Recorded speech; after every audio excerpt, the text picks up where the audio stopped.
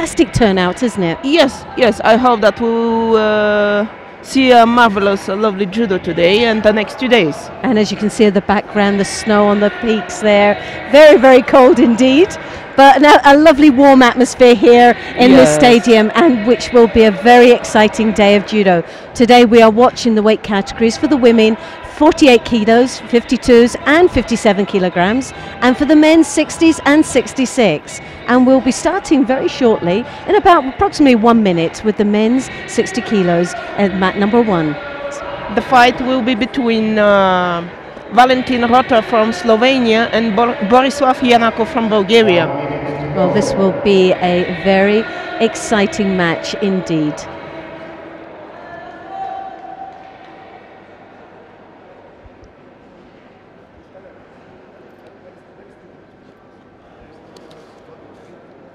Oh, sorry, it was my wrong so reading. Valentin Rota from Switzerland. Switzerland, yes. And yes, and this is going to be a very exciting first match as well, because this young man from Switzerland and the European Championships under 20 age category, back in 2008 picked up a silver medal, but he's up against the Bulgarian. Now this Bulgarian's actually been in the under 23 European Championships, yes, and he's under 23 national champion, but he got 7th place last year. Yes. So he'll be wanting to do that 1 or 2 steps better than what he did last year. So he's got to be a great medal hope for Bulgaria. He got in Belgrade, it was a tournament trophy, Zvonko Osmajic. He got 3rd place there then. Yes, so Bulgaria a bit hoping for a few medals this weekend. Yes, yes. We are coming with 18 competitors, and I hope that we will start with the fun from the first match today. Yeah, well, Janakov is obviously, the pressure is on for this young man, but I'm sure he'll do extremely well. And we're just going to go across now to mat number 1, where we'll see Bulgaria opening the doors to this competition, and then what will be a very exciting weekend of judo.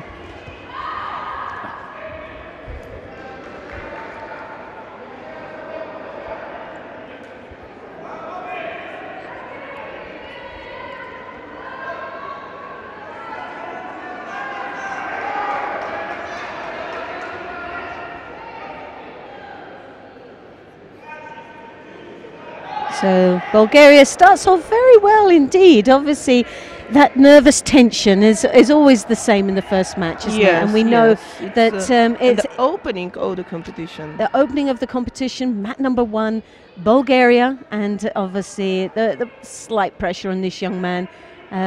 A lot to take on such young shoulders. He's 20 years of age, this young man. Yes. So still 3 years in this category of the under 23s. And like we say, he's already got a 7th place under his belt. And so great potential for Bulgaria. He has time to do more. But he is up against Rota of Switzerland, who is he's the top seed in this tournament. And like we said, he's picked up a silver medal in the under 20 European Championships back in 2008. Has got quite a few results under his belt as we stand right now. And so this is a very, very tough match indeed.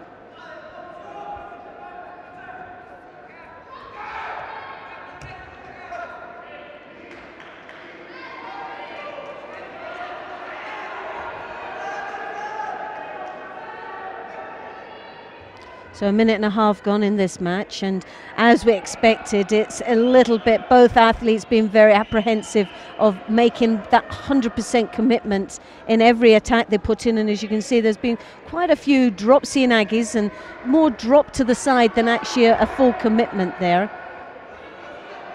And they've got to be very, very careful. And Bulgaria's already picked up their first Judo. Yes. So this is obviously the warning now. And as we know, with the rules, the Shidos are put onto the board, as you can see, with the yellow square to their name. And obviously these can accumulate, and it's only when they get to the 4th one, which is a hand sokumaki. So, but the pressure is on, and if there isn't any score, or it's an even score at the end of this contest, it means that they will take into consideration the Shidos that are on the board at the same time as well. So they're not down as points as yet. but they do play a major factor in the result at the end. That's right.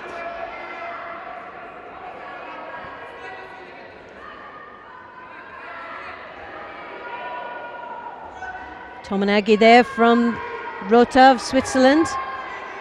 I'm trying for Jujigatame.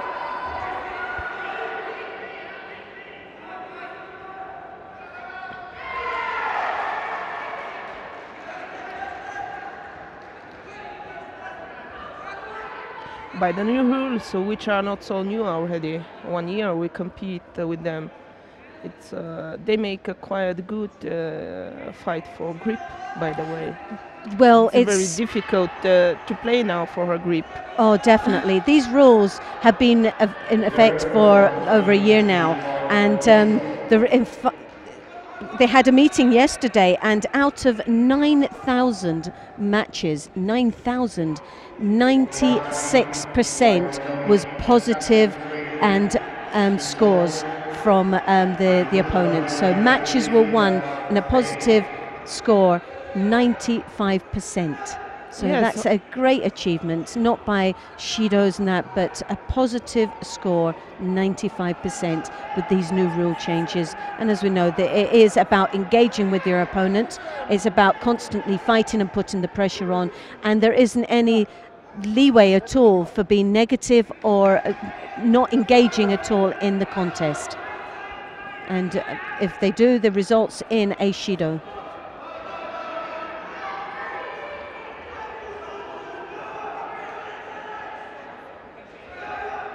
But again, it's the Bulgarians looking a little bit tight there, a little bit scrappy. Yes, that drop Sienagi, the drop Sienagi wasn't positive. Especially when you have already 2 Shido. Yes, it really is.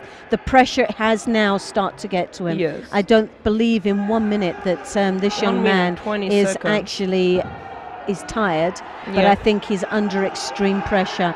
And this is the problem. He's on home turf. He's the home crowd.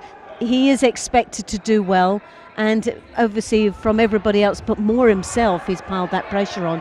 And as you can see, the technique isn't just so precise there, and this young man from Switzerland is really capitalizing on there.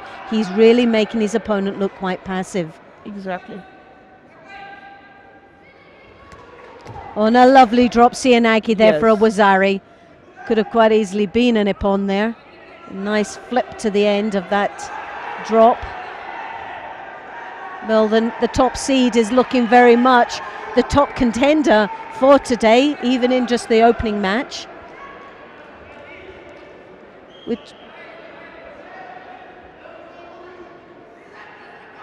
See there, lovely attack there, and it could have easily been Ippon.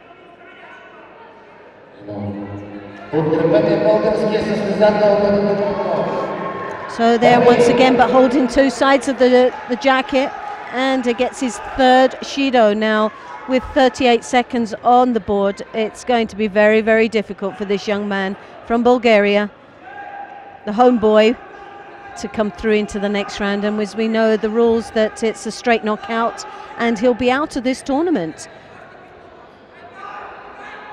Yoko Tomonagi there, a desperate attempt to come back into this tournament, but sadly it's looking more and more like the Bulgarian will be out unless he is able to do something very, very special indeed. So 15 seconds, just under 15 seconds now. A Wazari on the board for Rota of Switzerland. A great start from this young man, top seed in this weight category. And looking very much a top contender. But that was a very convincing win there for Switzerland. Yes. And Rota goes through to the second round of this under-23 European Championships. And next fight, we will stay on mat 1 or we will move at well, we'll stay on mat 1 and see how this progresses for a wee while. and that. But obviously, if you're out there tuning into us, you have got an option of going to mat 1, 2, or 3. I do hope you will stay with us. It's been very exciting already, and we've only got into the first match. But if you have just joined us, my name's Loretta Doyle, and I'm delighted to join me Valerie Lukanova of Bulgaria, and with her expertise, and we have worked on several occasions, which has been an absolute delight and pleasure. And you're here in Bulgaria for the Under-23 European Championships. 276 athletes representing 36 countries. A great turnout for this event, and what will be a very exciting weekend of judo. For this today, the first day of the tournament, we are watching the men's 60s and 66 and the women's 48s, 52s and 57 kilograms. So please stay with us for what will be a very exciting day of judo. Now the fight starts between Ashot Balabiekian from Ukraine and Yoav Shemesh from Israel in category 60, men under 23. I don't really know too much about the Ukraine. We have tried to Google him a little bit, and nothing seems to be coming up. But Shemez, 21 years of age from Israel, and the Israeli team are doing extremely well, aren't they? Yes. They've had they've had the world champion Gabe, who's done extremely well, and I had an opportunity to meet her yesterday. A wonderful lady, a really great ambassador for women's judo and for the Israeli judo as well. But was at the Junior World Championships a couple of weeks back, and the Israeli team are coming from strength to strength. I don't know what they're doing, but it seems to be really bonding a team together. Yes, so this young man, 21 years of age, and the latest result, a 7th place in the European Open in Minsk this year.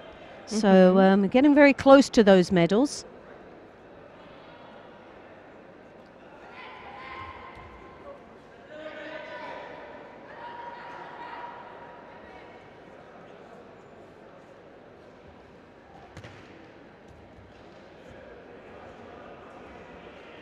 Israeli with the inside grip there, controlling nicely with that left hand, looking as if he's trying to put the pressure on the edge there and come in for the drop Sianagi, which he's just done. You could actually read that. And the thing is, worked for his attack. He is working for it. He was edging it up, but when us as the public and can watch that and see it happening, I'm quite sure the Ukraine is in the same position. Oh, what a lovely Kochigak, and a fantastic finish. But yeah, we could see the level of player that we were watching right now. And again, no surprise for this young man from Israel after the previous competitions that I've been throughout this year. The performance has been absolutely amazing from the Israeli team. And well done, a great start from this young man. So Shemez goes through to the next round of the under 60 kilo category of the under 23 Europeans. So it's a great start for this young man and a very exciting start for Israel. And we got Italians coming up now. Again, another team. Yes, Basil. Now he's a great athlete, but again, a great performance at the World Championships, Junior Worlds. The team again have come from strength to strength. They whatever these guys are doing, they are really bonding, and it's the team ethic that seems to be there. They're so strong and they bond so well as a team. And I'm a great believer, strength in numbers. And when you are bonding, you're not just out there on your own, you're out there with the rest of your team, just piling on the sort of pressure against your opponent, which is fantastic.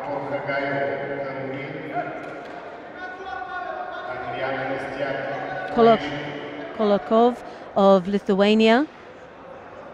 Yes. And Andrei Kolokov from Lithuania. Now he's in the blue. And Italy in white. Maddaloni again, the Italian coach, outstanding athlete in his time. Oh, what nice attempt from Kansetoza. Oh, and the Lithuanian's going to the arm lock, and the pressure is on it. I don't know if he's going to survive that at all, but from this angle, he looks like he's in a lot of trouble. Injury. Well, the Italian Basil did very, very well indeed. What great transition into Niwaza.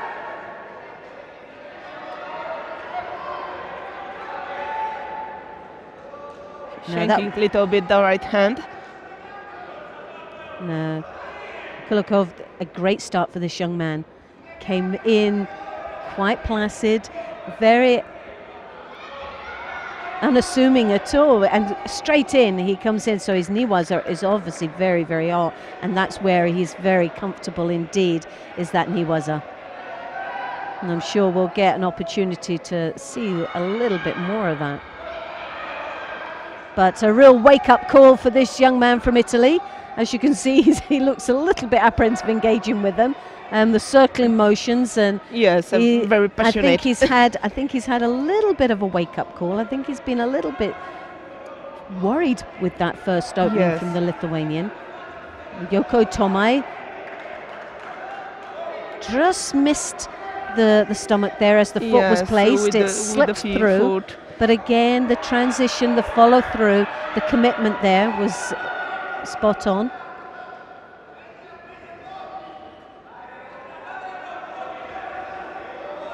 Lithuanian looking for the drop, but again you can see, and again he wants to pull him down in He wants the niwaza. He is very comfortable down there, but it's cost him. It's not cost him too much, but it has put Shido on the board. It's not too much, but can cause the fight.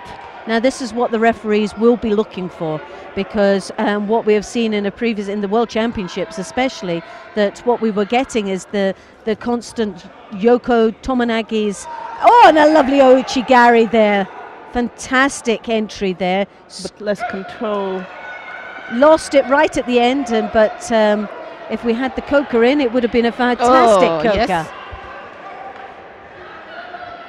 But no, the referees are looking for the more negative sort of attacks. That's really the identity, is to bring them into the niwaza. So that's what they are opening up for, and that's why the Lithuanian got that Shido, because obviously the referee felt that the Tomonagi was a way of getting them into the now this and is another Yuko. Ouchigari. Yes. Yuko this time. This time Yuko for the But the Lithuanian, they changed it to Wazari. yeah, and the Lithuanian straight into the niwaza though. He was there waiting. Yes.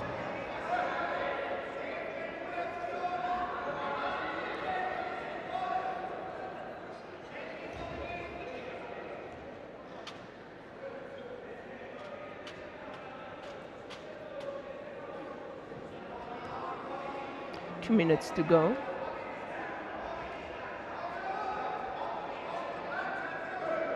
That probably will be second Shido for the Lithuanian. Again, it was another attack that didn't look as positive, but he's allowing that one.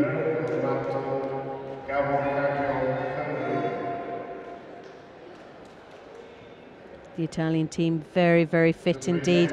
Reactions very fast. But this lovely Ouchigari that Basil has caught the Lithuanian quite a few times now.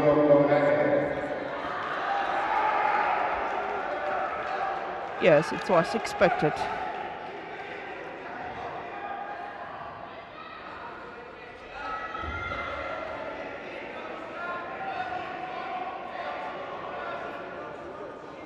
He tried to, yes, again. And hopped in straight onto his bottom, but I would have thought he continued to walk against him and lead to. Wasn't to sure Yuko. if it was a Yuko, but yeah, he's taken off because it was straight onto his bottom, and it obviously in the old sort of rules that was a Koka, not the Yuko. Yuko has got to be more closer towards going down onto the side. Yes, and well, they are annullated, but. If he'd actually drawn his own body towards, but I think what's happening now, the Italian knows the Lithuanian has very good niwaza. So these are attacks, they're not throws. I think he's more concerned now that he doesn't make the ultimate mistake that he made in the opening seconds by committing into the niwaza and getting caught down there. Because that's what the Lithuanian is looking for. That niwaza, any opportunity. So the Italian is going to put the attacks in, but not the throw. And the throw is where the commitment is to get the score. And it will be the old Coco that we're looking at, where he'll just pop him down for a good attack, keep the referee off his back, stop him from looking passive, and obviously while he's attacking, the Lithuanian is defending. And I think this is the tactics, and very, very harsh indeed, I think, that the Italian picks up his second Shido. Find that very hard after. No, it was because last 20 seconds he was really passive. But then the Lithuanian as well has not been. Yes. He's coming in for the drop Cianagi. We know why he's coming in for the drop 3 minutes Cianagi. to go. It's 3 seconds they've got. 3 seconds, yeah. sorry. 3 seconds to go. Now the Lithuanian obviously desperately disappointed there, but we saw a flurry of attacks and a very aggressive start there with that last seconds. Why didn't he do that within the last minute? If he'd piled on pressure earlier, given himself a much more better opportunity to come back, but he didn't. He left it with seconds, and he wonders why he's upset. It doesn't make sense. If he's got that much energy, he should really exhaust that energy right to the last seconds, not start it in the last seconds. Exactly. It's absolutely crazy. I never ever can figure that one out. For me, as a former athlete, it was my opinions were, I'd rather go for a pawn than actually go for being penalised on a hand tie and not getting the hand tie, or getting the score against me for not attacking. I'd rather go for 10. But as you see, the Yoko, lovely attacks there. Chigari, some great attacks there, but you could see the Italian. Very nice preparation. As with you the can hands. see, look here with the arm. Each time he came with the Ochigari, and again. he was straight on that arm looking for it. The Italian was nervous. The Italian definitely was nervous in that match. But he can come down with his nerves. He's got the next round to think about, and hopefully that will settle by the time he gets to the next round. But now we come to the next match. On mat 1, the fight will be between Philip Graf from Germany and Ferenc Zizowski from Hungary.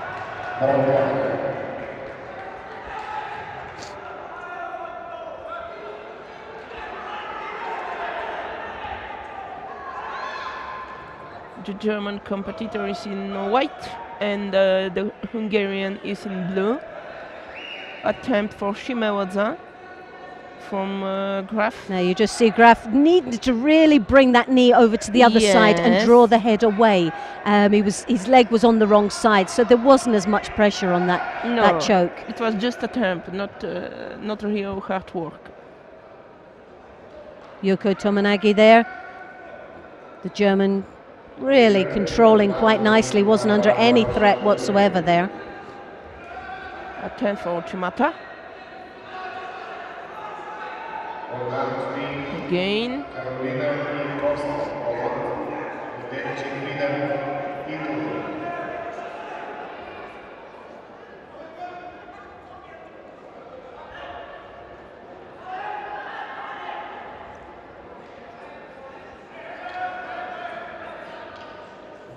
Drop Soinage from the Hungarian.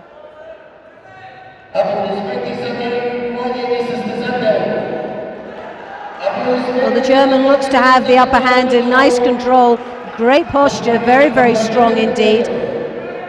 The Hungarian really trying to survive here at this moment. The head is a little bit lower, which means the balance is out, and he's going to pick up that Shido. Yes.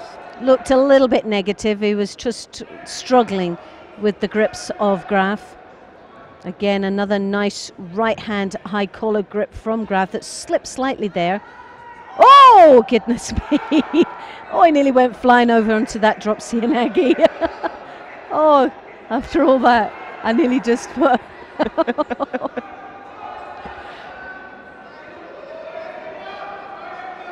Even at this early time of the morning, I can still get excited about this. You tend to forget you've got these earmuffs on, that you can't actually hear how loud you really are. And when you're at the side of the mat, I'm on the edge of my seat. Around us, yes, they notice it. I'm just glad the cameras are never on me most of the time, because this is the best. if anybody see it, would be actually it would be comical, because I spend most of my time on the edge of my seat or bouncing up and down, and I suppose it's one way of keeping warm anyway.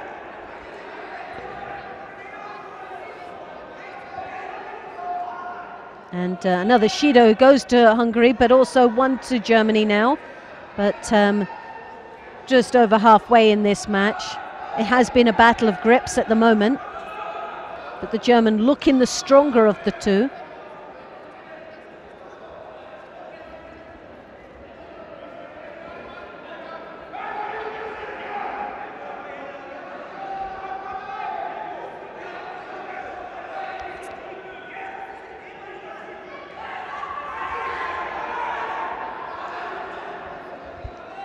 So, but again, nice high collar grip from the German, controlling very nicely indeed, making the Hungarian look very passive.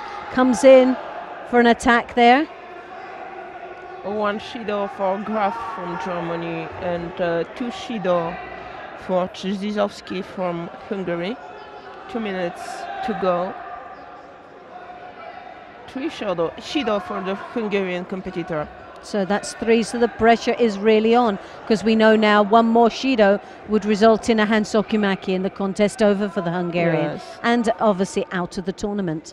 So, which would be really, really sad, because at the end of the day, we are trying to, what we're wanting is excitement, we're wanting athletes to engage. I think his problem is that the German has such a very strong right-handed high collar grip that's drawing the head in and making him look very, very passive. I don't think it is for the want of not trying here with the Hungarian. I just think that high collar grip is causing him no ends of trouble there. Again, oh, and a lovely Ashiwaza there, stumbling his opponent down.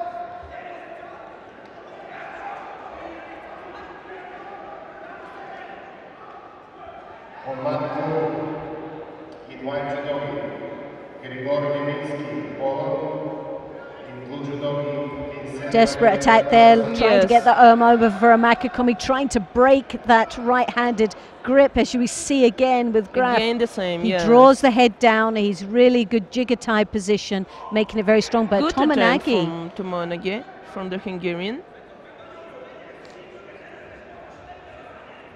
1 minute to go.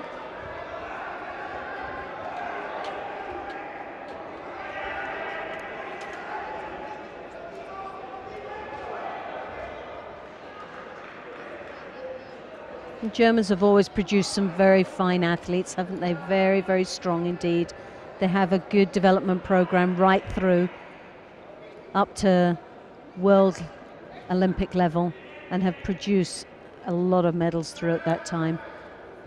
Always well prepared for every international that they participate in. Hungarian looks in so much trouble here, really has struggled throughout the whole contest. And his head shakes, the body language is just selling it all, isn't it? Yeah.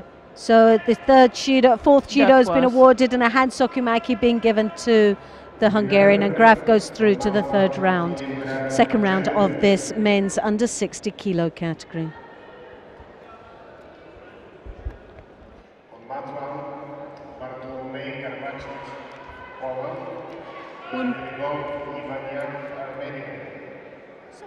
We'll move now on mat number 3. Yes, we'll move along to the women's 52 kilo category. A few exciting matches coming up there. In category 52 kilograms, between Antonina Tovtsetskaya from Russia and Shira Hayat from Israeli.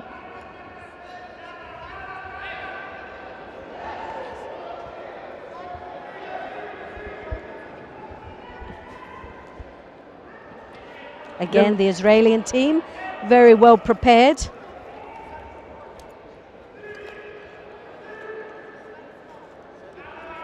Oh, lovely attempt for Oranage, but less control with the hands.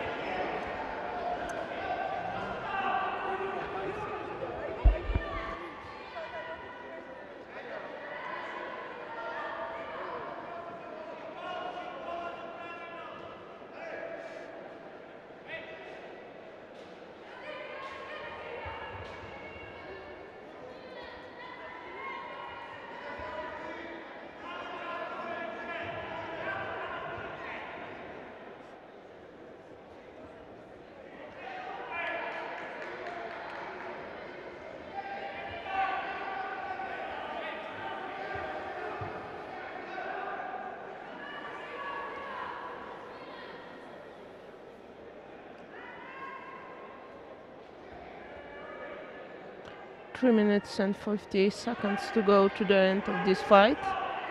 Attempt for Ogoshi from the Russian competitor.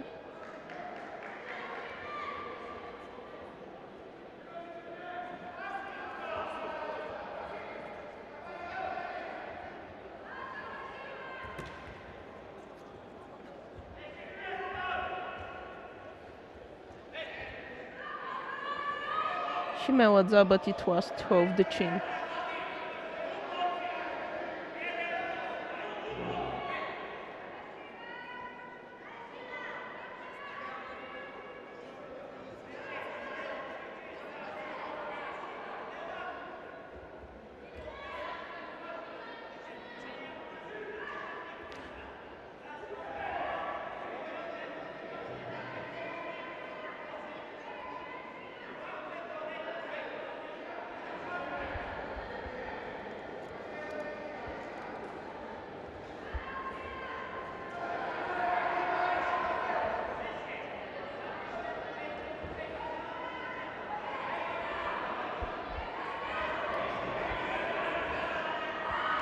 Well, the Israeli has really taken this fight to the Russian. And as I said before, the Israeli team are very, very strong indeed. A real team to be watching very closely indeed. And Yarden Gerbi, as we met yesterday, and I hope she'll join us later on, but she's come along to support her team, which is lovely, isn't it? Yeah. She said that she trains with these girls on a regular basis, and it's a sense of like importance for her that they support one another and encourage each other. It was lovely talking to her and saying that even though it's a small team that works so closely together, they bond so well, and that's part of her success. She's the first world champion, one of two of any sport in Israel, and so at this moment she's a major superstar for Israeli judo, and this only brings the sport to light in Israel. And this young lady is really sort of standing her ground against this young lady from Russia. Oh, goodness me, and then that was a great attack, a great counter there. Yes. And a Wazari scored. That could have easily been a pawn. So this is where the Israeli Hayat has got to be careful, because she's very wild in her reactions. She leaves herself very open, doesn't she? And that high collar there, she draws in, but starts to turn her back, and already she's got that counter attack, so she's got to be careful in how she turns herself.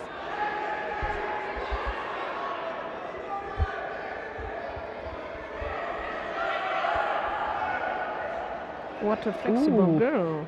Very flexible indeed. I think I would have been hospitalized if that was me on the end of that. Definitely. Definitely. It just shows you the strength of these young ladies and the flexibility and power that they can generate. And the importance of the gymnastics. Lovely Uchimata there, and it put. That was it could have been. It could. Oh, I'd like to see that again, yes, but she lost a little bit of control right at the end. But a cracking Uchimata for Wazari.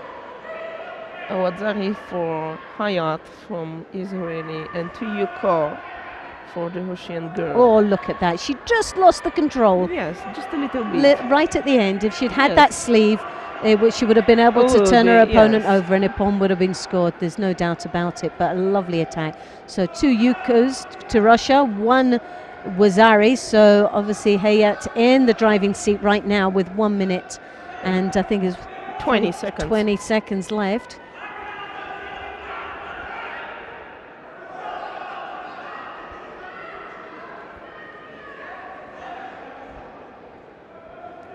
She felt that she felt the strength behind the Russian there, and she was in a very vulnerable situation. Yes. If she had attacked off there, we would have seen this contest all over with, because the Russian is no fool out there. She has definitely the technical expertise to win this match. The Israeli just at this moment is just pipping her to the post as far as the attacks are concerned. And again, the Israeli has very good judo. So the attacks are very strong, very positive. But As you can see, 2 scores for Russia already, and 2 good Wazaris, good Yukos, I should say.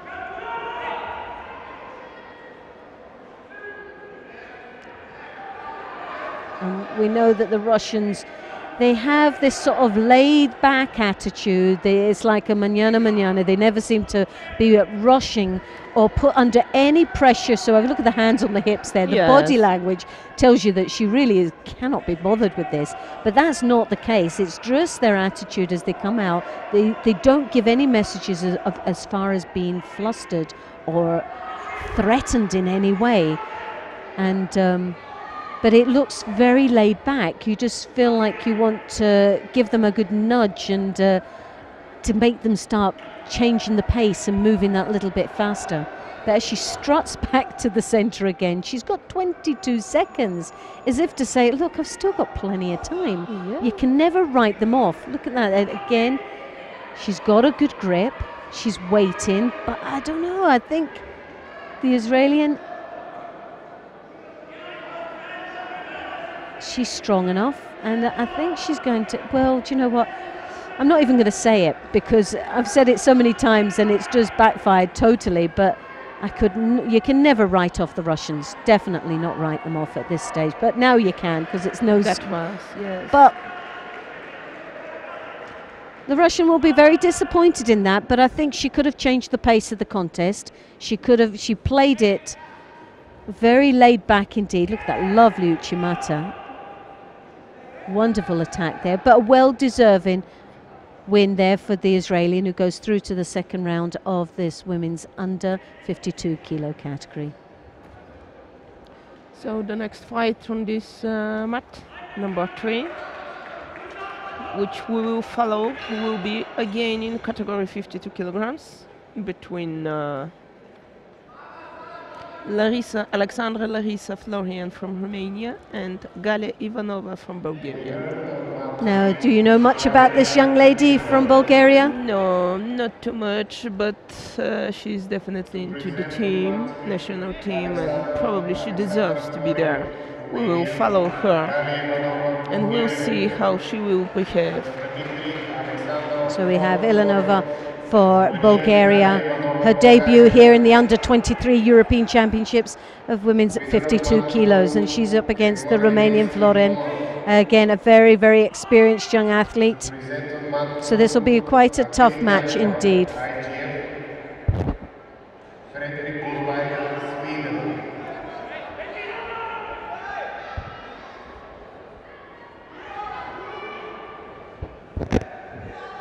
She's 17 years old girl.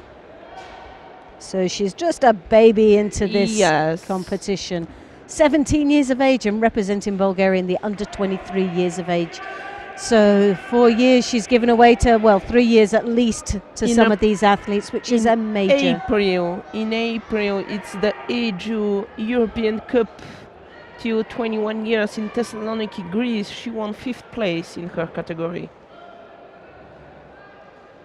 So great potential for this young lady from Bulgaria. Let's see this kid. And will the difference be home ground for her? But as we know, Florin for Romania is a very, very strong contender indeed.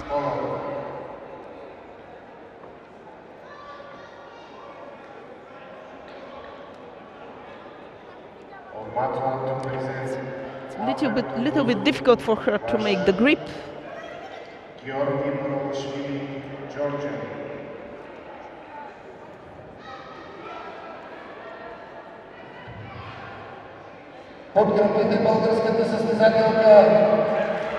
Time for Uchimata. Oops, the gi is out.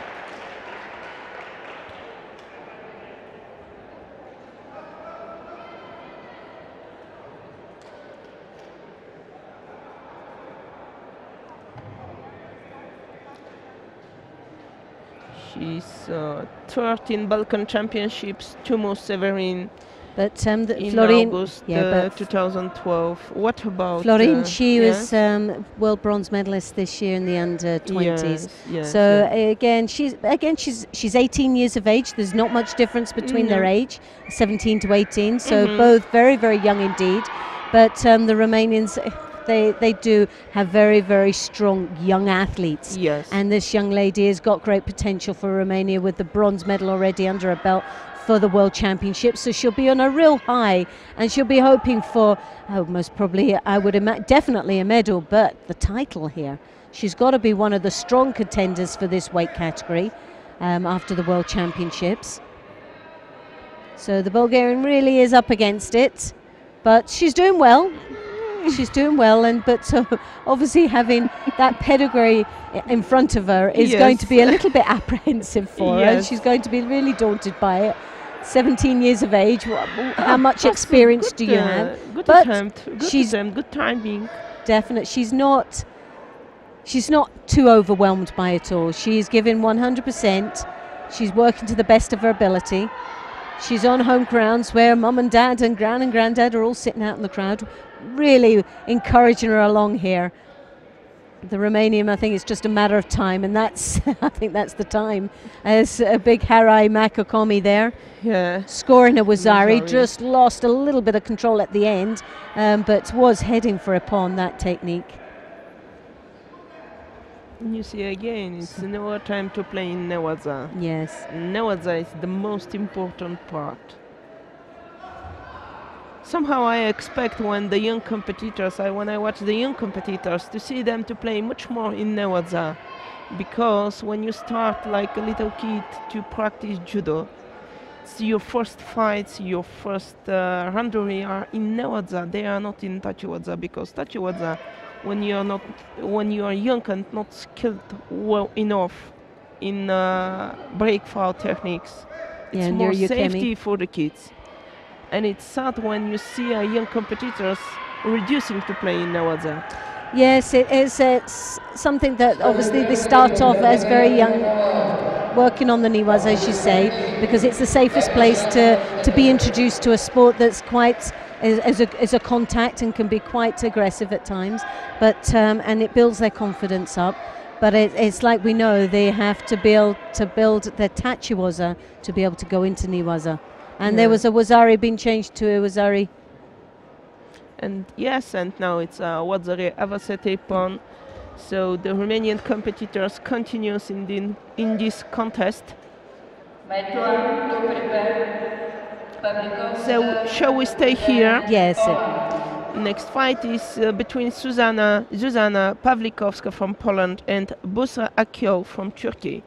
Category 52 kilograms, mat number 3. If you want to follow the other fights in category 60 and 66 kilograms, you can change the other channels.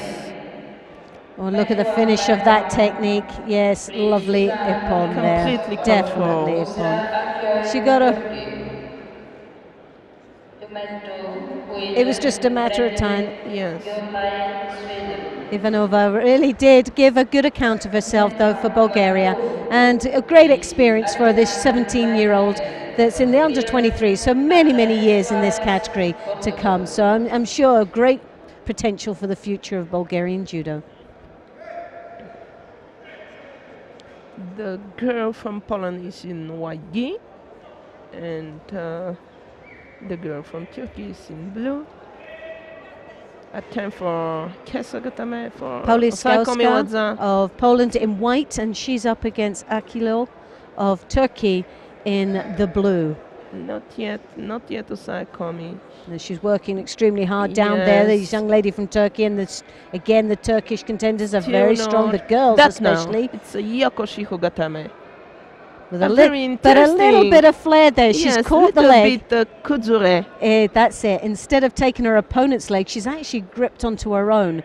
I don't know how effective that was now that she's actually got out. Maybe she should have gone back to the basic It's a yuko. hold. It's a yuko, but it could have been a pawn. Yes, it could have been a pawn. So all those youngsters out there watching that could have said... Tummy flat on the mat. Yes, there's quite a few sort of these youngsters outside that watching this today going, I could have done a better Yoko Shiogatami. I'm quite sure some of my young athletes out there, as they've got their examinations coming up quite soon, Yoko Shiogatami is one of their major techniques they've got to learn for their grading. And they'll be all saying, that wasn't right. Yeah. And it didn't work because they didn't get it right. Oh, So it's a good attempt was here. A little good bit strange place to start this attack, but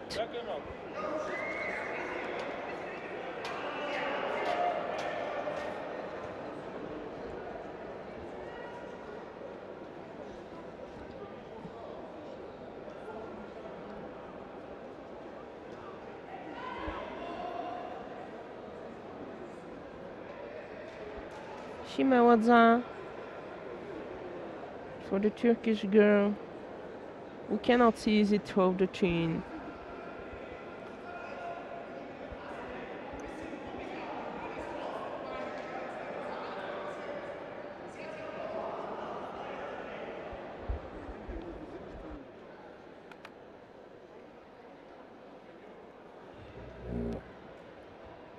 Three minutes to go.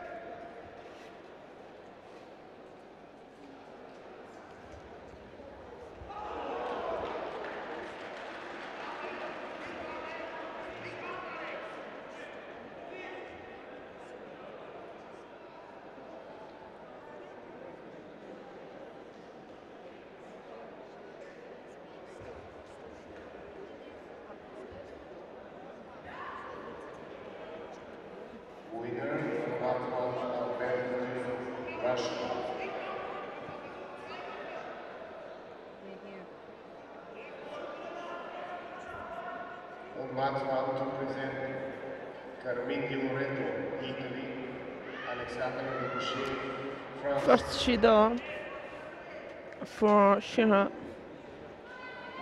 for Busra Kyo from Turkey, but she still leads with one Yuko, and 2 minutes 40 seconds to go to the end of this fight. Both competitors looks a little bit tired.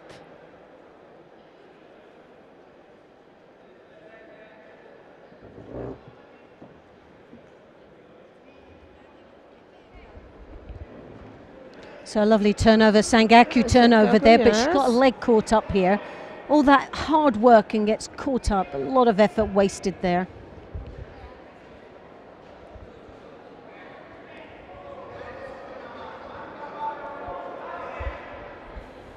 That is what I mean to first fight, the fight before. That they are young competitors, and when they have a chance to play in Nevada, they must work hard. It's a great opportunity there, and Yes. if they, but do you know what? It's something that's gone in time. I remember when I was younger myself, the idea is that you would get a bigger, that you got more of a chance of Slam on the throwing. mat, And just it was slam on like the mat. judo was tachiwaza. Judo wasn't niwaza. Judo was always tachiwaza. You wanted to throw. Judo is the boat. But as you get older, you realise that your niwaza is very, very Very important. much more important. Because when you're up against younger athletes and they're running around twice the pace that you're running around, you just want to get them on ground so they slow it right down and you can finish it off very quickly. Yes. And so the maturity and the mindset of your judo changes dramatically by being much more sensible comparing to your age and mobility. Because yes, the youngsters want to run around, they want to throw, they want to do spectacular judo, but they leave themselves so vulnerable when they do this big throwing because they go down and they're like babies in niwaza. Yes, They leave the neck so open, their arms out, and they're so vulnerable, and they end up losing matches because of that vulnerability. Exactly. And it's good and it's important to have the package, niwaza, tachiwaza. It's important that you're as strong in your niwaza as you are in your tachiwaza. And I learned in the hard way. And over the years, I learned the hard way, and eventually, as I got older, I got very wise to doing this, which is a good thing. But it did take me a long time. I wasn't very bright at that stage, but it became, for someone who never really did any niwaza when I was younger.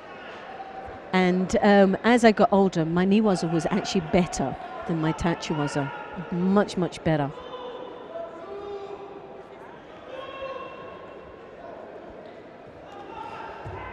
I can say that the Turkish competitor starts a little bit struggle here.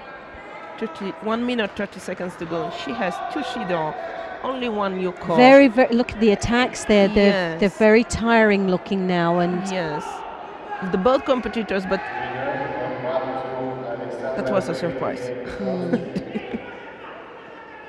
Then they've still got 1 minute and 14 seconds. 2 Shidos on the board with only 1 Yuko. Akyol really has to be very careful here because she cannot hold back. She's looking in trouble now. I don't know whether it's injury or that she's just totally pooped and needs a rest. Most probably that's the case. Oh, and a Tomonagi as she was turning. Look at that arm as we're talking about Niwaza. Is it? Oh, yes. Right. Well, this young lady from Poland capitalizes on a very sloppy attack.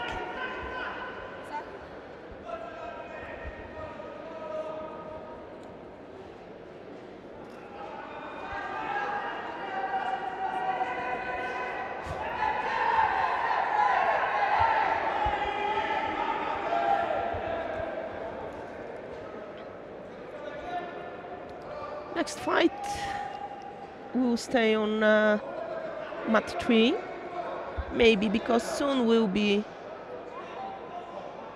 another one Bulgarian competitors, and she's not bad girl.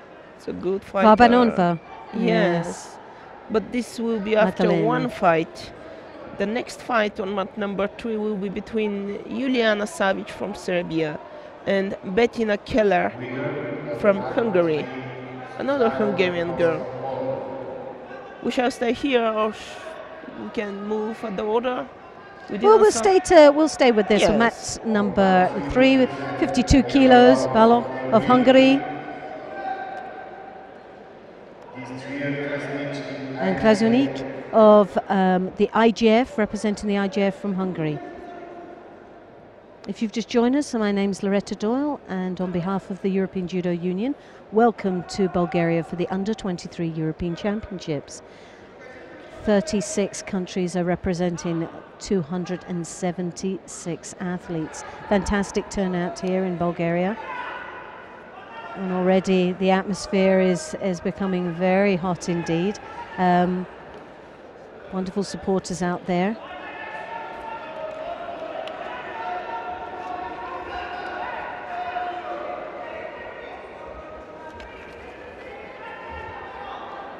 In fact, it's the fight between Daniela Balogh from Hungary and Distria Krasniki from IGF, I guess. That's right, yeah. Yes. This is the match that's up at the moment. It's popped something different then. Oh, now it's okay. So we have Hungary in white, and from the IGF, Krasnik in the blue. We apologize for the little mistakes, but we have few screens in front of us. We have a lot of papers to read and to check, and when there are nice ippons at the orders mat, sometimes we got distracted. That's why it happens. It's a good attempt for Shimewadza here, turning to Osaikomi, but didn't work well.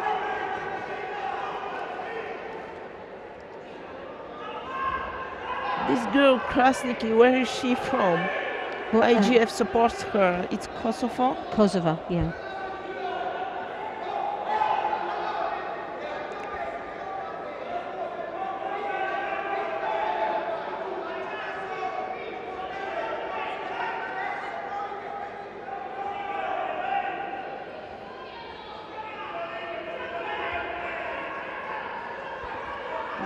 Good, strong fight. Very for strong. grip. Lovely Ouchigari there. Beautiful. Lovely attack. For me, this was Awadzari. I cannot see what mark they gave on Yuko.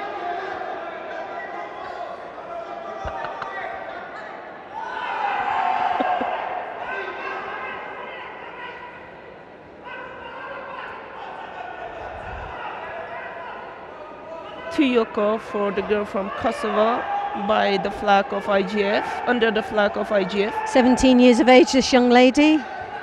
An outstanding performer. Even at 17 years of age, showing a lot of strength. At the Junior World Championships, 7th place. Icon? It was so beautiful. Now you will see, they will repeat it.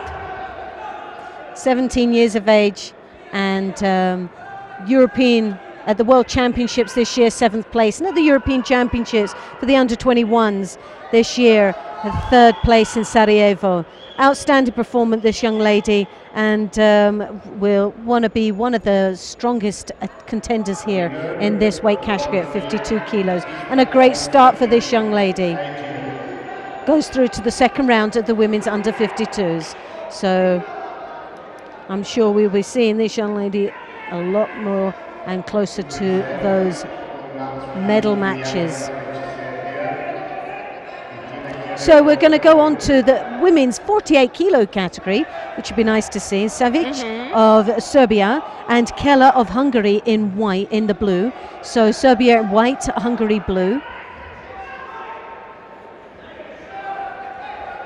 And the next fight, you can stay, my friends from Bulgaria, you can stay on mat number 3, because the next fight will be, perform the Bulgarian competitor Magdalena Varbanova.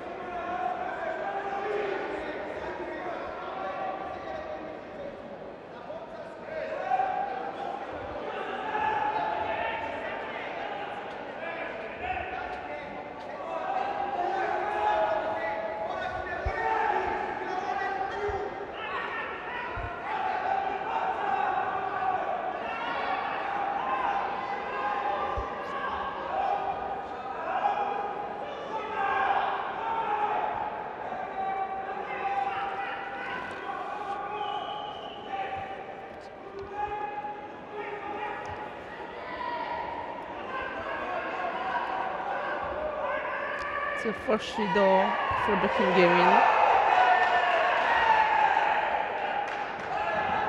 4 minutes to go.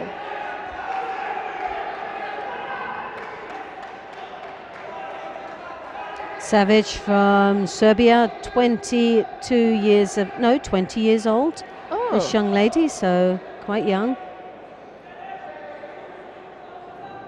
The under-21 European Championships here in Sarajevo, took a silver medal, and in PAX the European Cup, a bronze, and also a gold medal in Switzerland.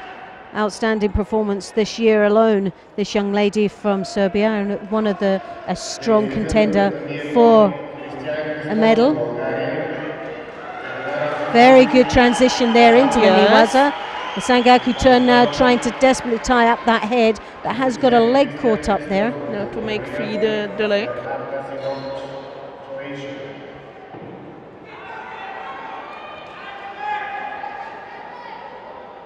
No, will not make it. And back in 2010, this young lady won the under-20 European Championships here. Samokov. Yes. So she was European champion here. So this will be most probably a lucky place for her. So she'll be coming back to where she 3 years ago, European champion here in this very place. So she'll be looking to try and get the European title of under 23 3 years later. We'll see how she performs. Quite a wee dynamite, isn't she? Very small indeed, very compact, slight advantage, height advantage. She's so fast. She varies like a little.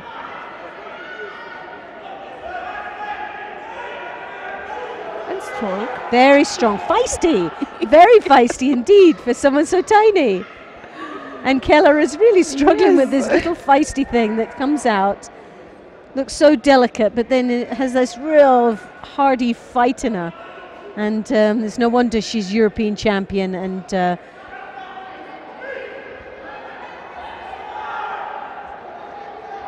oh, what a good attempt for drop zone again.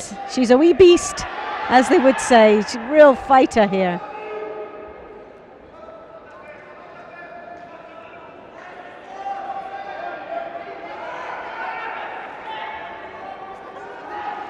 She's still working for Newadza.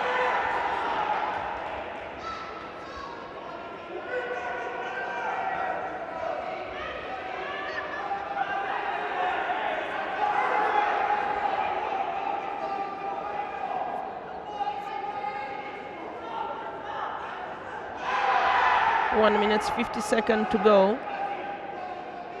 No score on the board, only one Judo for the Hungarian competitor.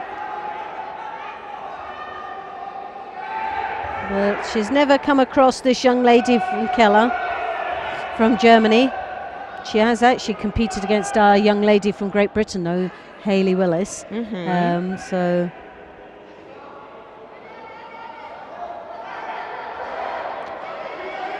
And Judo for the girl from Serbia. 1 minute 30 seconds to go. Oh, so fast and good attempt for Ipalsoin again. From the grip of the Hungarian competitor, she directly attacked.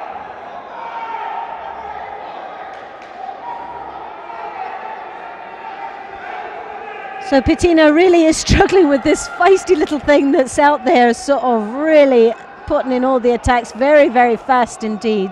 And Keller is just trying to settle her down and calm her down, but she can't. No sooner she gets the grip, this wee feisty wee Serbian is, and lovely Niwas there looking for the Sangaku, the reverse there, but referee was on the opposite side, didn't actually see that move, and I wonder if he would have said Mate so quick if he'd seen what she was actually trying to attempt. So really, sadly, a lost opportunity there for the Hungarian. Maybe they told him something about another Judo. I see on his face. Oh, so Hungarian, 18 years of age, this young lady from Hungary. And again, we know that the Hungarians over the years have produced some very, very fine athletes indeed, very technical players. But against this Serbian, she's really struggled. This feisty little thing that's just nipping away at her ankles there and constantly at her. And lovely drop Sianaki again. No sooner that Bettina Keller is coming over, then the drops underneath, and she's really, really struggled all the way through this match. The Hungarian Championships, second place, and the UK in Belgrade in the European Cup took a 5th place. So she's picked up a few medals along the way. She's there and thereabouts in the medals. Very strong contender, but really does not have 10 seconds to go. The referee gave another Judo for the Hungarian competitor. But a lovely turnover there from of the Serbian. Yeah. So Savic really won this match very, very convincingly, I think. And when you think of what a match it was about the control. There's no score. It was about the control. It was about the grip. It was about the aggressive being forward, attacking. And that's what the Serbian did all the time. Yes. There was Each no time stopping. When Keller tried to make a grip, she had no answer. The Serbian did Selin again each time. And in Niwaza, the Serbian Savic was turning her over. She was definitely a convincing win without a score. Without a score, but a real win for the Serbian competitor. Definitely. Yes. Next fight. Well, you'll be looking forward to this one, haven't you? You'll be really looking forward to this. Yes. I can say why I want to. Well, you tell us why.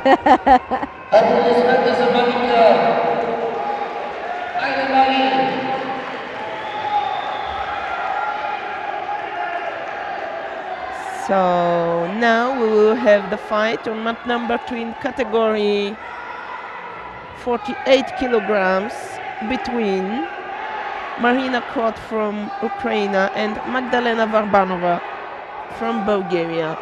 Magdalena Varbanova is a very promising young Bulgarian competitor. She won 7th place on AG European Cup U21, 21 years in PAX. This July. In June she won 5th place in Leibniz, 1st place in EG European Cup in Thessaloniki to 21 years. So she's a good girl. She's a good girl.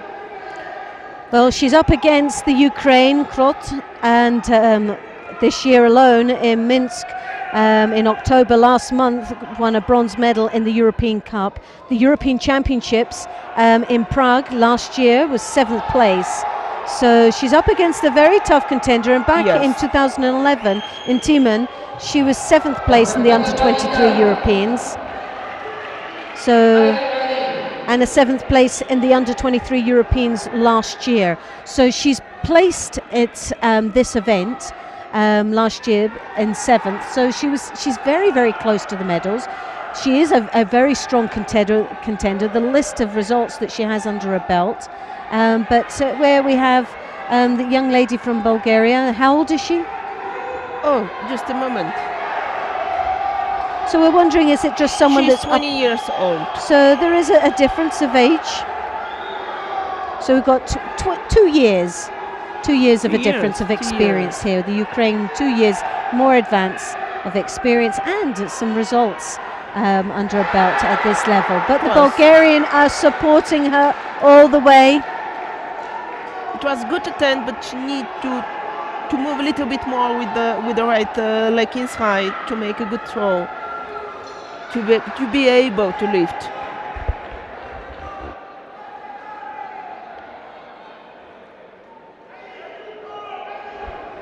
Oh, very nice work for the Ukrainian.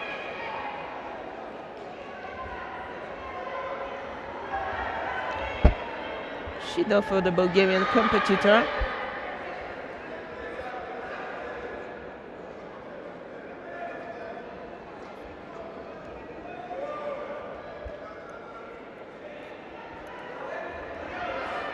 I cannot understand when you just receive an Judo and you try again a technique which looks like a dropping on your tummy. It's not good. Oops. Oh, and a lovely Ashiwaza attempt there with a Kosota, very well controlled. Just that little bit too wide from her opponent to get some strength behind it, but again, very good technique. Again, you see the Kosota. You can see on the coach place for the Bulgarian competitor, Georgi Georgiev, the Bulgarian judoka who won 4th place in Athens, the Olympic Games. Yes, that's all. And that must be very inspiring for the athletes having an Olympic champion. Lovely Uchimachev there from the Bulgarian, but just made the mistake of coming out, and she's got to be very careful as she comes out of an attack such as the Uchimata. You can always get, especially when the Ukraine has got such good Ashiwaza. It's the most weak moment when you make an attack, when you want to go out after it.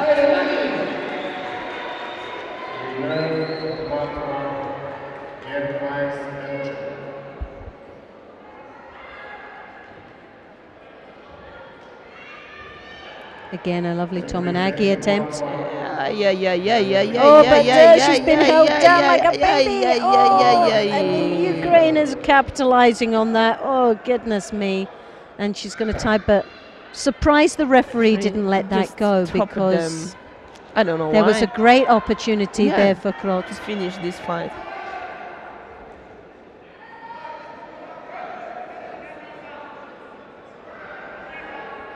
Very poor attack there from Bulgarian, really under a lot of nice Tomanagi though. Good Tomanagi, but left herself open. But I don't know, did you saw? I saw the moment after Tomanagi to start to work for Kansatsuwaza, and she didn't. So drop, she's got another Shido, so it's 2 Shidos. Against one Yuko. Oh, yes! Oh, it's got to be a Yuko. Yes. Soon will be an Osakome, I so guess. Great, a lovely attack there from the Bulgarian, from the Ukraine, sorry. From the Ukrainian. Pity from the Ukrainian. She walked straight on there. Yuko against Tushido. Ukrainian girl leads. And now looking to tie up in the Niwaza and Osakomi there. Now it's Osakomi.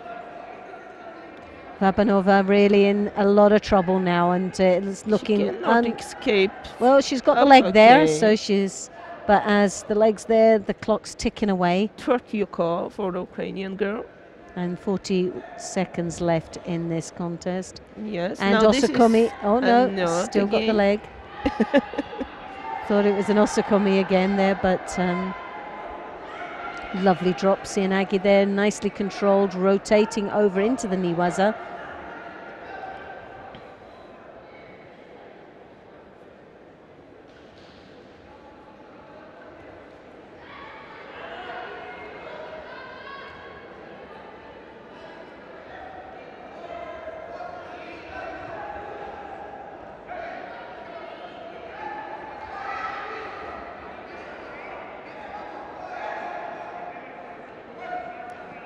Ten seconds to go.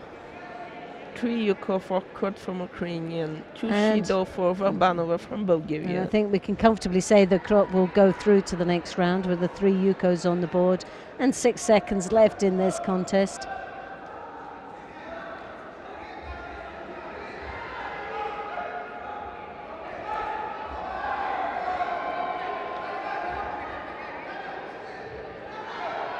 That was a great for the trouser for the Ukrainian while they were in Tachiwadza.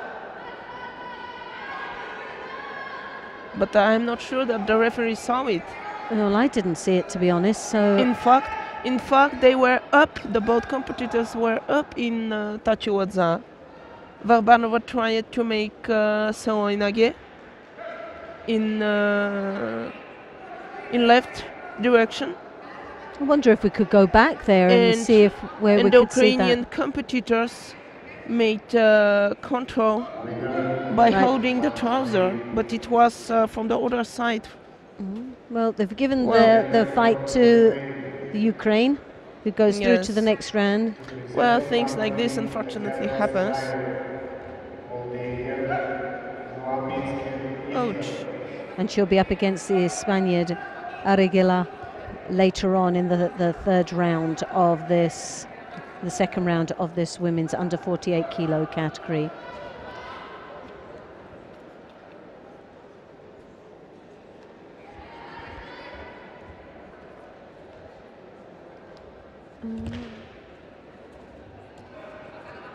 Next fight on mat 3 is between Tatiana From Moldova, Osyana from Moldova and Noah Minsker from Israeli. again, another strong Israeli in there. Minska, Noah, Yeah. very, very strong indeed.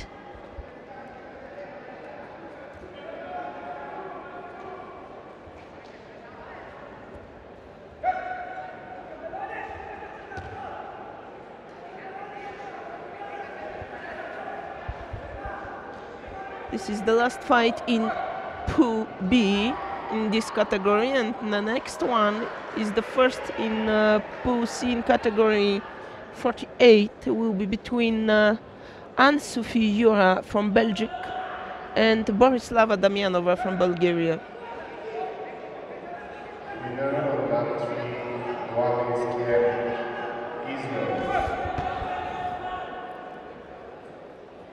Те излизат на татами 3 Ансофи Юра, Белгия и Борислава Дамянова, България.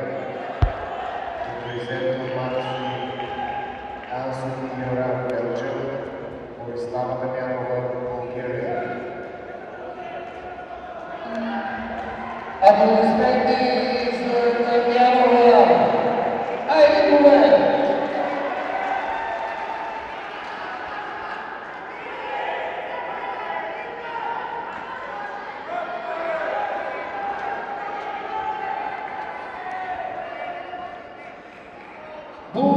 So we have Jura of Belgium in the white, and she's up against the Bulgarian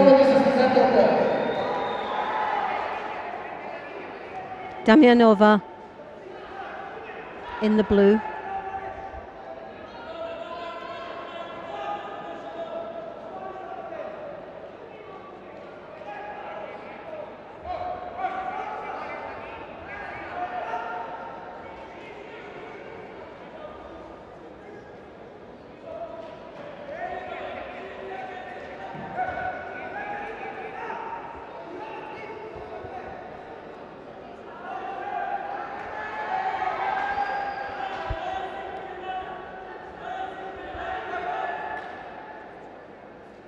and Sophie Jura, Belgium.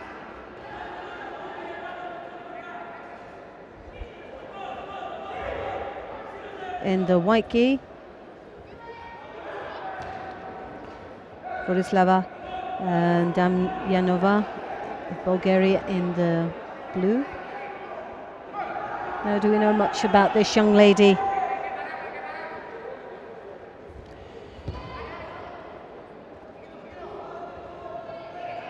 Borislava Damjanova won 5th place at the World Junior Championship in Ljubljana this year in 23rd of October. 1st place at European 21 to 21 year championships in Sarajevo. 2nd at EU European Cup to 21s in Liberec. 1st at EU European Cup in to 21 years in Pax. She's a very promising young competitor, but she has a very bad throw against the Belgian girl.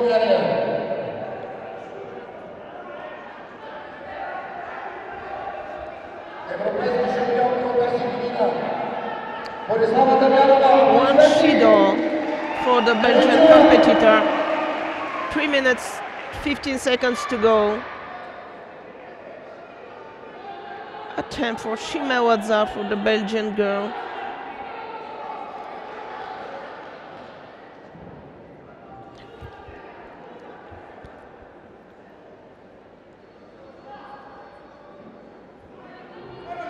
So oh goodness me, well, the Bulgarian very, very disappointed, and someone who was a great potential for a medal here. Jura goes through to the next round. The Bulgarian desperately disappointed here. Women category under 57 kilograms. On March 2%, Mandy Trianco, Marta Sibila Sanchez, Spain.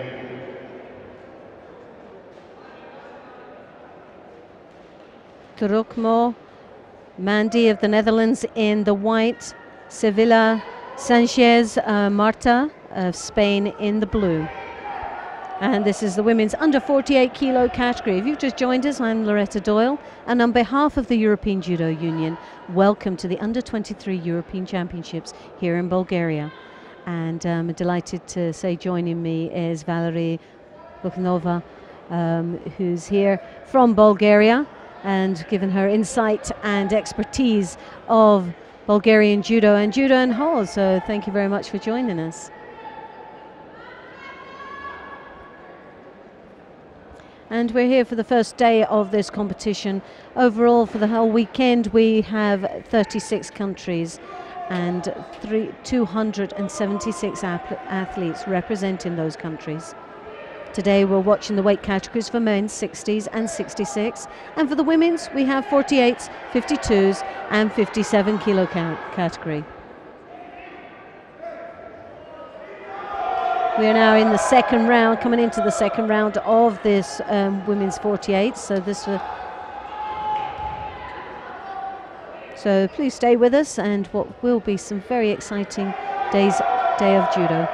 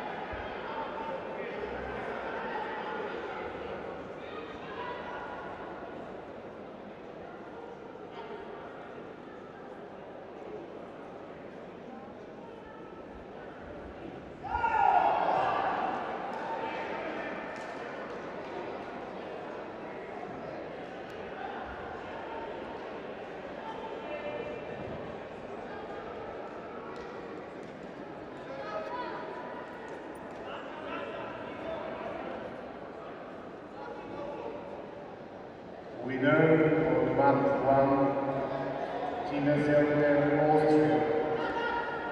To present on mat 1, Mania Croft, Slovenia. One Judo for the Spanish competitor. Turkey. 2 minutes 50 seconds to go.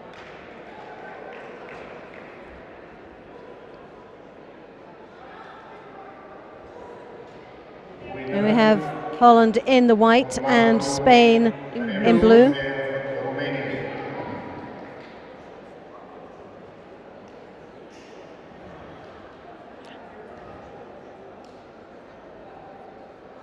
To present on mat 2, Carlos Mare, Israel, Ilyasavi, Estonia.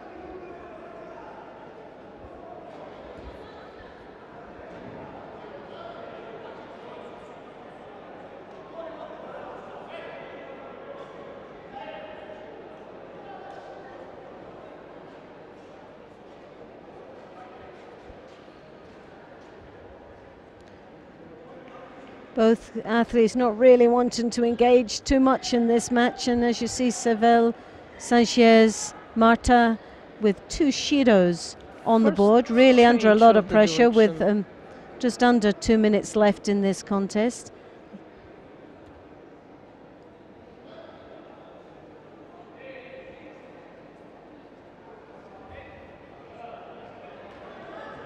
Mandy from the Netherlands, 21 years of age.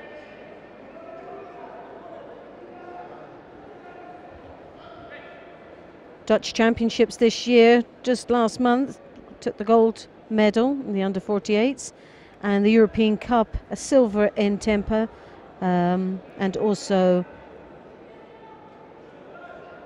quite a few in the European Championships under-20s in the same place. Samokov here in Bulgaria took a 5th place in the under-20s, so should be looking for a step up in the right direction and taking a medal, this young lady from the Netherlands.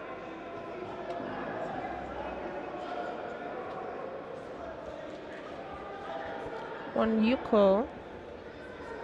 So she's taking the lead now with just under a minute left. Sanchez, Sevilla, Sanchez, 2 Shidos on the board, and really now under a lot more pressure. Oh, she gave up.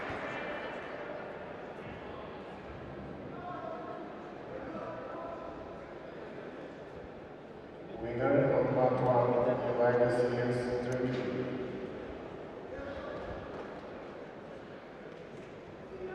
Lovely drop Sienagi there again from the young lady from the Holland, who's now working there to turn over into the Niwaza. I don't the think Sangaku. she has the time now. Less than 15 seconds to go. It's no time to play in Niwaza. Oh, it's not But time. she's in a good position. The best Yeah. time is tactically to stay down there as long as you can, with a Yuko on the board and the clock ticking away. No, I mean for the Spanish Oh, well, girl, the because Dutch she has been- started to play in Niwaza. Yeah.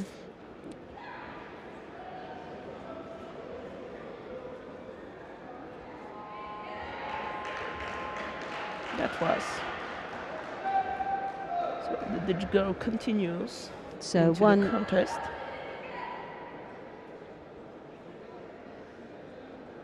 So a great win for the Dutch to go through to the next round. Mandy Chukwuromoto. That's a That's Mandy. difficult to pronounce. Chukwuromoto. As close as we'll get it. I'll have to contact the coach to get Yes, to ask, the right pronunciation of that. Doesn't exactly look like a Dutch name either. So But Mandy's definitely a name that we all know and can We pronounce. stay on mat number 3 or we will move. So both Israeli competitors. Well, we'll go up to mat number 1, where Let's we can see at 57 kilos, Greenberg from Israel. Again, very strong competitors indeed. And Ilkiv of Ukraine, Natila in the blue.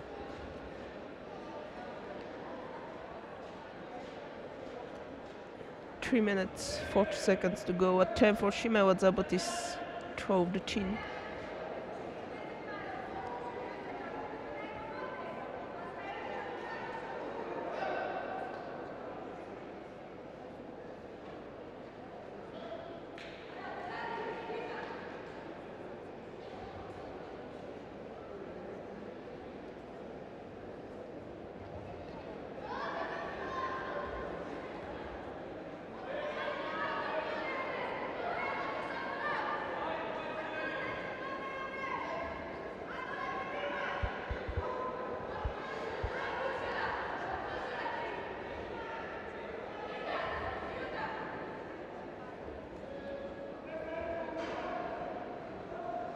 Great Sangaku turn there, very strong indeed, but the legs could be a little bit tidier there as she, that's better. Now she crosses them over, making that very tight, looking for the Osakomi, and she has it there.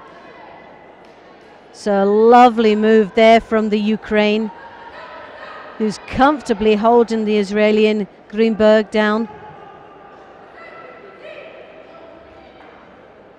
Ilkiv there, very comfortable indeed, and has secured that just nicely. And within half of the contest, 2.5 minutes left in this contest, takes the match and goes through to the next round of this women's under 57 kilos.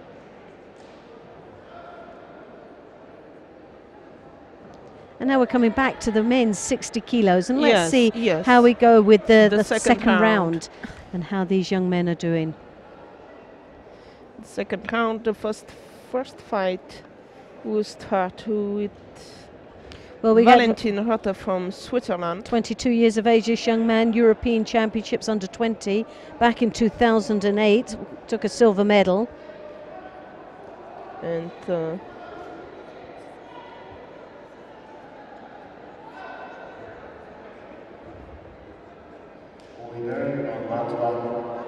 and Zazu of Spain, Gil, in the blue gi. The men in category under 60 kilograms. Valentin Rotter, Switzerland.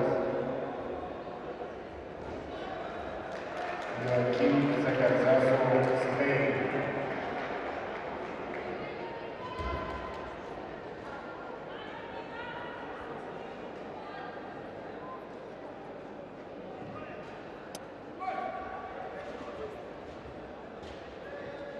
This young man from Switzerland, the top seed.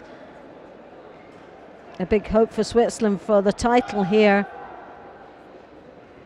But he's up against some very tough opposition. Winner of match 3, Turkey.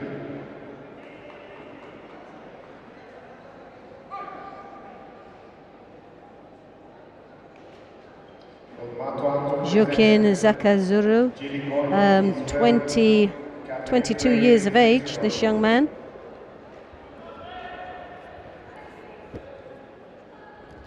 Looking very vulnerable down there as Rota turns him over like a baby there with a Sangaku turn, and now looking to change that on for the Osakomi, I would have thought, but taking the pressure on that arm.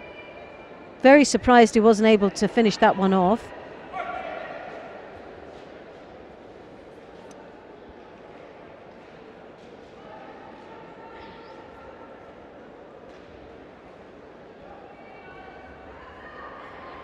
This young man with Spain, Senior Cup, one of the European Senior Cups, took a bronze medal, and the European Senior Junior Cups, again a couple of medals there National Championships for seniors, silver medal, and under 23s a bronze medal. So 22 years of age, this young man from Spain, as it comes through there for a Makukomi, but leaving himself very vulnerable in the Niwaza, as we saw some Niwaza earlier on from Rota, and he's very, very good down there, very comfortable and confident young man in the Niwaza, so leaving himself very, very vulnerable, this man from Spain.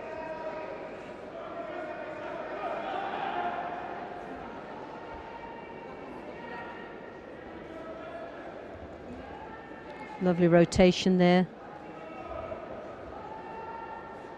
Very feisty indeed, this young Dropsy and Aggie. Trying to counter it. The young man from Spain as he was going over, but didn't look very convincing at all.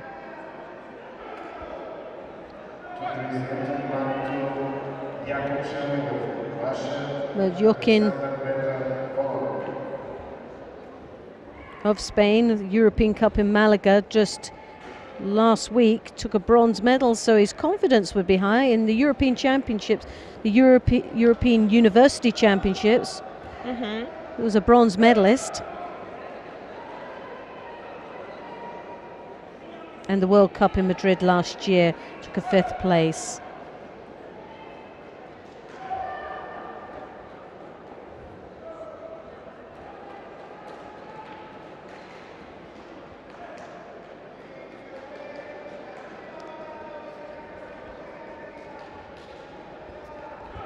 Oh, and a lovely control there. The Spaniard really did well to clamp down on Rota.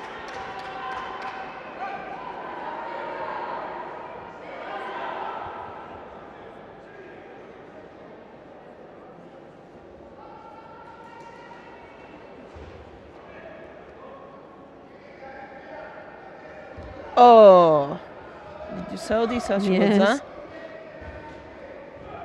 Working now for Shimewaza. Very, very strong down there. Very impressed with this young man's Niwaza from Switzerland. Very convincing. Knows exactly what he's doing down there. It just seems for me just a matter of time. This young man from Spain is leaving himself too vulnerable. 1 minute 30 seconds to go. 1 Shido for the Spanish competitor. No score yet on the board.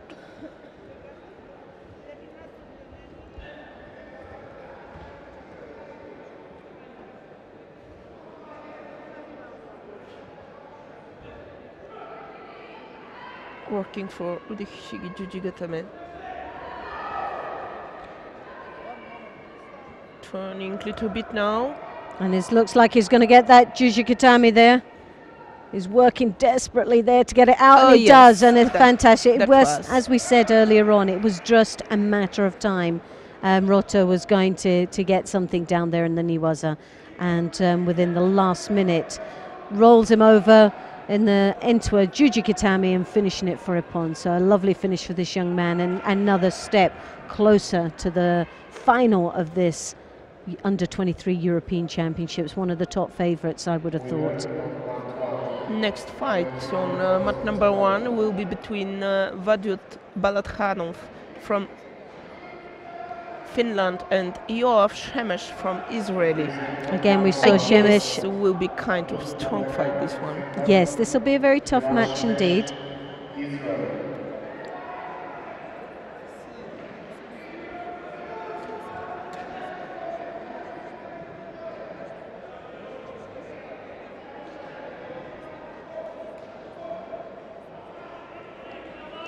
So this young man from Finland, as he marches onto the mats, very enthusiastic indeed. Full of life, full of determination to get in this. Both of them are like this.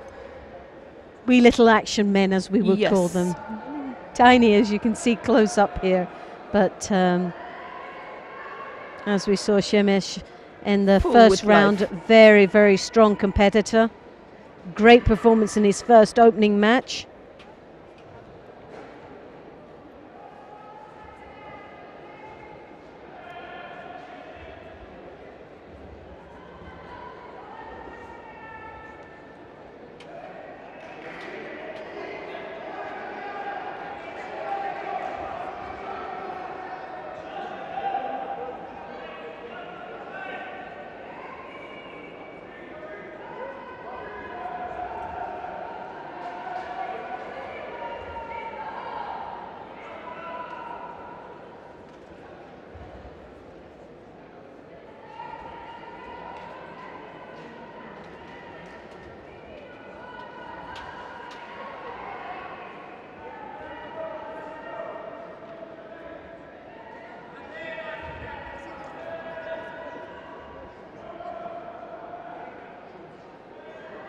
So 1 minute gone and a very close match indeed.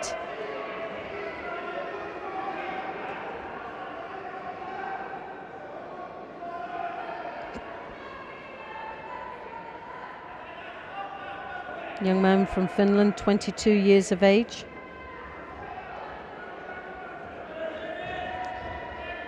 The European Cup here in Tempe back in September, a silver medal in the European Cup in Bratislava, a gold medal, and the Finnish Open, a gold medal.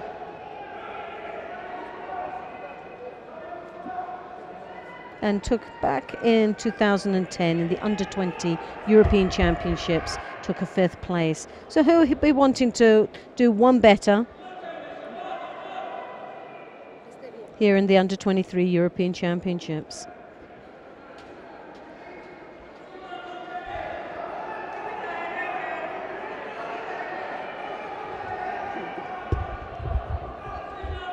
So he picks up his first Judo.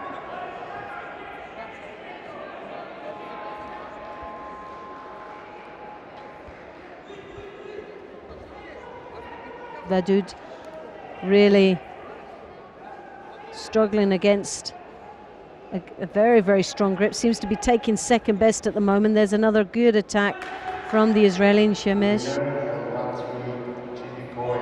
But the Finn comes into the knee waza and is looking for that arm lock, but on this side it's very difficult to see what was actually going on. But referee felt that wasn't very positive, and Mate being called.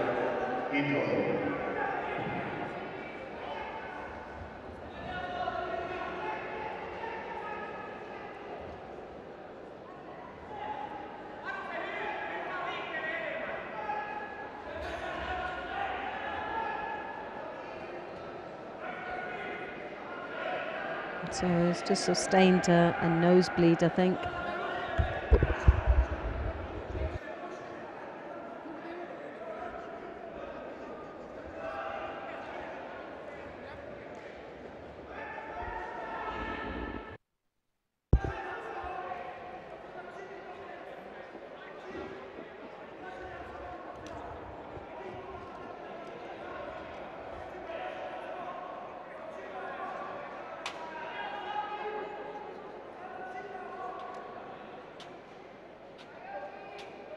So if you just joined us, welcome to Bulgaria for the Under-23 European Championships. My name's Loretta Cusack Doyle, and on behalf of the European Judo Union, we're glad you can join us to what's been already a very exciting day of judo.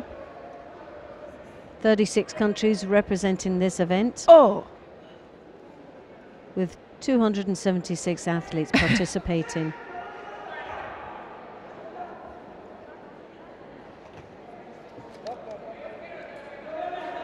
And I'm delighted joining me is Valerie Lukanova from Bulgaria.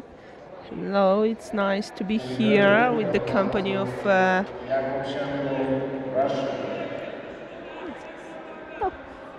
Miss Loretta Doyle. It's good to know all. Yes, it's been, well, we've worked many a time in Bulgaria for the European Opens and European Cups, or World Cups it was called at one stage, and then they decided to change it all again just to confuse us all. But it's been a great atmosphere so far here in this lovely city, and the spectators seem very knowledgeable as well, don't they? Very exciting, and which is always nice to see.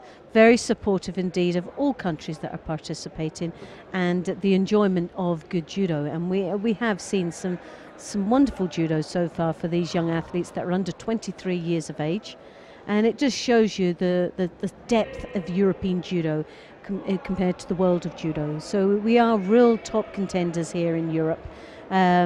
For the plateau of the world of the sport. So and it is a wonderful to see that.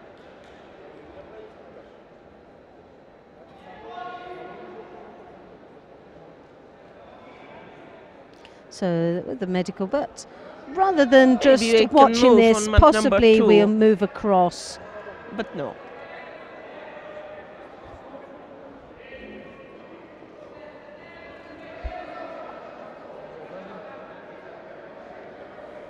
But maybe we'll move across to mat number 3 while medical attention, rather than seeing this poor chap being all over the TV there with trying to get medical attention. We'll give him some privacy, and we'll go to Maros Barbara of Hungary in 52 kilos and Guifrida from Italy in the blue.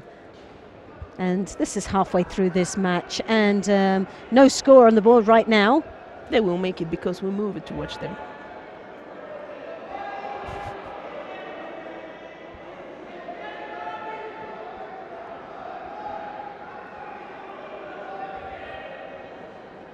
It's the second Judo for the Hungarian competitor.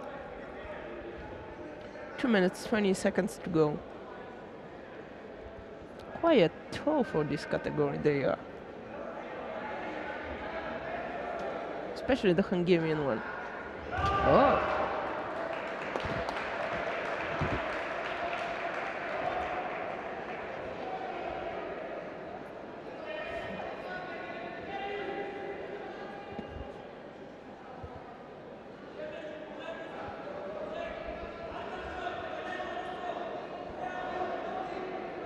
So again, here you see a real battle for grips here. Kumikata very strong indeed, and Maros of Hungary really looking quite frustrated at this moment. You can tell her body language is just saying, oh goodness me, what am I going to do next with this one? The Italian, as we know, Guifrida is, they have a very aggressive, yes, they're very, very fast in their movements. They never stop still for less than a second, and their attack rate is very, very high indeed. So Guifrida really just piling the pressure on the Hungarian. The Hungarian picks up the 2 Shidos, and every time she comes back to the center of the match, she looks more and more frustrated as the seconds go by. And Guifrida just looking very good out there. She's circling motions, but just got caught on the nose there, but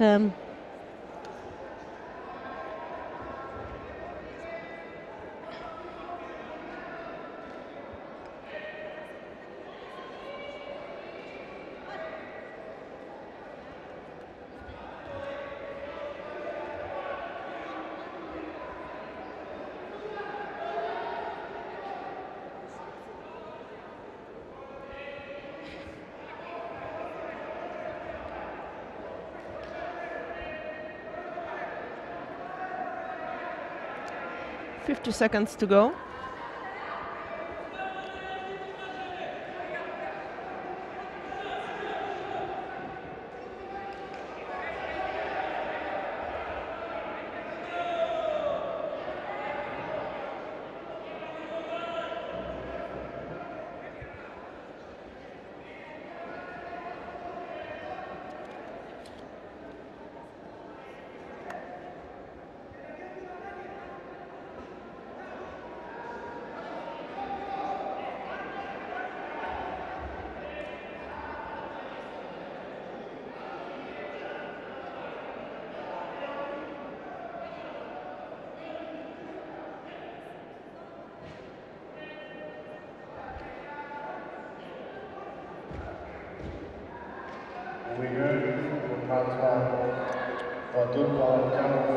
Finland.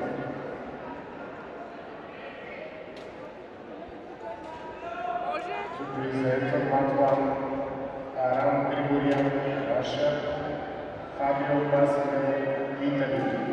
So still no score on the board, 12 seconds, and oh, and a lovely drop there from Guifrida. Finishing off that quite nicely with 6 seconds to go, and I think a real convincing win here with the amount of energy she's put into this match. Oh, but very poor drop. That's got to be a Shido in the last seconds of this contest. Can't really ignore that. That was so blatant, but a win goes just in the closing seconds of that. So Guifrida goes through to the next round of the women's. 52, I think that was.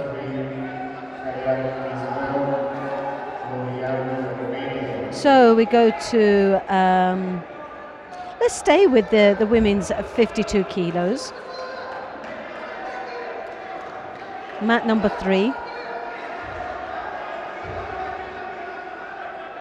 Hayat of Israel in the white.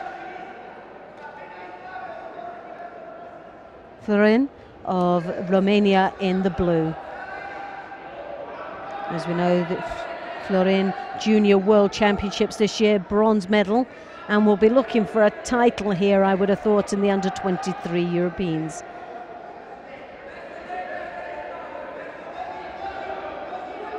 She's up against the Israeli Hayat. A great performance she's had in the opening round. As we know, the Israelis are very, very strong indeed. And good time for Uchimata.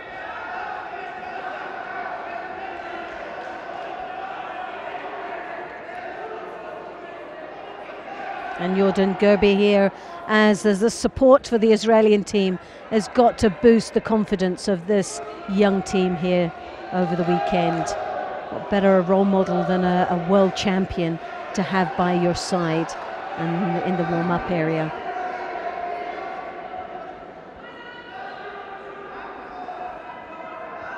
So the Romanian, though, Florin, you know, Yuko up already in the opening minutes of this match, and again a lovely attack right onto the hips, and could have been the Ogoshi, but it was Uchimata. She flared in there as well.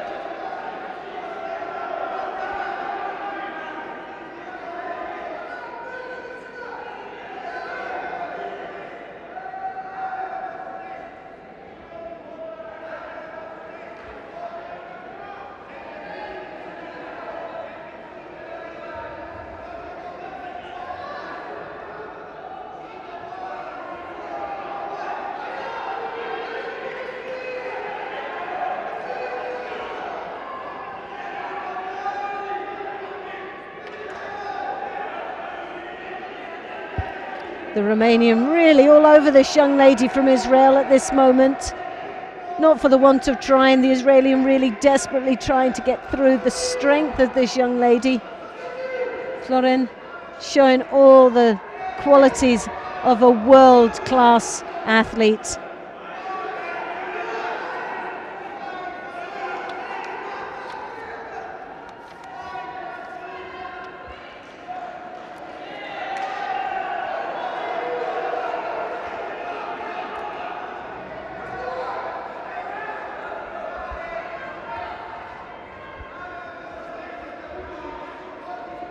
And oh, a lovely Uchimata attempt again, just all over her. But condition of this young lady from Israel as she runs back to the center. Oh, and a lovely Ashiwaza there. Really good timing, but returned with a Diashi Bahrain with an even better Ashiwaza attack.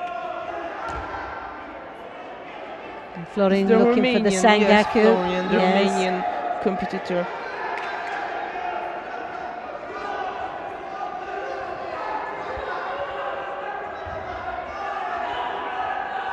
Oh, and a lovely counter there, and that's got to be Ippon. Can't see it from here, but what the referee scored. But looking at that angle, it's Ippon, yes. So a very convincing Ippon and a wonderful win for Florin, who goes through for Romania to the next round of this women's under 52 kilo category. Great fight there. Definitely got to be the top favourite under performance even just today. World bronze medalist and looking very much going to be the under 23 European champion, I think. Oh, look at that, a real repertoire there of techniques. Uchimata, Diashi Barai, the big counter attacks, a real all-rounder.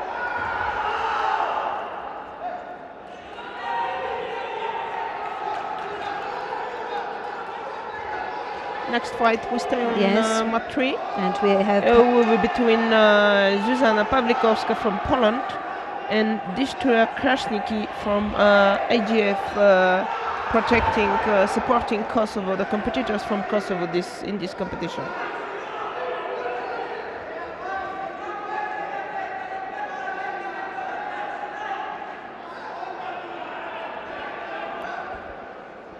Now, as we saw this young lady,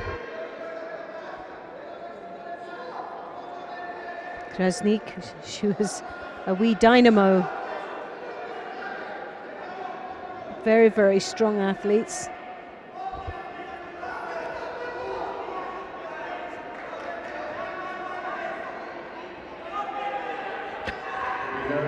Totally dismissed the young lady from Poland as she attempted the Tomonagi. It was like, well, what do you think you're doing? Where are you going down there? Yes, totally dismissed. Very, very strong indeed. Oh, so good. Just the timing was yes, just the time, off, just the time. But well executed. A little bit up on her toes and she would have been away. Constantly chasing this young lady from the IGF. Krasnik, who comes now into the niwazo. She needs to drop the hips. I don't know if it's round the neck, but yes, what's above the chin.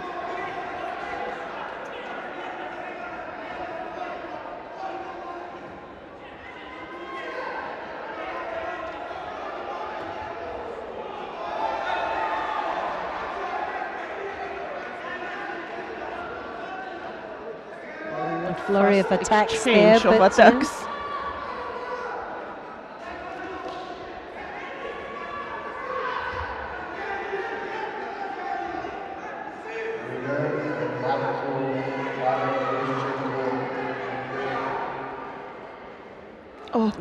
Shivaza.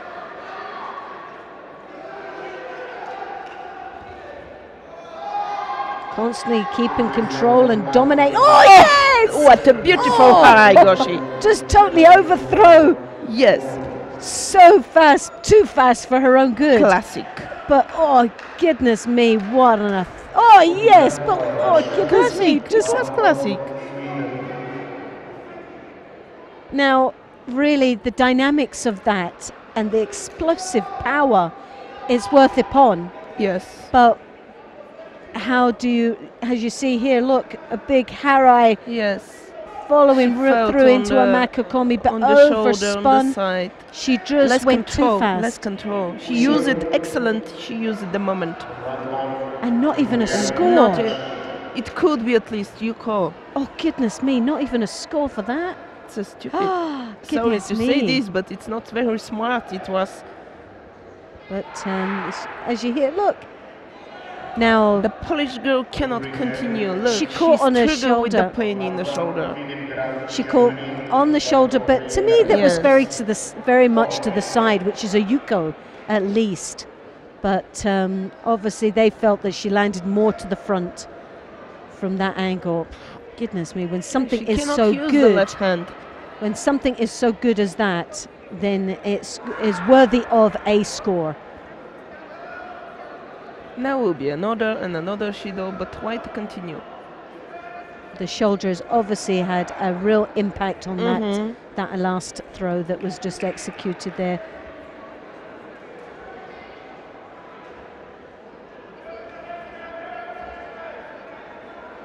As you can see, now very bad. She did land very, very hard on that shoulder. Only a little bit in front.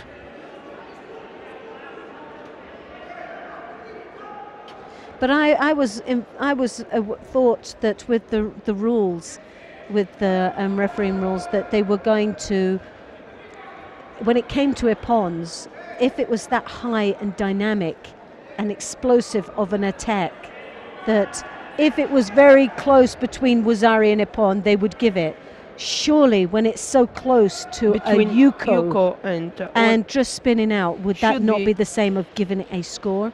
But sadly for the young lady, she did sustain a very serious shoulder injury there. Yeah. And the young lady from Poland did submit out there, and Krasnik went through to the next round, the third round of the women's under 52 kilos. Now that was a very exciting, and again, these two young ladies will meet. So Florin of Romania, and Krasnik, that's going to be a very nice fight. A very strong fight. Yes, that will be very interesting indeed to see how that will pan out.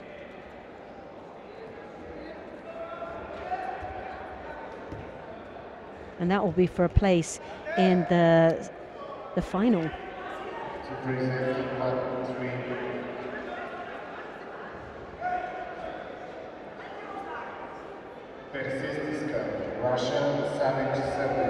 We are now on category 48.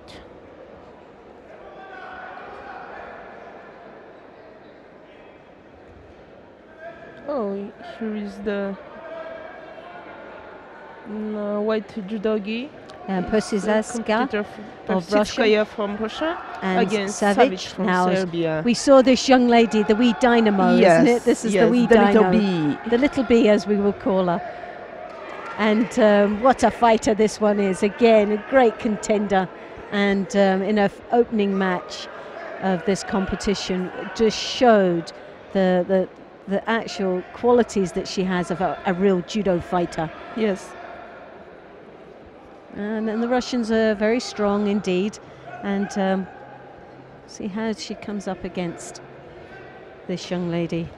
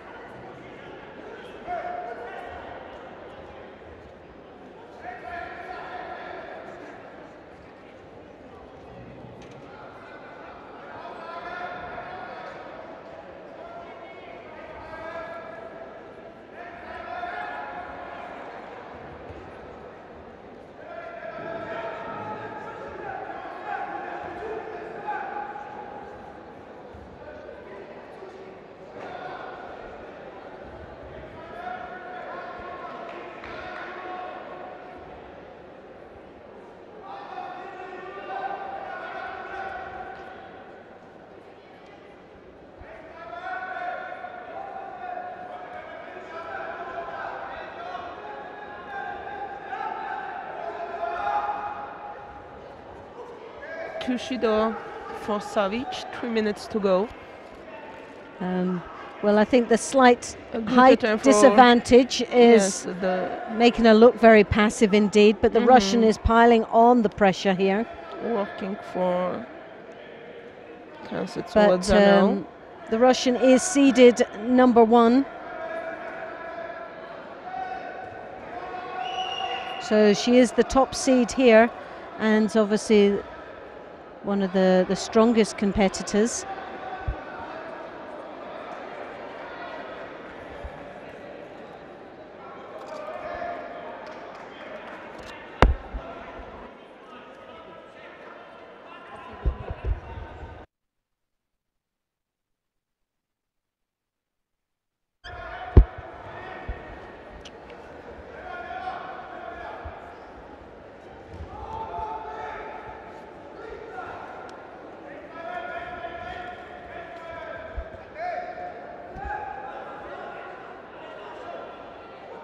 Minutes to go to the end of this fight. No score on the board, only 2 Judo for the Serbian competitor. And here it comes, the third.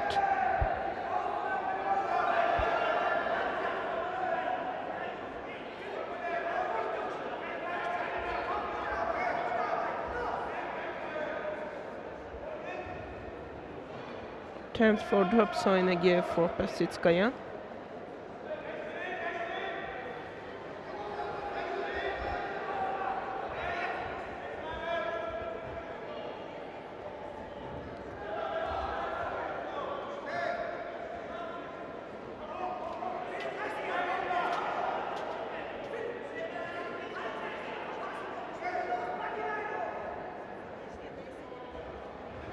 Yoko for Persitsky from another one attempt for drop again. So this 3 Shido, but the Serbian 1 more Shido, and that would result in a Hansokumaki, and which is sad because I think she's picked up these Shidos because of the height disadvantage here. The Russian has been very upright, very positive, strong, good strong gripping, but it's not to say that she's been very passive. She's been fighting, but she's really battling against a disadvantage of height and reach that the Russian does have. And she's the number 1 seed, and this year alone at the under-23 European Championships, Russian championship, she was third place. Back in Tumen in the under 23s 2000 last year was a silver medalist, so she's at the top favourite for this title. She took silver last year, and she's most probably got a sight set on the gold medal.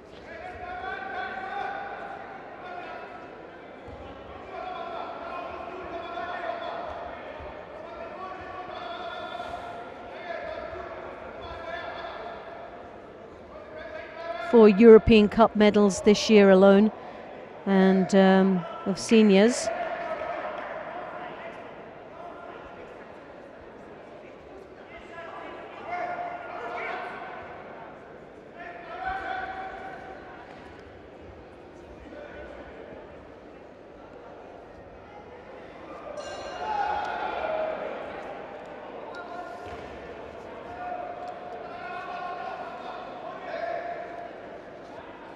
So when you think of the strength between these two, a real battle, but the Russian obviously dominating quite nicely, and top seed for this tournament, seeded number 1 in this weight category. But she's up against the Serbian under 20 European Championships. Back in 2010 won the gold medal, and then the under 21 European Championships this year took a silver. So again, two very strong competitors in the early rounds of this competition.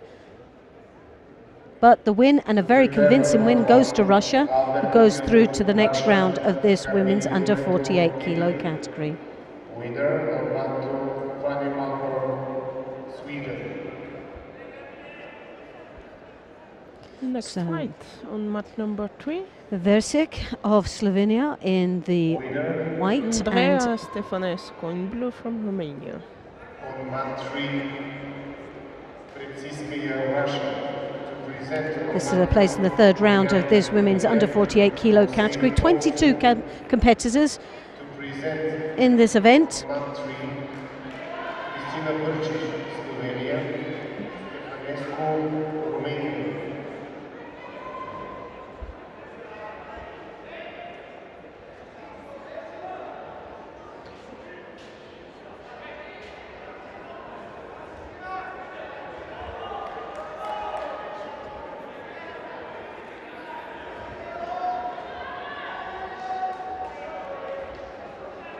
She won 5th place in IGF Grand Prix Almaty, Kristina Vršić. European Cup Bratislava, 3rd place. 5th place, European Cup Celia Podkirchek. So on form. So yes. Very much on form.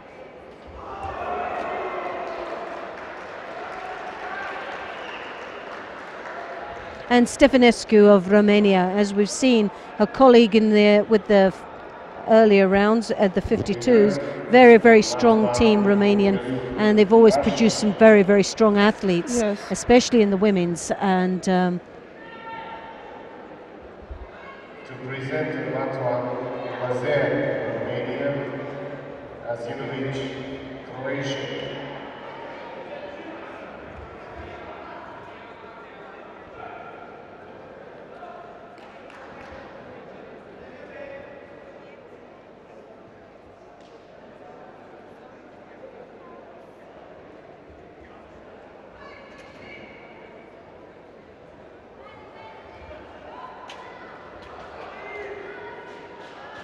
One Judo for Slovenian competitor. 3 minutes 50 seconds to go to the end of this match.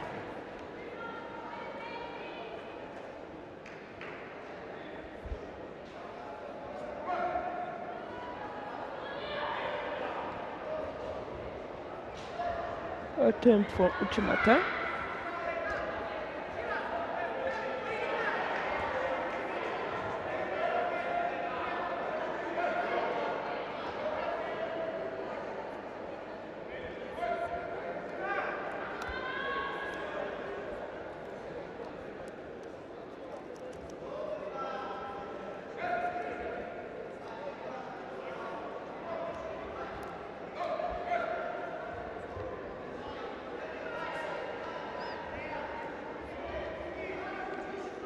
Great counter attack there from the Romanian.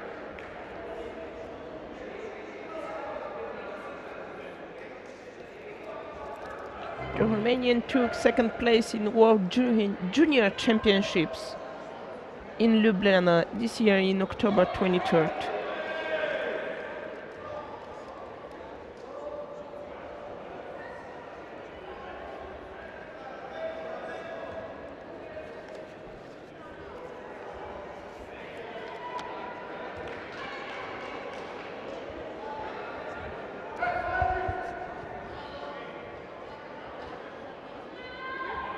Minutes to go.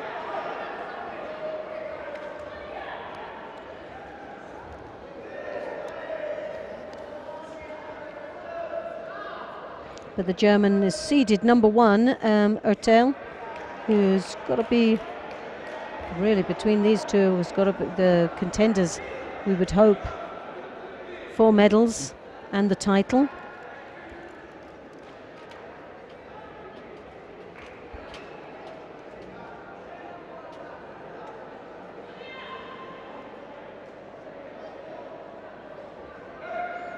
The second seed has already gone out in the first round with Hayat, so that was a very big disappointment there.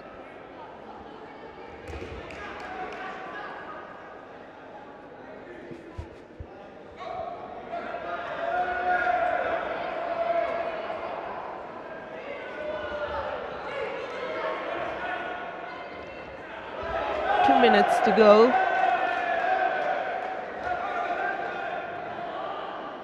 Second Judo for the Romanian competitor, 1 Judo for Slovenian.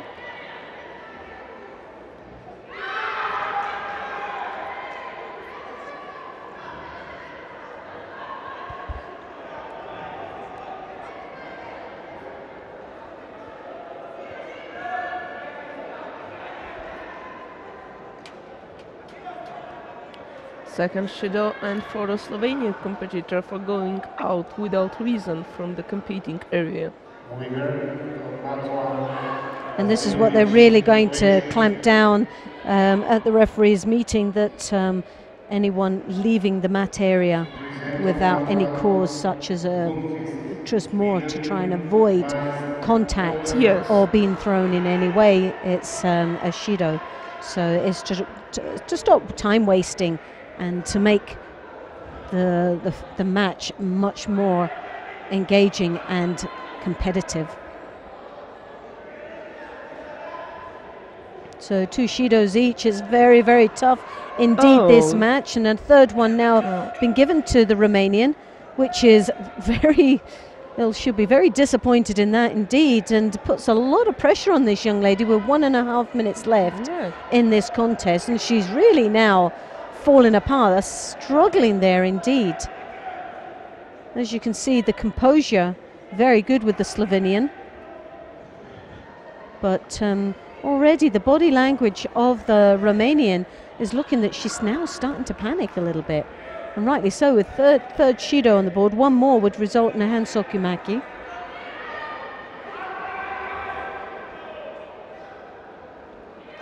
This is for a place in the third round of this women's 48 category. 22 competitors.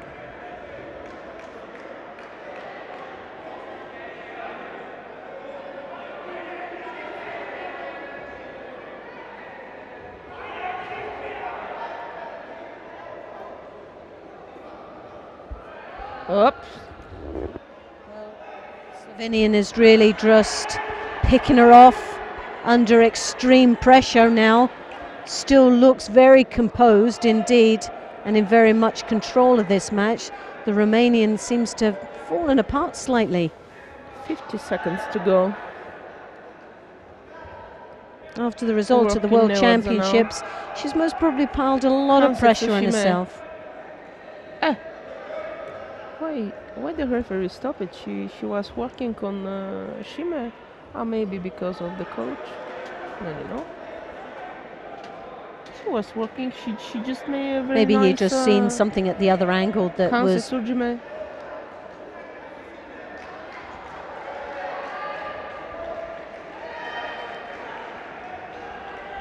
So desperate attacks there from a desperate young lady from Romania.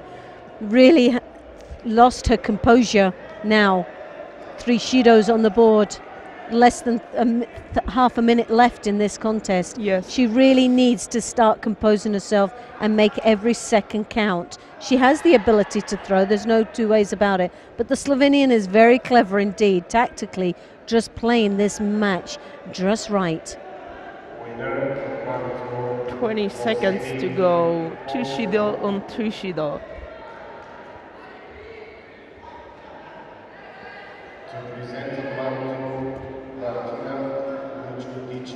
Again, a very sloppy attack there, and Makakomi that had no intentions of actually getting, possibly looking for the other Shido to be put onto the board of the Slovenian, maybe a tactical. Not with this kind of attack. No, it needs to be more strong. But the Slovenian really capitalizing on the sloppiness of the attacks, which has left herself wide open. But a great win for Slovenia. Yes. Versik, who goes through to the 3rd round of this women's under 48 kilo category. Next fight. We stay here or we move at other category? We'll stay here and see how it goes. Next fight here will be between Ayora Arrillaga from Spain and Marina Kurt from Ukraine. Spain in white judogi, Ukrainian in blue judogi.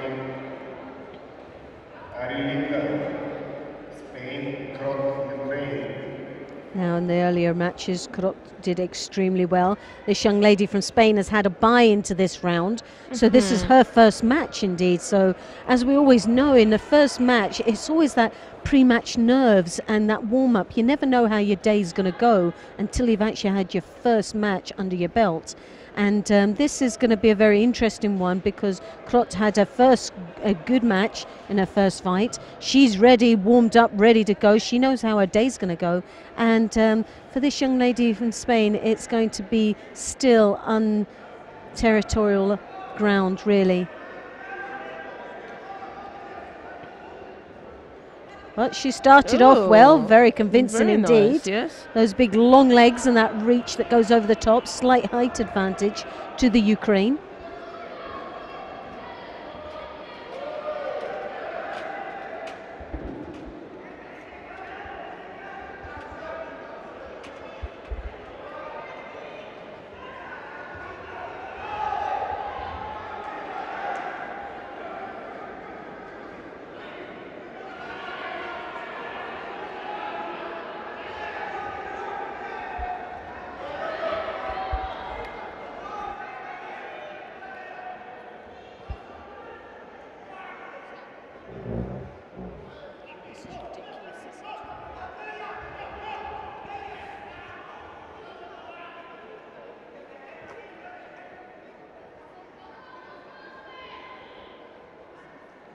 Good fight from the Spanish girl.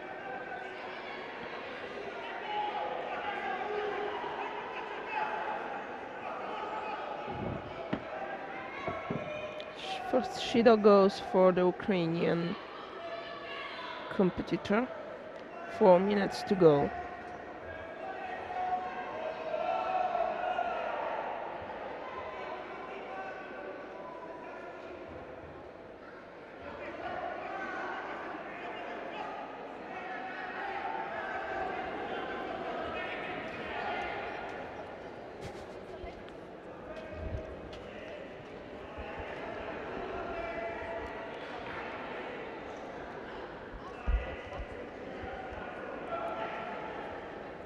So it's a great start for Spain already. Her first match in, and she hasn't had a warm-up before here.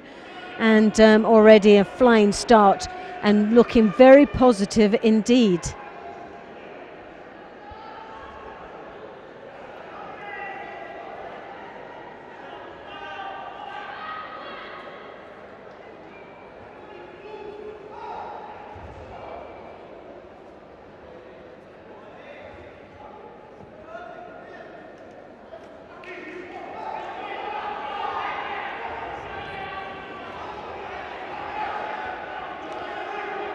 Next time they must put 1 more meter of safety area. It's not enough for Well, especially with the rules that No, I was just kidding. the match can actually continue outside the contest area.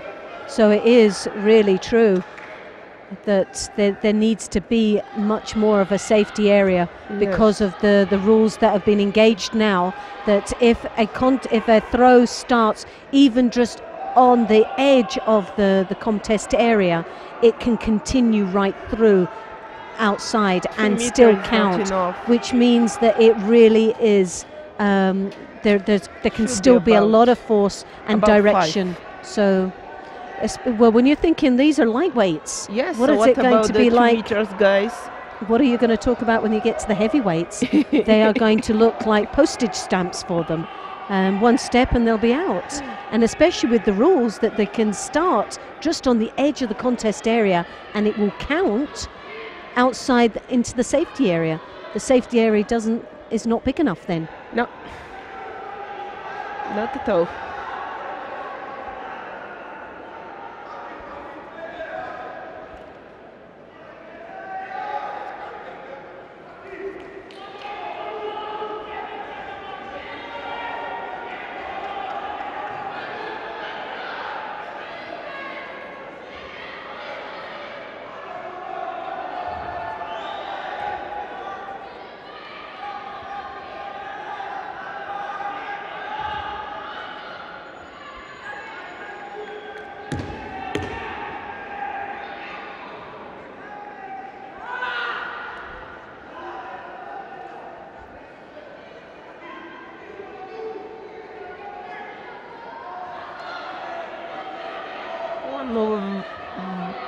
Wazzari for the Spanish competitor. 2 minutes to go to the end of the fight.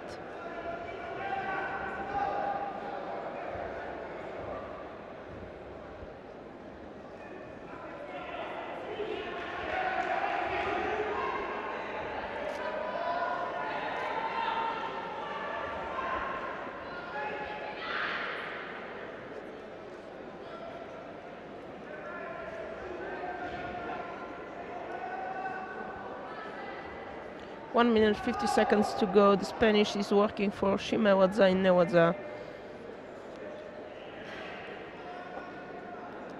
Winner, Latvia, U23, Belgium.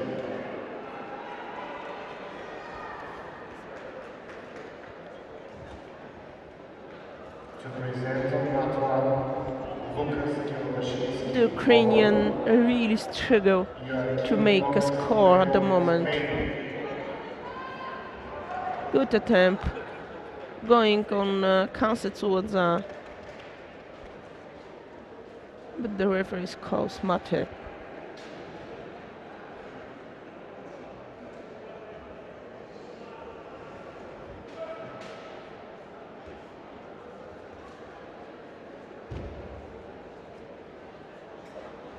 A weak attempt for Soenege. Now the Spanish girl works in Newadza. 1 minute to go to the end of this fight. Arhilaga is leading with Wazzari, 2 Judo for Krot for Ukraine.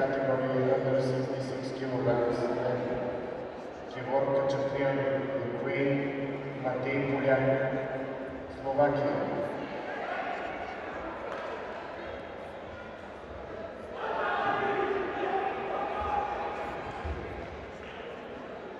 .50 seconds to go, and Wazzari for Court 2. She's working now strongly for Newadza, but Arhilaga just move it away. 40 seconds to go. The Spanish girl is still in good position. She's 2 Judo behind.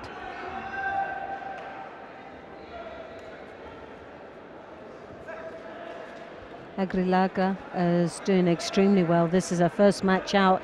She had a bye in the first round and still is looking very, very strong and positive here. Ukraine with 2 Shidos now. As we know, the score isn't on the board, but if it comes to finishing right now, because there's 2 Yukos, one each, they will take then the Shidos into consideration, and Spain will go through to the next round. Was 14 seconds. 14 seconds. 14 seconds. So tactically, She the can be Spaniard just needs to protective just do now enough. only. Yeah. Only to be passive. She can afford one Shido tactically, but again, it's important to engage in the rules, and that's keep the competitive ethos going. Now she must be careful. Yeah, 5 seconds. Yes. And she can afford to. Yes. And a Shido will be given. Yes, 2 Which is seconds. right.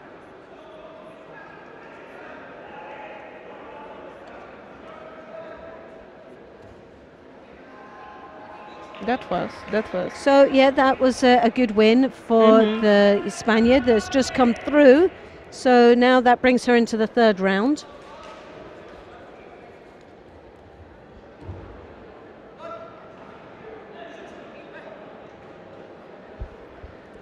And let's see who's up against. Kaiser of Austria in the white. Noah Minsker from Israeli. So Minsker now, like we've said before, I can't sing the praises of the Israeli team enough. They were outstanding performers in the Junior World Championships. Very, very good indeed. And a great, strong team ethos that's there with this team. Which I believe is the ingredients of their success, is that they've drawn this team to work so strong together and support each other. That it's got to be one of the main ingredients that they have to the success that they seem to be getting. Very strong athletes indeed, and a country really to be reckoned with, I think. And we'll see how they span out today in this under-23 Europeans. But they've started off very, very well indeed.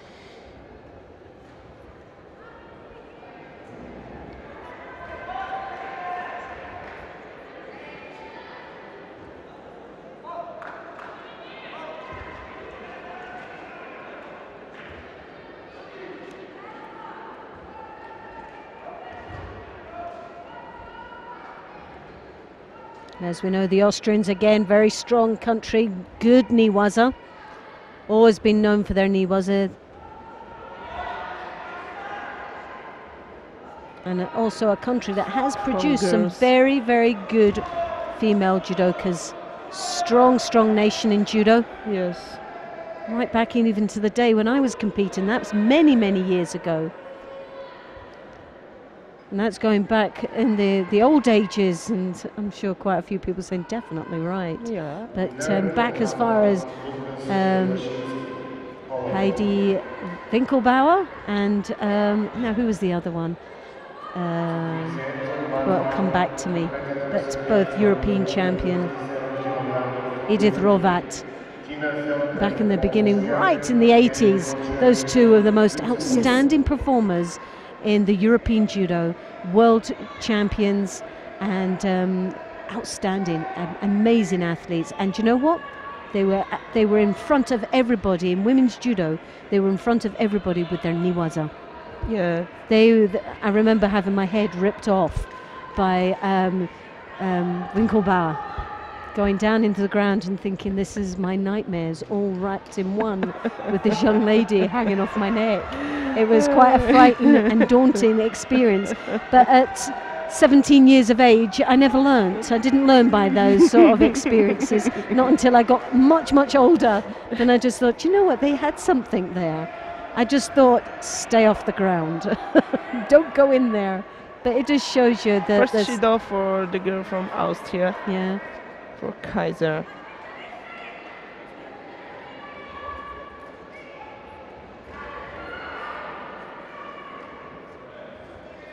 The outstanding performers that they've had over the years with the Austrian team. And they've even got, even for the men, Peter Seisenbach, a double Olympic gold medalist. Can't get any better than that, can you? No. But he did have a Scotsman as a coach. Yeah. That's one thing. George Kerr. So we call him Jigoro Kano.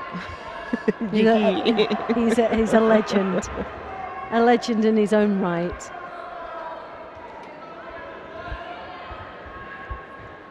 He was honoured just recently in the Hall of Fame for the IJF, and he's a 10th dan. now as well, Oh. George Kerr. So, and honoured by the Queen as well, and an amazing, a legend, as we would call him, a legend in judo, and an amazing man, and such a knowledgeable man as well in judo. A privilege to know this, George, and I've learned a lot over the years from this man, and I'm proud that he's British as well, which is even more so, as a bonus. But we're back here in this match. Yes, going 2 back. minutes, 30 I'm just seconds wandering to go. away in time served in judo, and Very tough fight. a bit of a history lesson. But 2.5 minutes left in this match. Austria is trailing with that one Judo on the board against Israel, who's,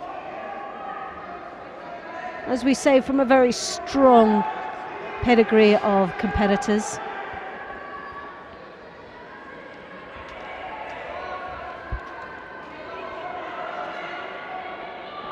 Yarden Gerbi here as well with the Israeli team, as I mentioned before, and had the opportunity to talk to her briefly yesterday about how she was feeling of being world champion, senior world champion, and what she felt is that the pressure now of being the ambassador for Israeli judo and for women in judo as well, that she didn't realize how it would change her life becoming world champion. And she's one of 2 people apparently in Israel of all sports that has actually become one world champion, which is an amazing feat, which also puts judo in the forefront of Israel. Yes. Judo is there as one of the top 2 sports. If they've only ever had 2 world champions, then judo's up there right in the forefront of their country. A great sort of feat to achieve, and it's only got, I'm a great believer that success breeds success, and that's got to trickle down into what we're seeing with Israeli judo right now. Yes. It's the understanding that the dream is believable now. It's no longer a dream, it's reality. It's an opportunity that they can achieve such a status within their sport. And she's such a lovely lady as well. She's a wonderful ambassador for women in judo in general, and it was an absolute pleasure to speak to her yesterday. And I do hope that we'll get a chance throughout the weekend for her to join us and give us first-hand those experiences, which should be very, very nice indeed. Yes. Oh, it's a tough now Judo for the so Austrian. double Shido, but Real that troublesome. left hand that came over there, but has really struggled against the Israeli, definitely has. It's not had an easy ride here.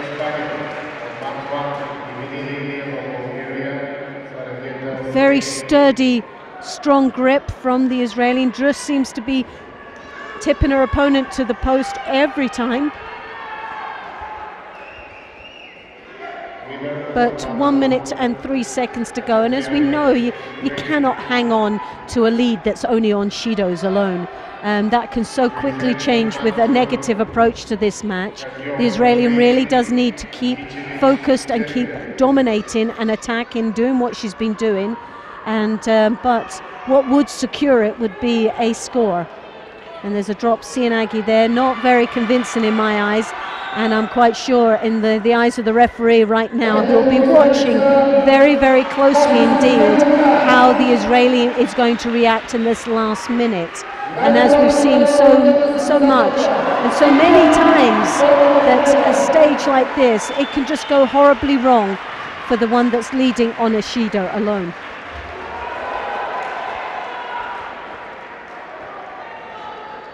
Now the Austrian Kaiser is really trying to pile the pressure on, but she just doesn't have the grips, does she? She's really not controlled on the grip. She's taken second best and trying to make do with what she's got. There's never been at any stage that she looked the most positive. And every time she gets the high collar, the Israeli comes underneath and breaks it up totally. So tactically, the Israeli is playing a very clever game here. And cosmetically it doesn't look very nice. We're not seeing some wonderful judo and technical expertise of these 2 young ladies that we know that they're capable of doing, but can we fault them? It's the European under-23 European Championships, and there's a lot in stake. And the Israelian did a job, she's done enough, and she moves through to the next round, which was a great win, but a very convincing win indeed. So that'll take her into the third round of this women's 48 kilo category. 22 competitors in this event. And if you've just joined us, welcome to Bulgaria for the Under 23 European Championships. My name's Loretta Doyle, and on behalf of the European Judo Union, I'm glad that you managed to join us. The first day of this competition, where we're watching the weight categories for men 60 and 66 kilos, and for the women's 48s, 52 and 57s. 36 countries participating, and 276 athletes are representing those countries.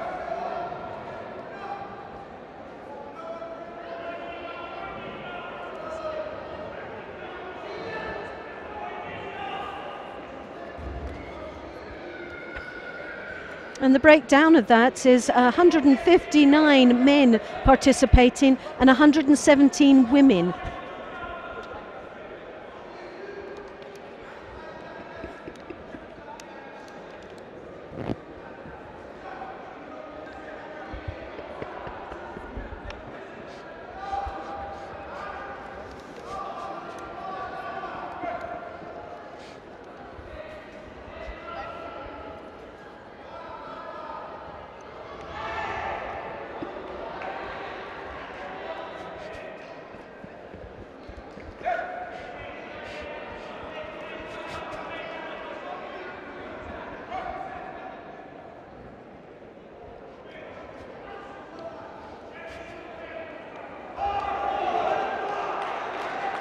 And I'm delighted to say joining me here in the commentary box is Valerie Lukhanova from Bulgaria, and obviously an expert in judo, very knowledgeable indeed, and I'm delighted that she is able to join me for the 3 days we have worked together. Yes, it will be a big pleasure for me.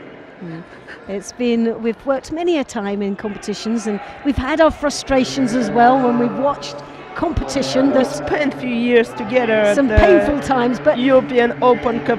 Exactly, but the quality of judo here today is a very good level, isn't it? Yes, it's a very high level. Those youngsters, yes, and are very good. They are very well prepared and very physically strong and technically. Definitely. There is no, and you know what?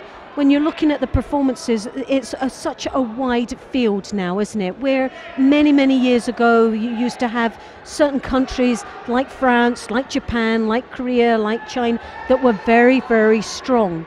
Now that is so widely spread. Yes. The medals at the World Championships, well, you had them from all over. Everywhere, It was not all only over. a few There countries. wasn't just one continent that totally dominated.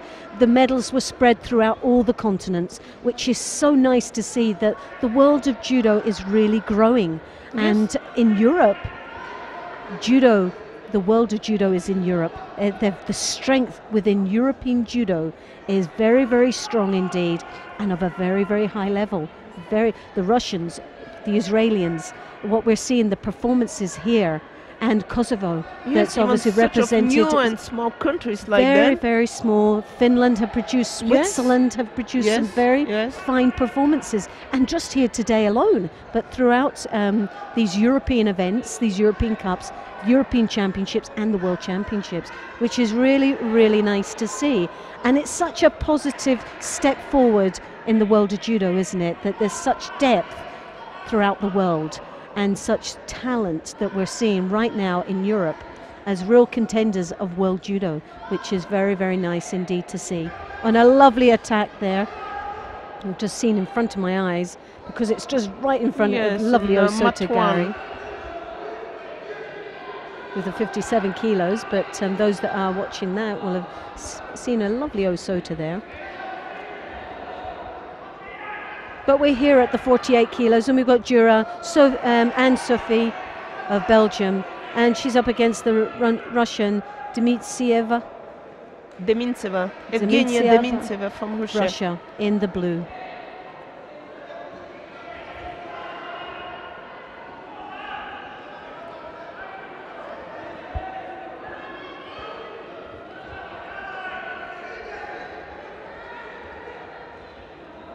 And if you have just joined us, you've missed some fantastic performances up to now.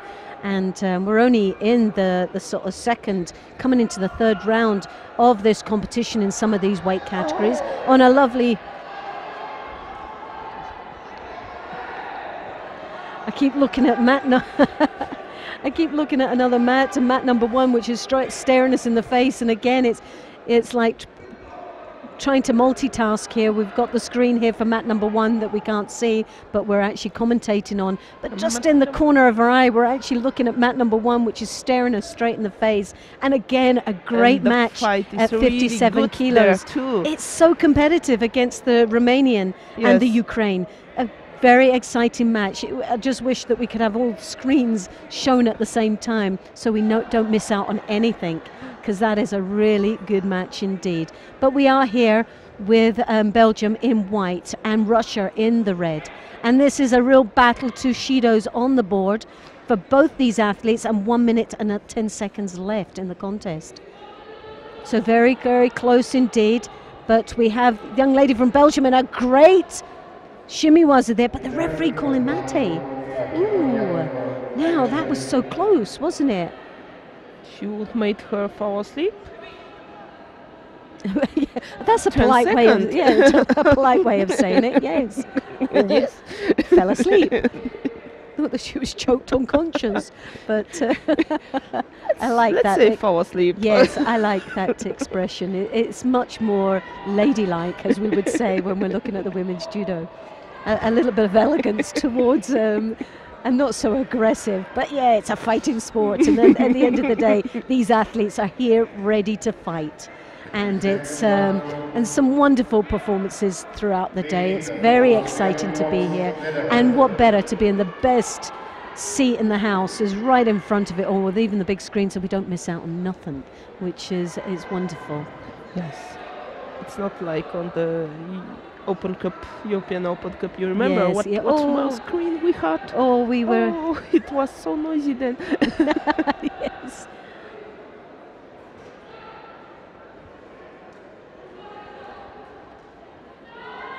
Flurry of attacks there, the Ashiwazas.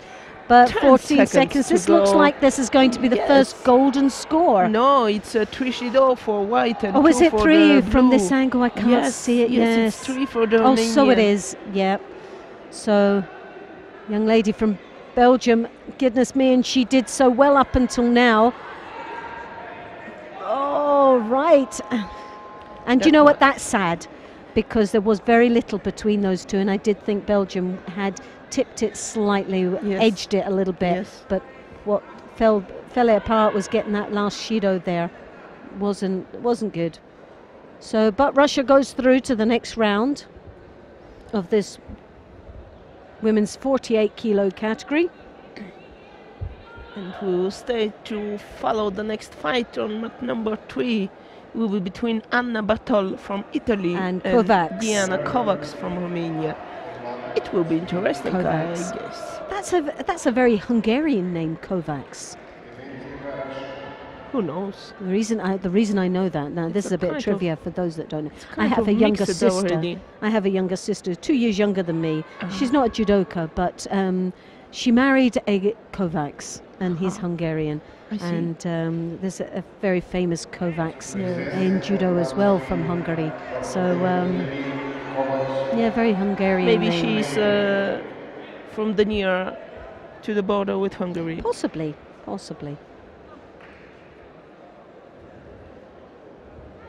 But we have Batol of Italy in the white, Kovacs of Romania in blue.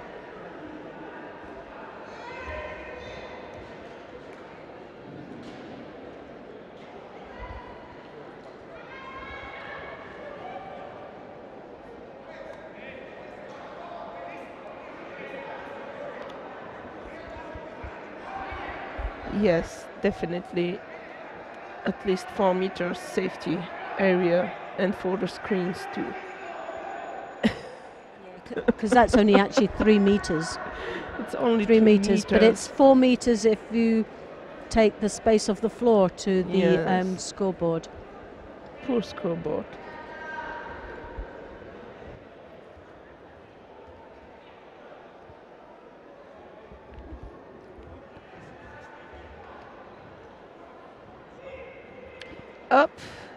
a good attempt. It was Wadzari.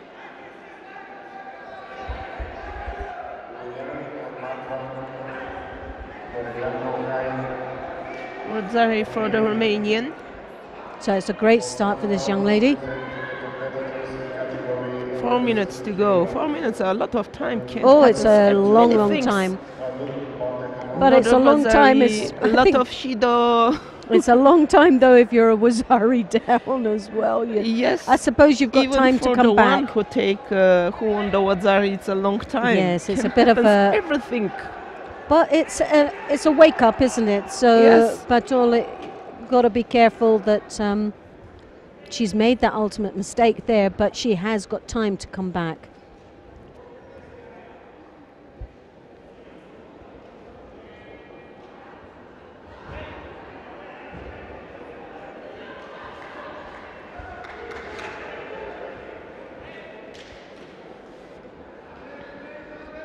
And we do know the Italians are so strong and so fit, and they will really put the effort in to come back now from this.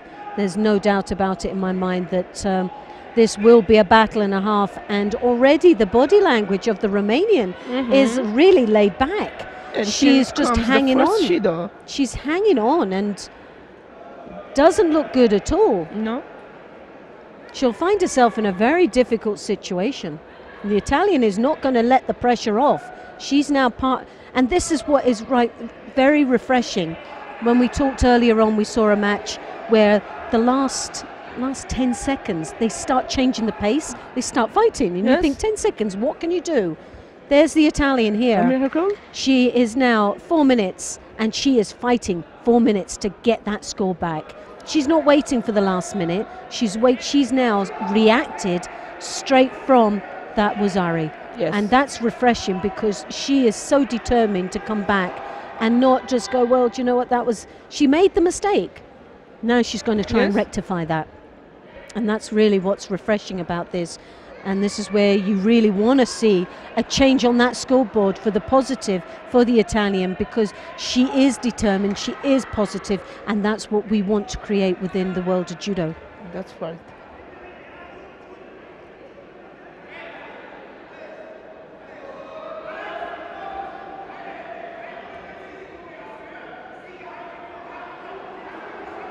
I really dislike this kind of grip when your hand is, when you are in touch with and your arm is almost locked, and your opponent tries to throw you. Oh, right, yes. It's so terrible. I'm so against this, and I see that. So there's another Judo being given. That's the second one. Is that the? Yes, it's the second one. Up. Yes, it's the second one. She is just falling apart. The Romanian is just. Now Kovacs has got to be very, very careful here. The Italians are going to pull the pressure out all the time, and they are very feisty indeed. They look very positive all the time. Look at her, she's so determined to get past the defenses of the Romanian, who is just defending, to no make more. One mistake, it's normal. But to continue to that's what you want to see. That is they superb. Gave I not agree about this. So, well, I think she did hit on a Yuko, but she did rotate across. But she's got Osakami, and that's it. And that's what you want to see. And well done to the Italian. Fantastic finish for this young lady. She deserves that. And the Romanian can escape from here, but you see, she just has not the willing to fight. No. She was lucky at the beginning, and that's where you show right at the beginning it was luck. After 1 minute and how she gave up. It was luck. She got it, but that was all turned around, and that's where the new rules come into play, because they make it positive all the time that the Italian had a chance of coming back. Yes. Now that was a fantastic win, well deserved from this young lady. Totally over the moon for Anna Bartol. She really has performed well there to come back. And you can't give credit. You can't give credit to the Romanian. She had that all on a plate. She stopped fighting after the Wadzari. She stopped play. Let's move to watch a little bit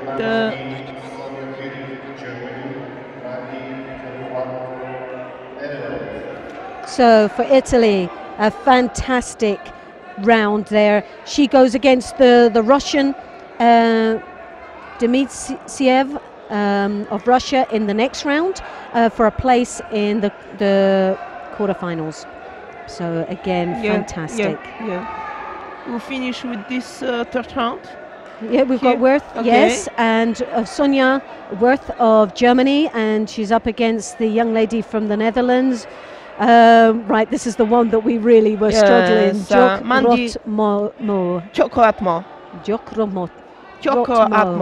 It's from the Netherlands, Mandy. I will bet that is Chocolatmo. Chocolatmo. Yeah. I think you're right. We can break it down in syllables. Yes. We'll get there eventually. But she's a great fighter anyway. That's all we know, that she can fight regardless what her surname is, and that she just floors us every time with it. But we know that she is a great competitor.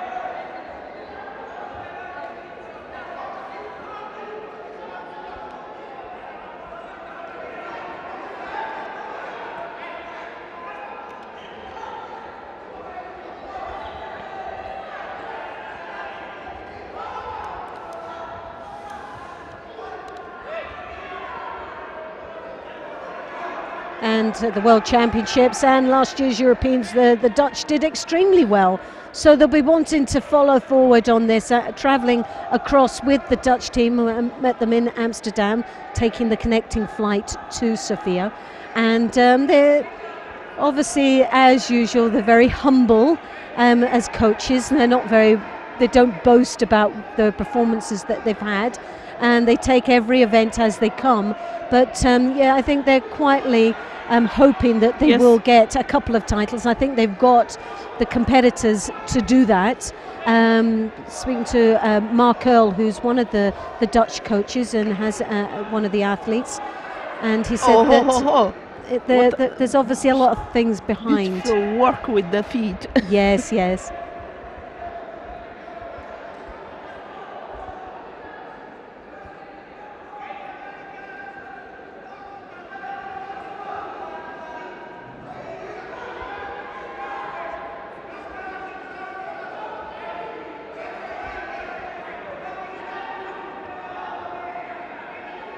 I remember 3 years ago here I was with Mr. Sheldon. Yes. It was my first attempt into commenting, making comments for the online TV, and then I met with Kim Polling. She's lovely. She won first place here on her category. A lovely lady. And the Italian guy Andrea Regis. Yes, that's right. Yeah. I remember this competition here for men and women under 23 years. It was my first time. Oh, lovely. Well, Pauline, she is a lovely lady. Yes. Absolutely a delight to meet. And do you know what? What's so refreshing is that we have such lovely athletes that they're so humble, they're so gracious, but they're so feisty, they're so competitive, and they've got some wonderful judo. And it is just really nice to get to know the personalities behind the fighters on the mat. Yes, and this is an absolute treat to know them.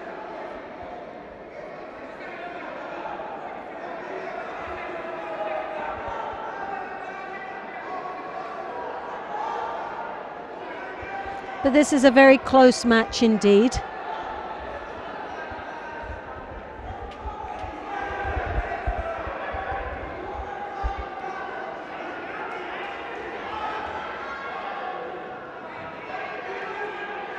Judo for the Germany. Now what's happening here, the German has got a very good strong grip, but the Dutch, Tomanagi there, breaking her opponent's balance. Good attack indeed. The German has picked up 2 Judos just because the aggressive and the controlling of the Dutch girl. She's getting in there first. She's very feisty indeed.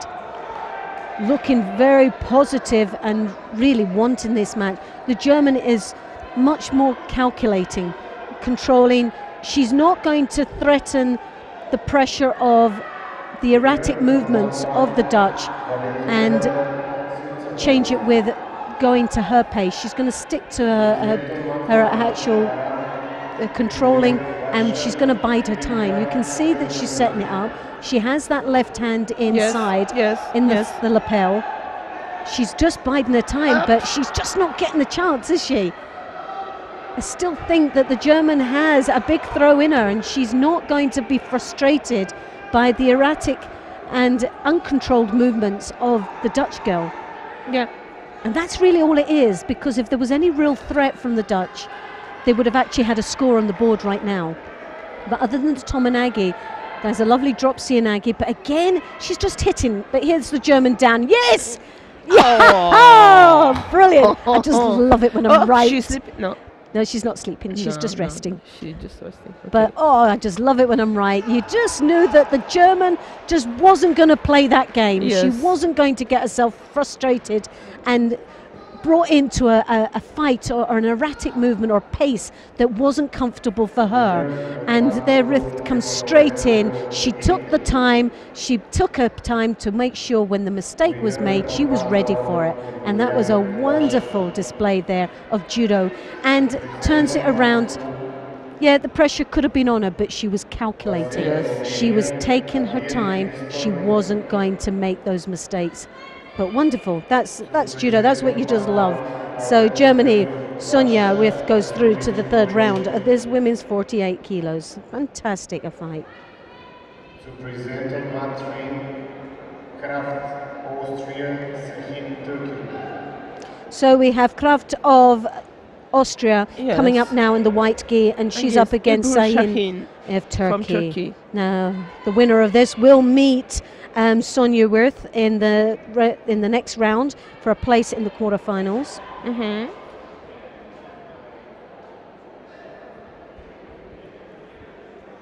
It's been a very, very competitive weight category, hasn't it? And some very good fighters. All really, for me, is the performances today. On paper, the Russian, who seeded number 1, Persiskia of Russia, she's most probably on paper the strongest. Lovely attempt for Goshi. But then you've had Bartol, that's had a wonderful performance. Dmitriev of Russia, her opponent, her teammate, again is another strong competitor.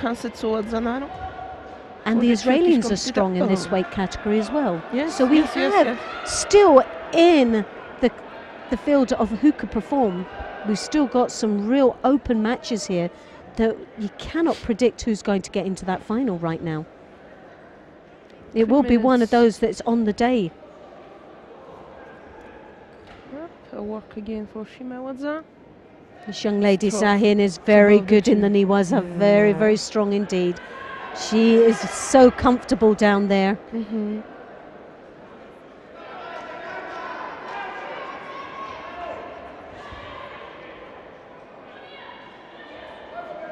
Ochigari, Uchimata Kochigari. Which brings Shido for the Austrian competitor. And she starts again.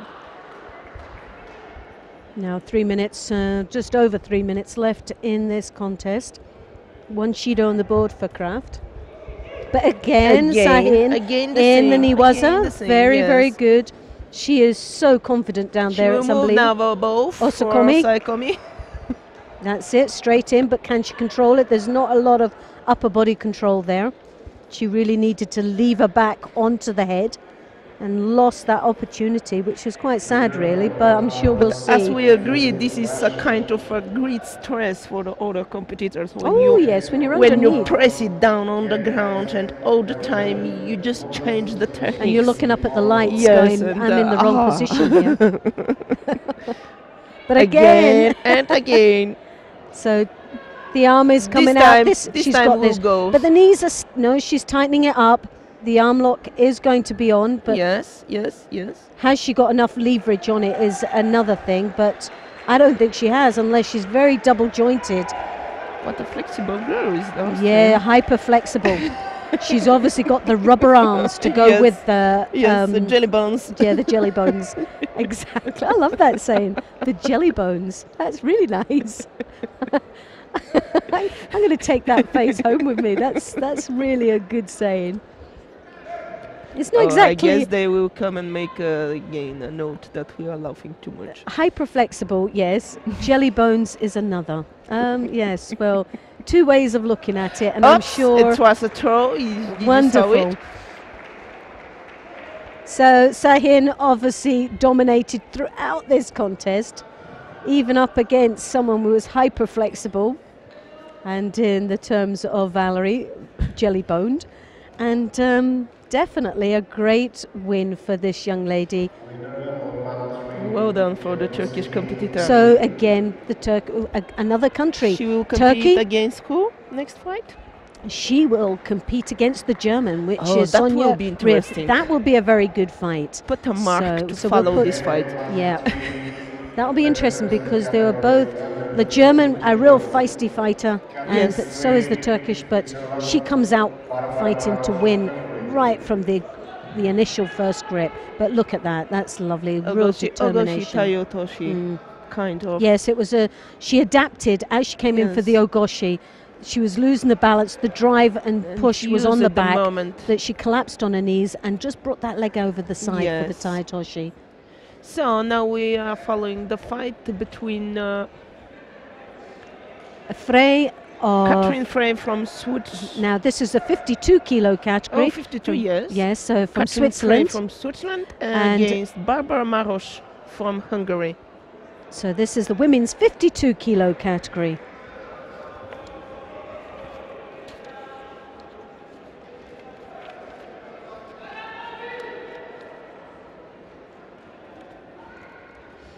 Sixteen competitors in this weight category. Yes.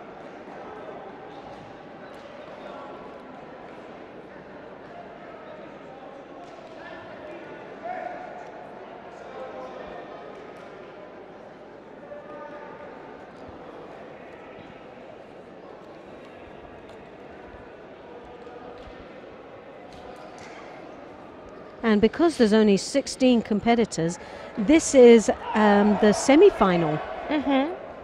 So the quarterfinals for a place in Yes. the final. Yes. So very close to finishing this weight category indeed. 16 competitors. Now, when I saw the draw at 16 competitors, I was very surprised of the small number of 52 kilos, because for women, 52, 50, it used to be a very, very competitive weight category, and for young athletes, a very competitive weight category. But when you look at 48, 22 competitors compared to 16 52s, very small in numbers. Mhm. Very, very surprised indeed. And it was something that it was brought to my attention at the draw that I thought, I was very disappointed really with the number for women.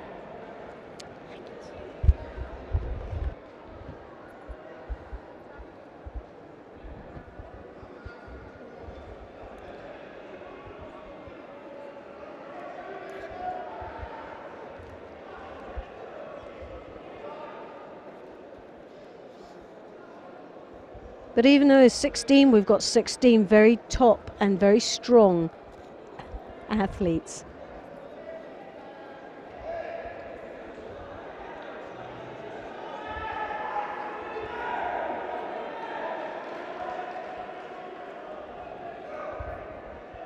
So 2 minutes gone in this match. No score yet at all. Very, very closely fought match indeed. Neither one of these athletes giving much away. Very, very strong kumikata.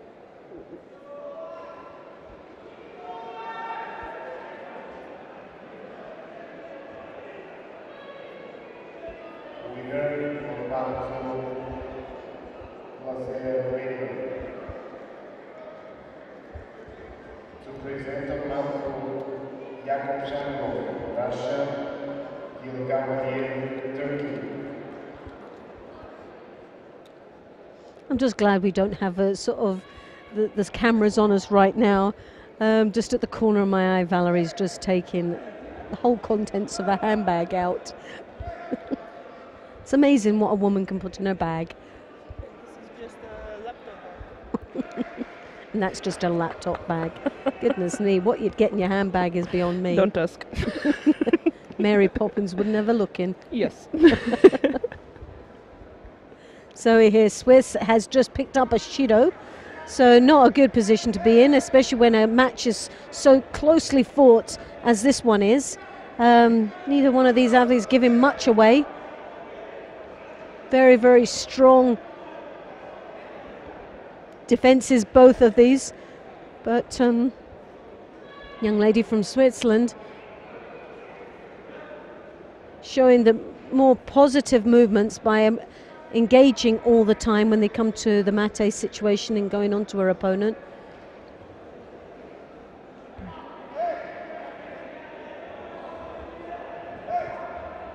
So this is the repechage. I do beg your pardon because we didn't have the draw. This is the repechage of the 52 kilos. So they ran forward a lot quicker than what we did ourselves. And so we have Frey and Maros.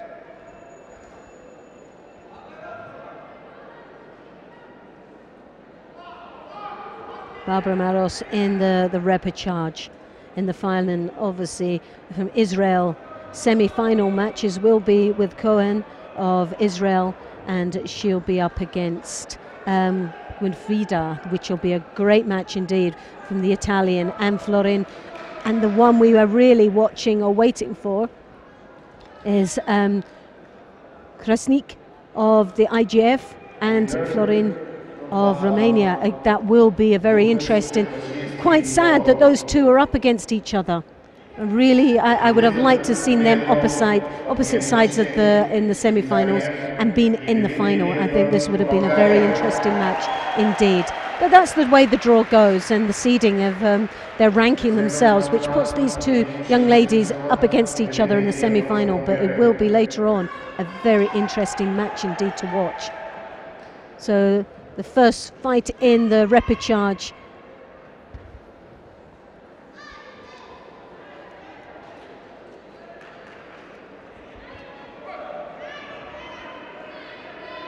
And still with that one Shido on the board and 40 seconds left. Is it now been... My eyes, I need to get them tested from here. Yep. You're right, two Shidos, which is now slipping away with 35 seconds left on the clock. Young lady from Switzerland looking a little bit like a bit of a rag doll there. Really has got herself into so much trouble, the Hungarian.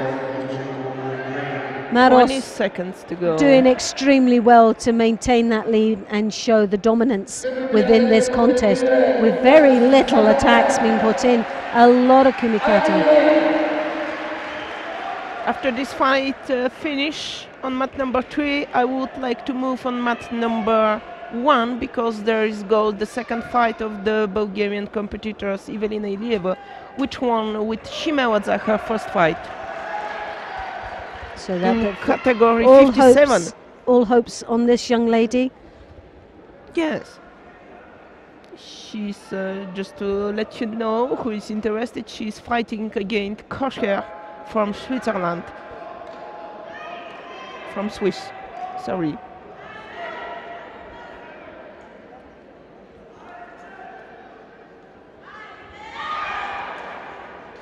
And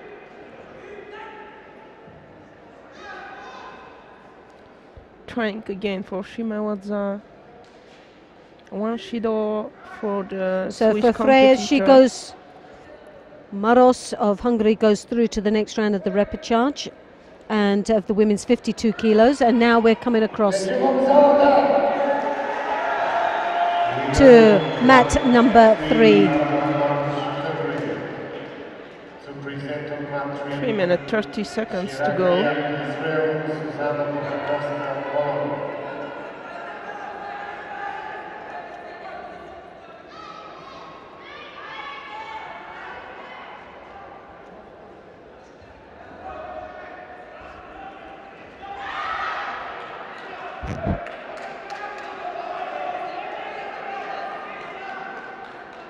Winner on mat 2, Israel. To present on mat 1. So Kosher, Switzerland in the white, and from Bulgaria, Ilieva in the blue. A hope on this young lady of a medal for Bulgaria. Yes, in fact. And she starts off well, a Judo on the board for the young lady from Swiss. Good. Good changing of the directions. Good work for the grip. Working again in Newadza. A good control with the feet. Trying to turn over. Mate from the referee. Second Judo for Kocher. Second Judo for Kocher. 2 minutes 30 seconds to go. Oh.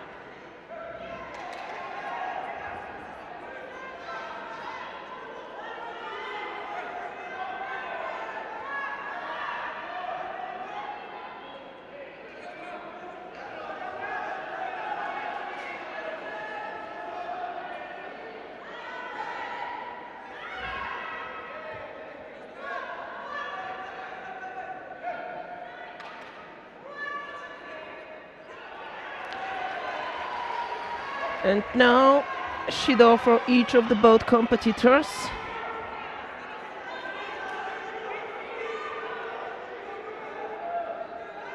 And here the Bulgarian girl goes again for work in Newadza. 1 minute 50 seconds to go.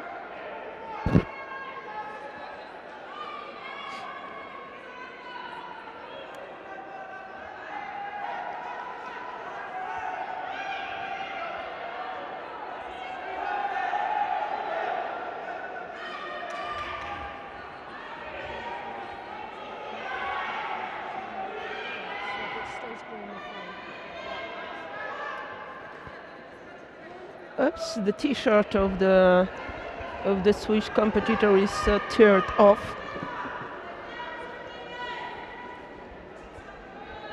She needs to go to change with the referee to the dressing, to the change room.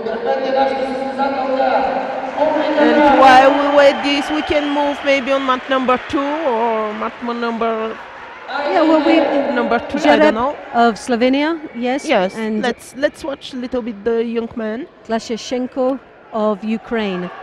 So if we can move across to mat number 2, and we'll come back later and see. We'll follow the. Oh, she's changing over here.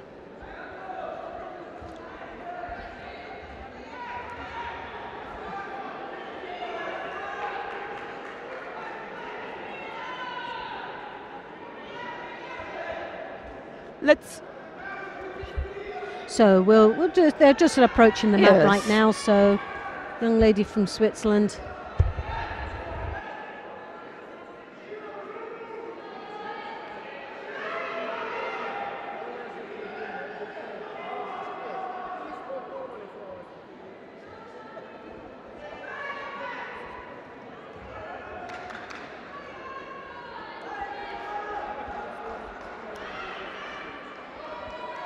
So we're back in action here.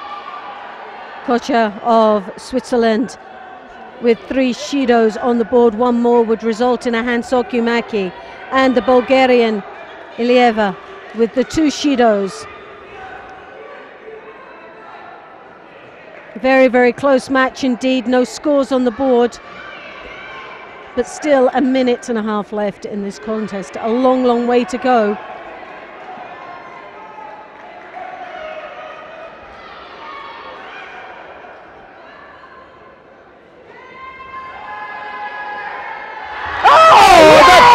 Beautiful Sotomaki Komi. Oh, fantastic! And the crowd just erupt. Now that's what the crowd wanted. Yes. That's just totally woke everybody up in the arena.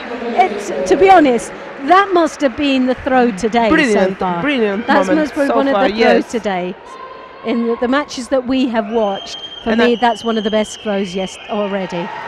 So Ipon scored. Ilieva, who goes through to the next round of this women's. And I can say that. And we'll see a repeat here. Osoto Makakomi smashes her over. Yes. Absolutely just in beautiful. style. And the crowd just totally woke up there. It was lovely to see. And so far, one of the throws of the first day. Yeah. Just as she caught her just nicely, whipping her over there and controlling it into the hold. But she didn't need the hold down.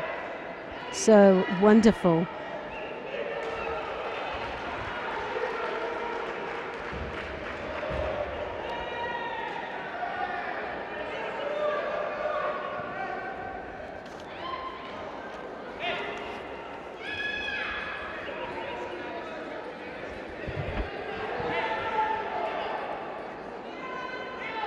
So that's into the quarterfinals, and the next one will be the crucial match between Leyda Seish from Turkey and Loredana Ohai from Romania in category 57 kilograms. Oh, Kansetsu, yes. Oh, yes, and that was swiftly done from the Romanian. Very, very fast. That was fast. Very fast. You were very impressed. The fastest win. Till now. What we've seen, anyway. Yes, till now. So, for this contest. But this young lady will be up against the Bulgarian, Ilieva. So that will be a very interesting fight. Yes. A fight for a place in the final. Oh. So we'll see how that pans out later on. But again, a very nice executed arm lock. Nice to see some very good judo niwaza. We stay here. Oh, we are. Yes, we'll stay here because we're now into the men's category. 60 kilograms. And I'm just going to leave you in the most competent hands with Valerie, and I'll be back shortly.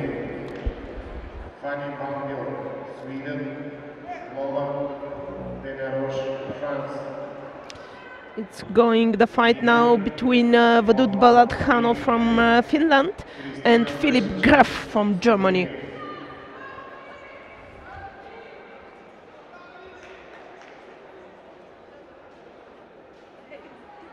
Looks like the trouser of Balakhanov has some problem, as we can see.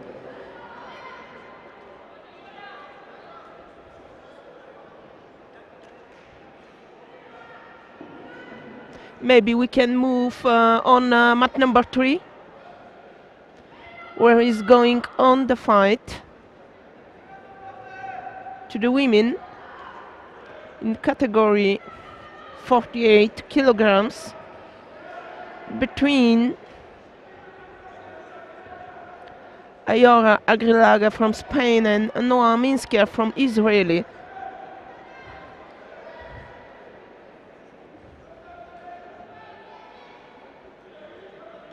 This fight just started 4 minutes and 30 seconds to go.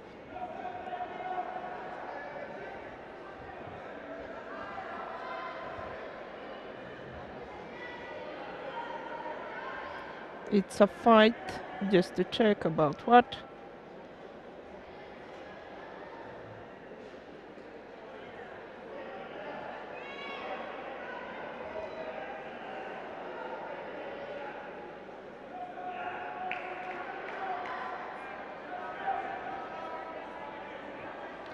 Yes, it's the final in Pool B of the category 48 kilograms to the women, under 23.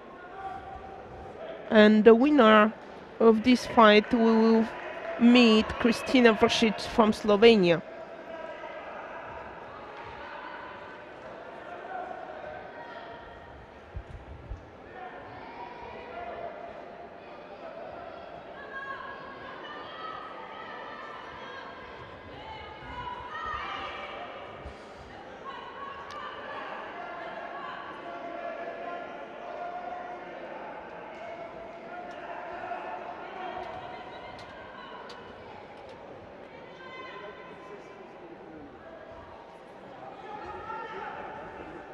A good attempt for Soenege.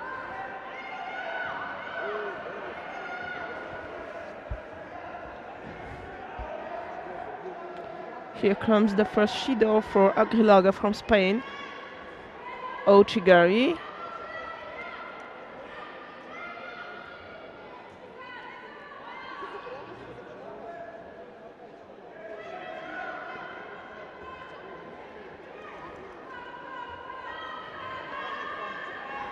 Going on the Israeli and going on now for Kansetsuwaza, like Udagarami or the Hishigijigitame. Here comes the matter from the referee. 3 minutes to go.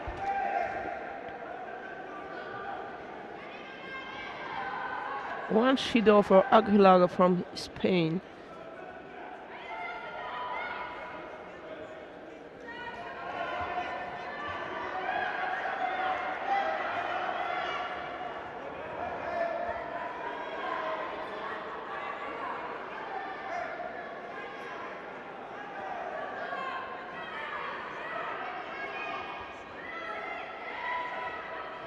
You can see how fast the Israeli competitor changed the directions of the attack from left to right, from right to left.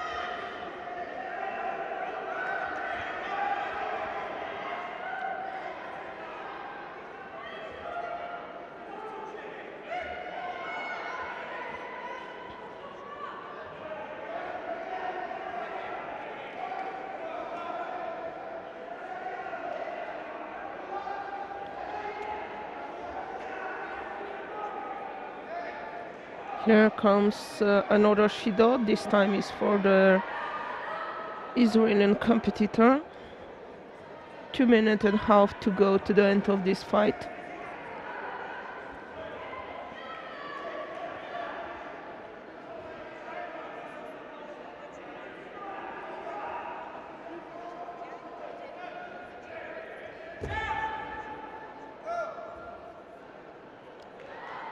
Second Shido for both of the competitors.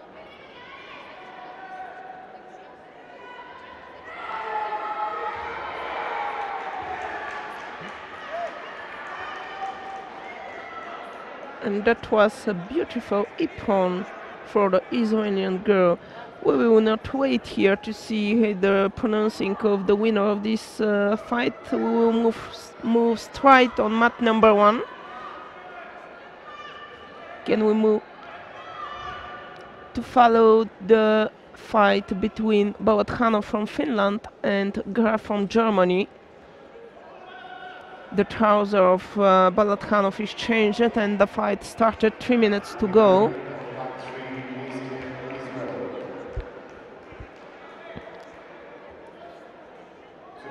He leads with Yuko, keeps working on Newadza.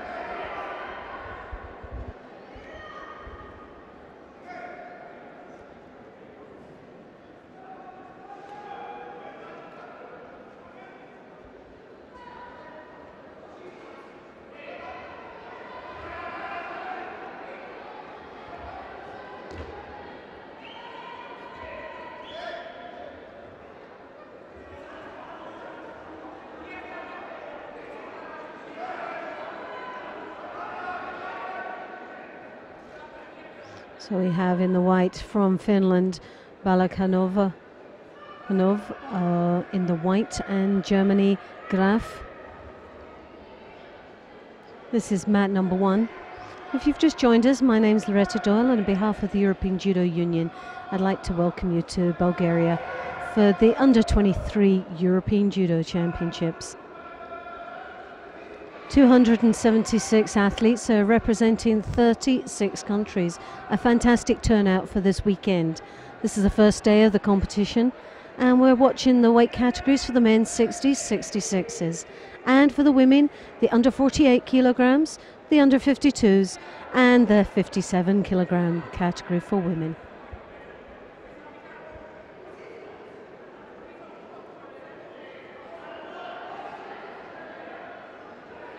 So far through this first day has not been a disappointment at all. It has been outstanding performances from these young athletes, all under the age of 23 years of age, and some of them even as young as hitting the under 20 age group, where we've seen a couple that have performed already today that picked up medals at the Junior World Championships in Ljubljana just a couple of weeks ago. So it's nice to see that how the transition has been such a smooth ride through to the under 23s for some of these competitors, showing the strength and depth of all these age groups here in Europe.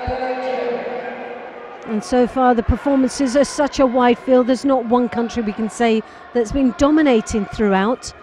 We have had some wonderful performances from the likes of Israel, from Turkey, Germany, Switzerland, and many more. But those are the ones that at this moment have really been shining today. And not a big surprise at all. When you compare from in the World Championships in Ljubljana, again, a country such as Israel, for me, is a country we've got to really watch within Europe. They're going from strength to strength and have some depth. The Bulgarians have had a lovely performance as well, under a lot of pressure to perform under their home ground. But again, they've not been a disappointment. We've just seen an outstanding throw of the day so far, really, of Bulgaria in the 57 kilo category. So she's doing really well.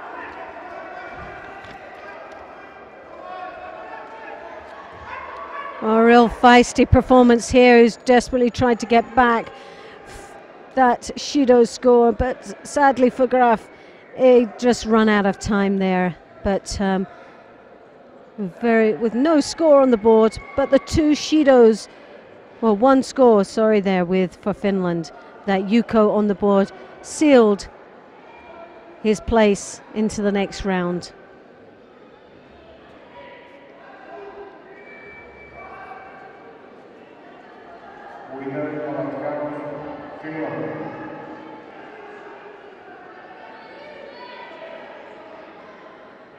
So Balakanov goes through to the next round for Finland. Again, another country that's then put into the mix of high performance and closer to those medal and places in this under-23 European Championships.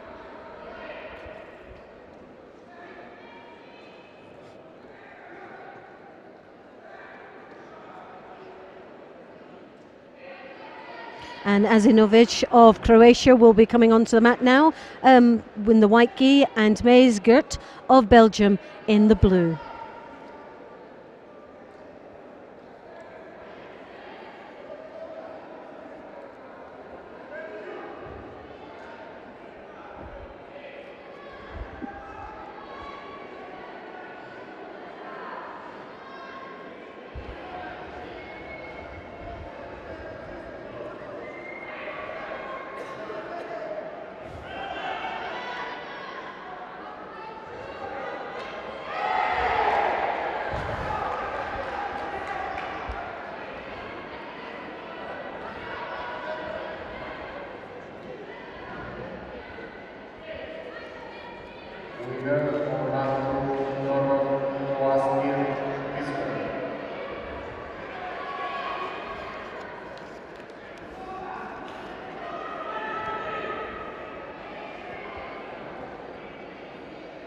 to present Orlando Federico, Switzerland, Negres Boxini, Austria.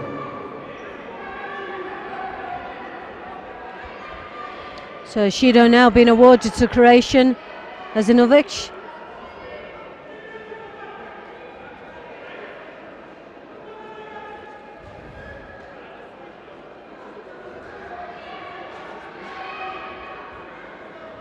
Myers putting in the drop Sianagi. Counteracted again by Azinovic with a Sianagi. Flurry of Ashiwazas there, but nothing really positive at all. Just a few slicing attacks there. A little bit scrappy at the moment. A real settling process needs to be put in place now. But both not really wanting to pile any more pressure than they already have at this moment with picking up a Shido for negative or unengaging with their opponents. Oh, yes! Oh, fantastic! So Azinovic throws on a counter-attack there. The Ashiwaza. Wonderful. And my bit of excitement just gave the heart attack of Valerie. She was just beside me there, was doing a little bit of research on some of the athletes and missed the throw but heard me. So do apologise, Valerie. Couldn't help myself. So, but that is a fantastic throw. Loved that. That was just judo at its purest, which is nice. Yes. Doesn't take much to excite me, does it? I missed to jump together with Loretta, but yes, I saw the throw, just didn't jump with you. You didn't just jump. Oh, look at that. Yes, oh, really beautiful. It's even sweeter when you see it the second time round. It's Yes. lovely. Right, now we come up to the repechage of the women's 57. Kosha and Sevic of Turkey, Kosha from Switzerland, and Sevis of Turkey in the blue. Very tall young ladies. This women's under 57 kilos repechage.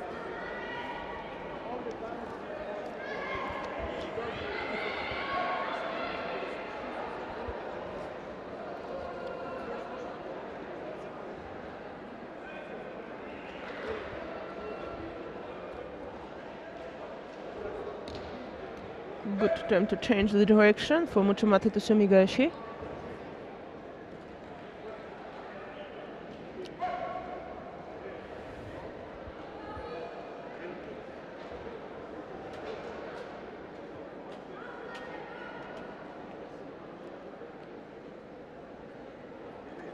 Winner of Matsu Federico, Switzerland.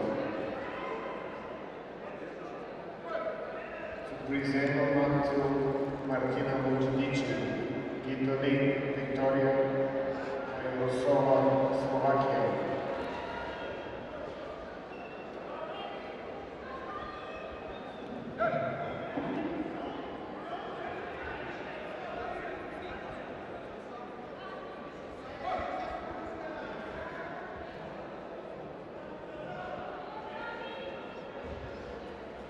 Very, very tall young ladies indeed. Very deep left-handed grip over the back, controlling lovely. Kocha there just countered her opponent. For the Swiss girl. And that was just all down to that left-handed high, deep grip into the back as she came over the shoulder, catching a grip onto the back, showing the front and switching direction. Fantastic combination there.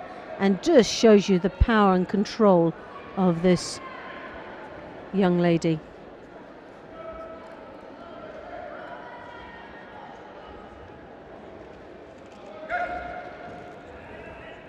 Three minutes and 20 seconds to go to the end of this fight between Kocher from Swiss and Sevic from Turkey. One Vazari for the Swiss girl, one Shido for the Turkish girl.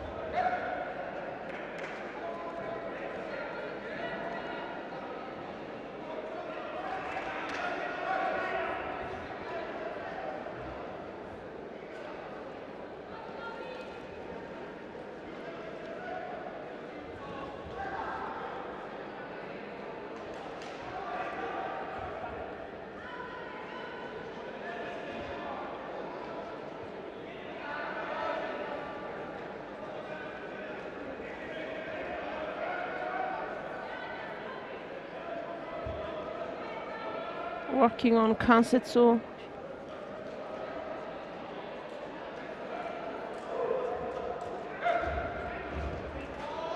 2 minutes and 10 seconds to go.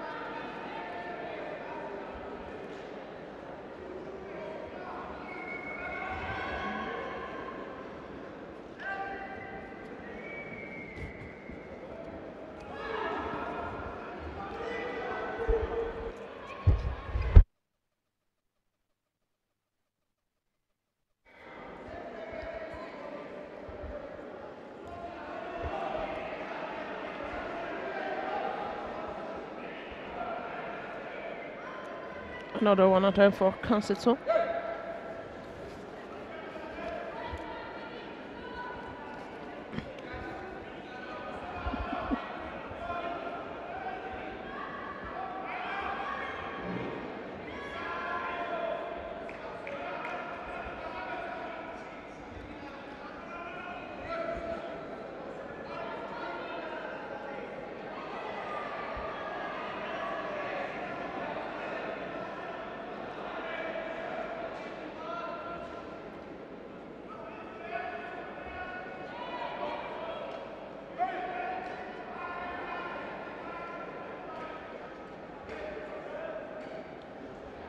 And also I come for the switch for Kocher.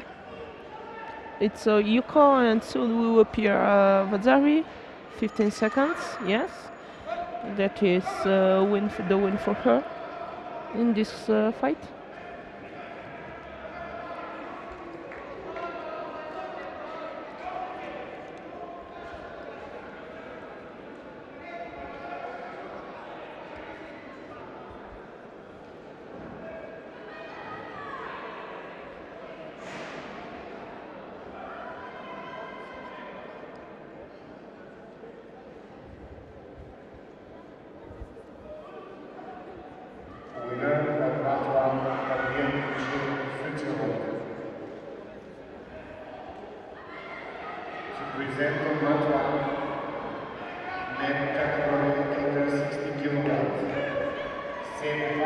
So we'll stay here.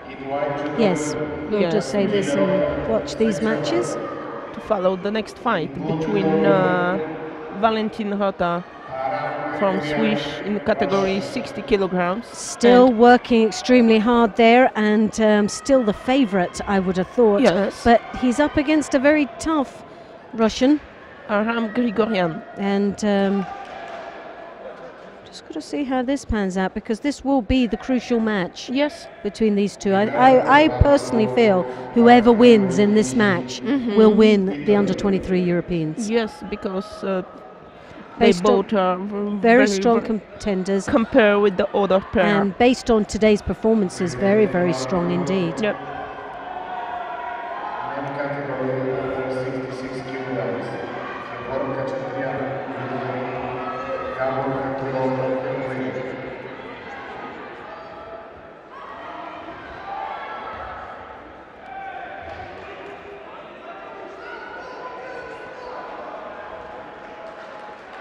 So first Judo being picked up there for Russia. Yes, about one side grip. Grigoryan, obviously I would say the stronger based on results, but still based on performance, I think Rota of Switzerland's had a great start and he's been consistent throughout, which is quite nice to see.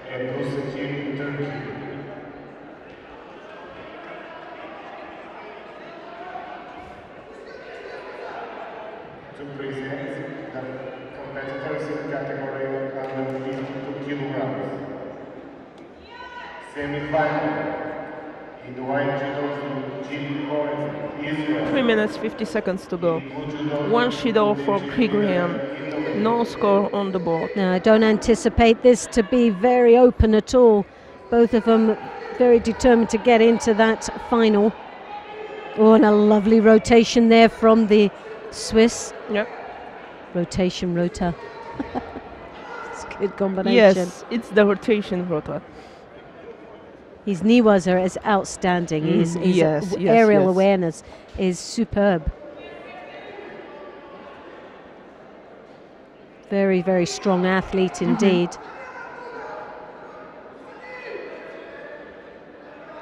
Oh, yes! Oh, goodness me! That was awesome. It's good that we can see it on the screen. Oh, it's just lovely to just see that again, because when you see throws, you want to enjoy it the second time round. And again. Because you can actually see the excellence of the attack. So Grigorian goes through to the semi-final of the men's 60 kilos, and let's see this again. He steps right through upon seeing it. Oh, superb. Absolutely superb. Now, if you're going to get through into the semi-final, that's the way to do it. Yes. Definitely. So, absolutely lovely. Let's see who will be his opponent next. So, it will either be Russia, or it might be his own team colleague, or... I will bet on Poland.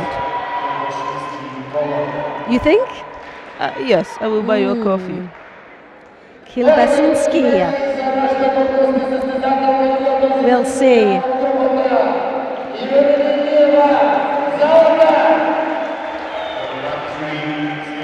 Oh, the Russian is out there. He's determined. He's just seen his teammate. He's seen his teammate. He wants to be in that final. It's important. And success breeds success. For me, I don't know. I definitely feel Russia. It's Poland against Russia. It's also a fire in this. Oh, goodness me! It's a fire. That's a feisty. That's a brave attack. And you cannot bet that the Russians are brave in their execution of fights. They really like the closeness. They really commit themselves. The lovely drop Sienagi there, though, from Poland. Unexpected.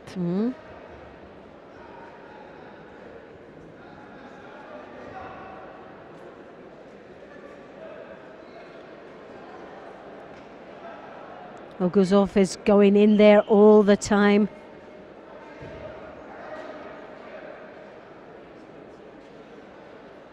Tominagi looking for the niwaza. Oh, to me, he's just firing. He's just on fire. I can't see how the Russian can lose. I really can't. Not after seeing his teammate just do what he did. I think that man is on a high.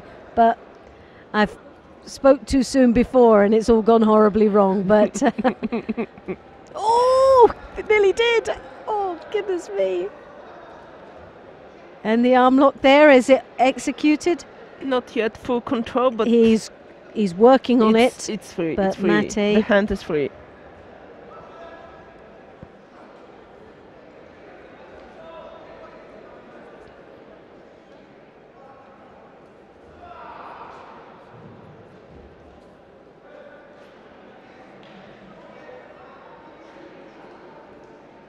Oguzov. Oh, the same.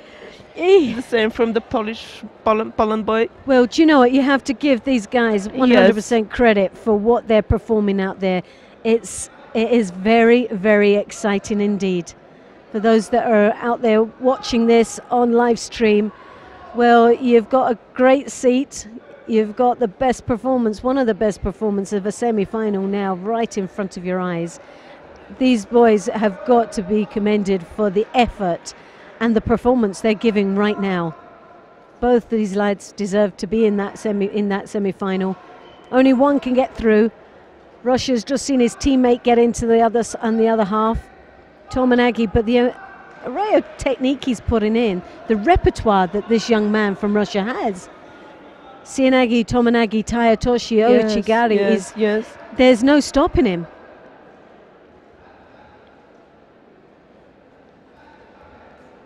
But you cannot take it away from this young man from Poland. He is not giving up without a fight.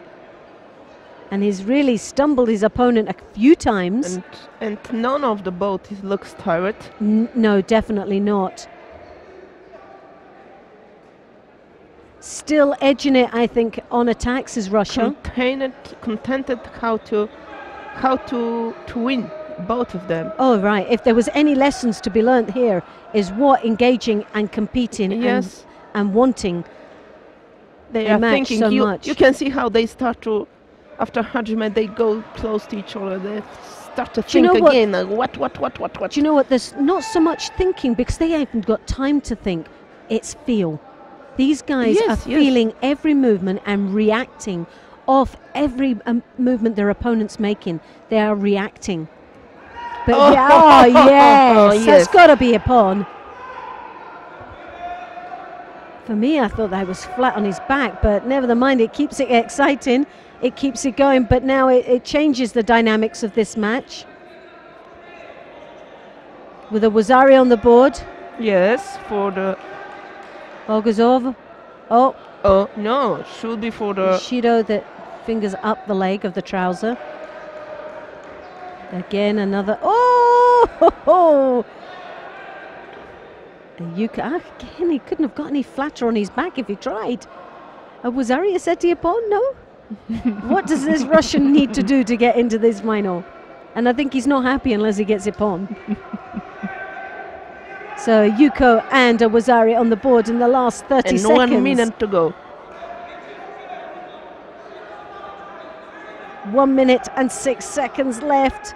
And this young man, Kilbasinski, is desperate. Oh! Oh, goodness me.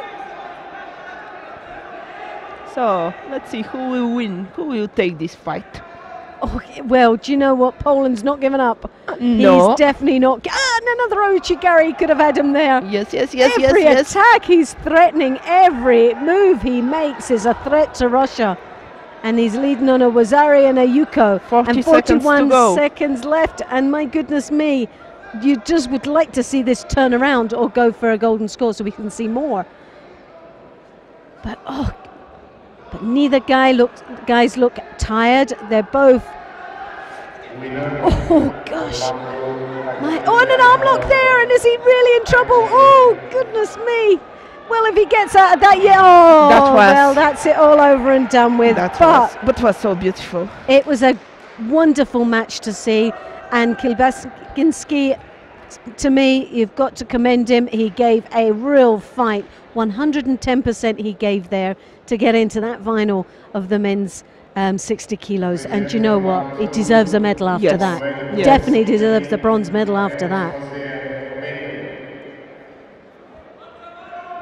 So Bogazov goes through to the semi-final, to the final of the men's 60 kilos with his teammates. So it's an all-Russian final. Yes, so very interesting to see on that. 60 kilos category. And now we will follow the fight between Evelina Ilieva from Bulgaria and Loredana Ohai from Romania in category 57 kilograms. Well, this would be nice. A fight for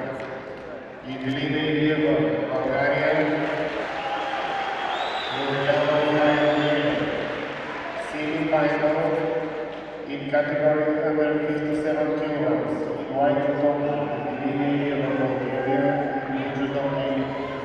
it's a first semi-final. First semi-final, goodness me. So this would be an absolute treat for the Bulgarians to get one in the final on the first day of this European Championships under 23s. And my goodness me, she's come out feisty as ever, hasn't she?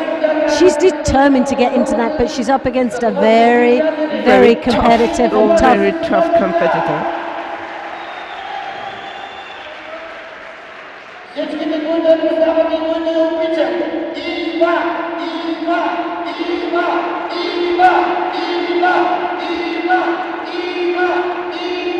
And as you can hear in the background, they're chanting for the young Bulgarian. Warm up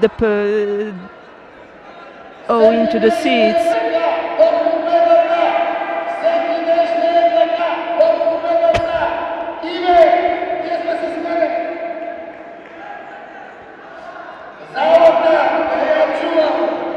Well, if there's anything to try and warm up a crowd, is that man over there in the far corner that we can hear rather than see. But good to take photo, but she. it's working for us. That crowd behind, but is she in trouble? Now, there's no mate because it started inside the contest area, so it stays on. But she could escape from this situation. 3 minutes, 50 seconds to go. Evelina Ilieva from Bulgaria against Loredana Ohai from Romania, category 57. Fight from which the winner goes on the final. Right? I didn't mistake anything. Yes.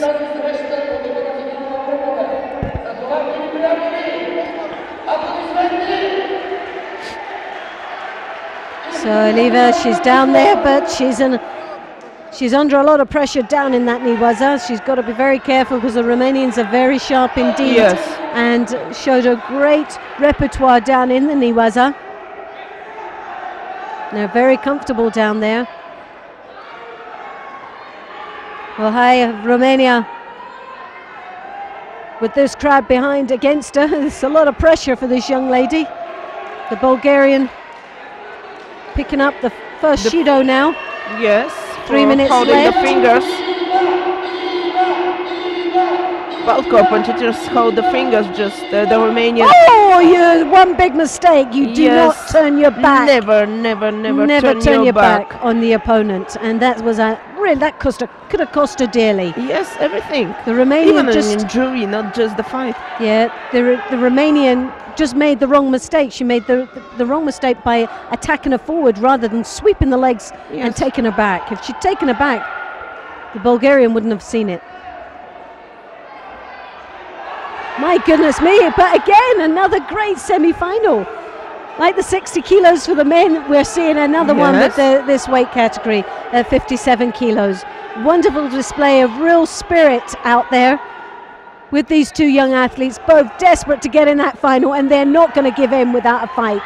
And really, the crowd are behind her. And to be honest, we're all behind her because it would be nice for Bulgaria to get their first semi-final place and a guaranteed medal. Yes.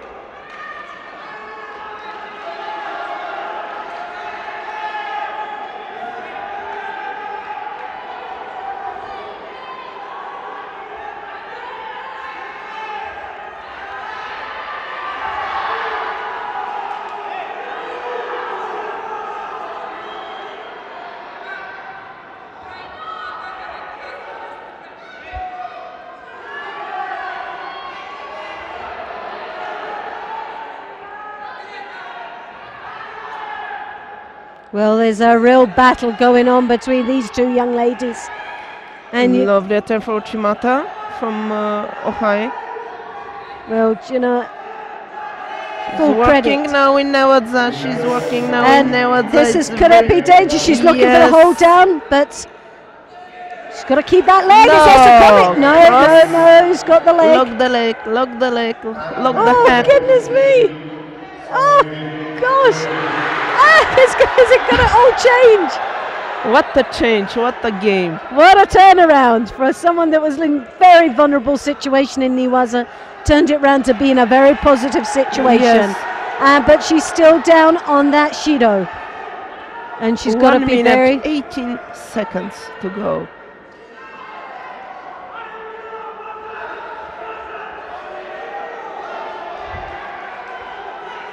Short breath. Break, time to make the gi. Yeah, just giving any advantage to the other opponent.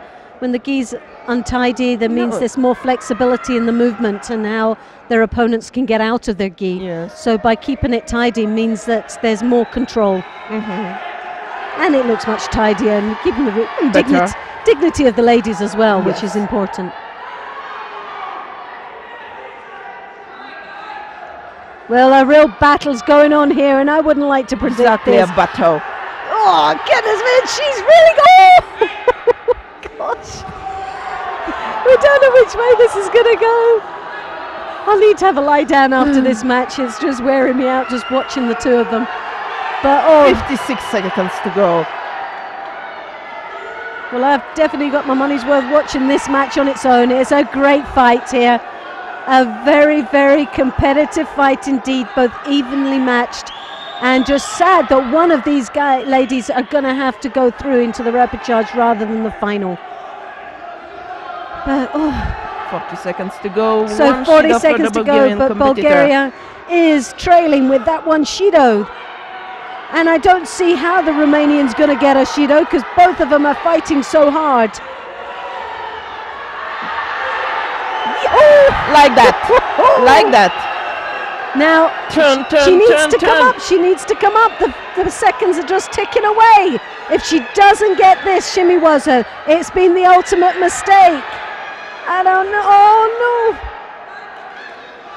She's losing time. Oh, that was Bad timing. that's most probably cost her the fight.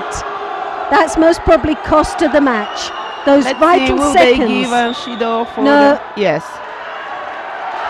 They gave the chance. Right. Now will be interesting. I don't.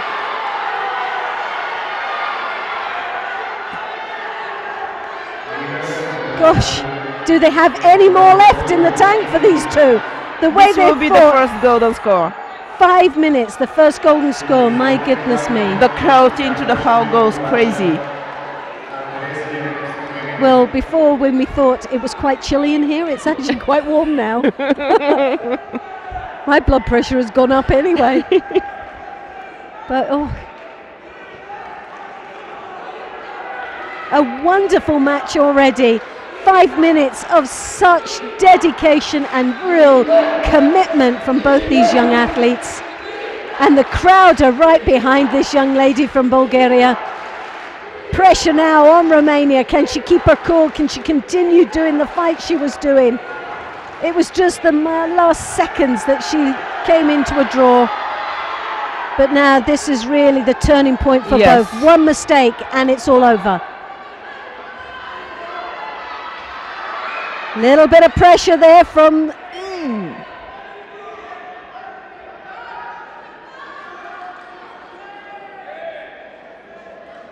oh goodness me. Now Mate.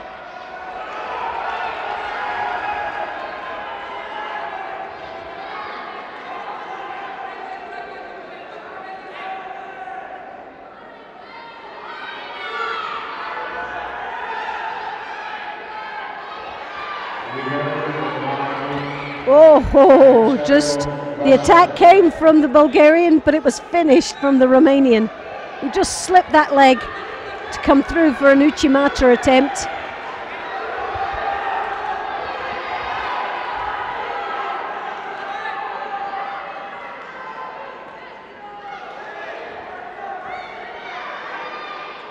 Both have to fight. They're gripping up with the fingers. Neither one are.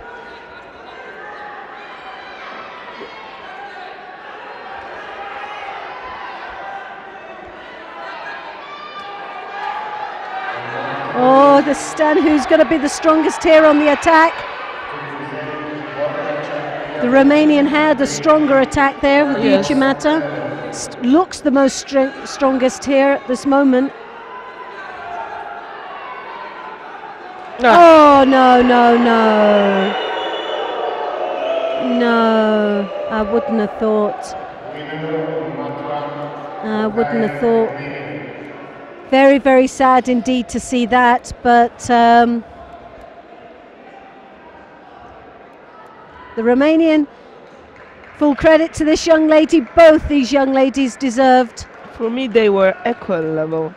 Very I equal can there. say that this last Shido, it wasn't really Shido for me. But but okay, it's a referee decision. What to say? It's a decision that will. Maybe They'll we're a most little probably- bit too much passionate about this Yes. fight. Yeah. Well, do you know what?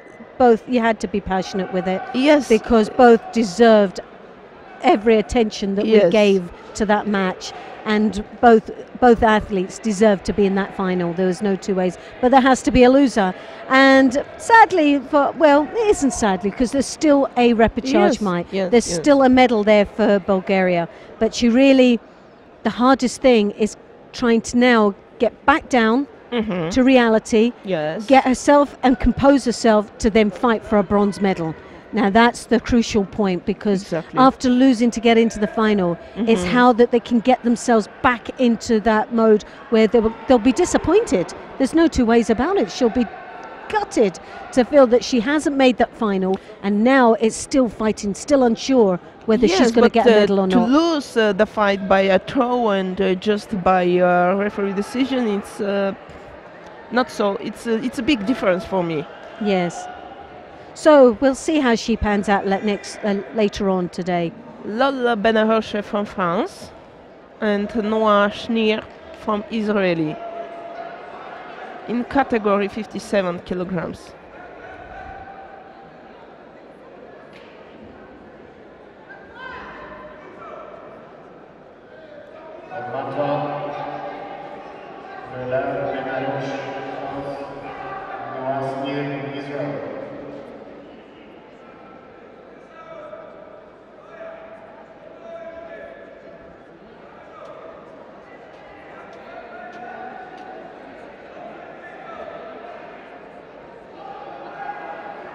The final, it's the quarterfinal. Quarterfinal. I've messed up my sheet here somewhere.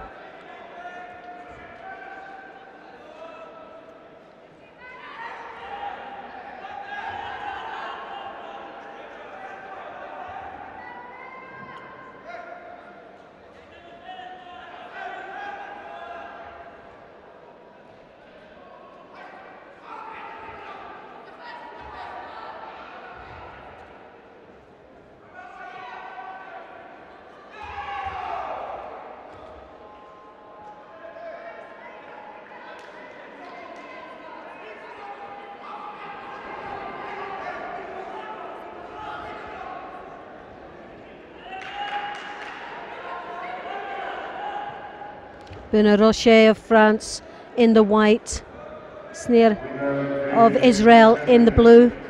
Oh, yes! Lovely attack there. Now the referee was right in the middle of that, so I didn't get to see it from this angle. Just thought a little bit, and after lifted the hand for Ippon. Maybe get a chance to. Oh, yes. Yes. Lovely attack there. Swiftly done within the 30 seconds. Again, a very short but very positive win for France.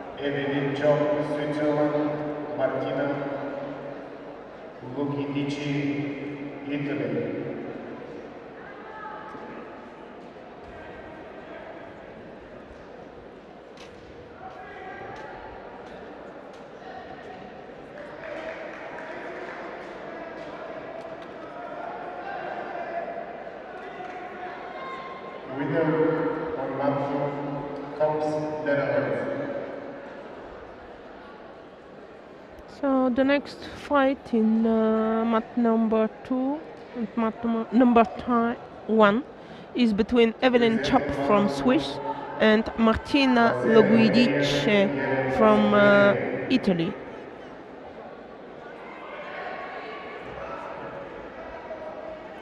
This is a quarterfinal position, the place in the semi-final.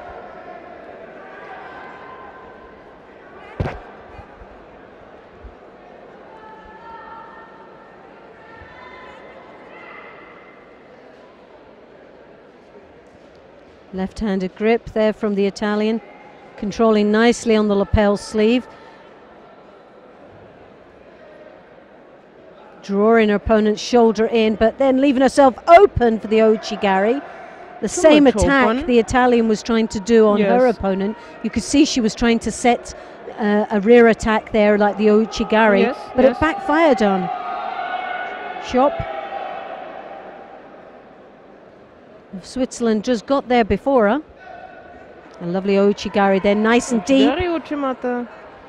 switching there for the combination. She was looking for the combination.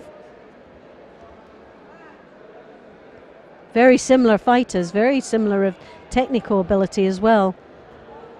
Sasai. Oh, and a lovely Harai, but she just lost her foot in there. Good strong attack.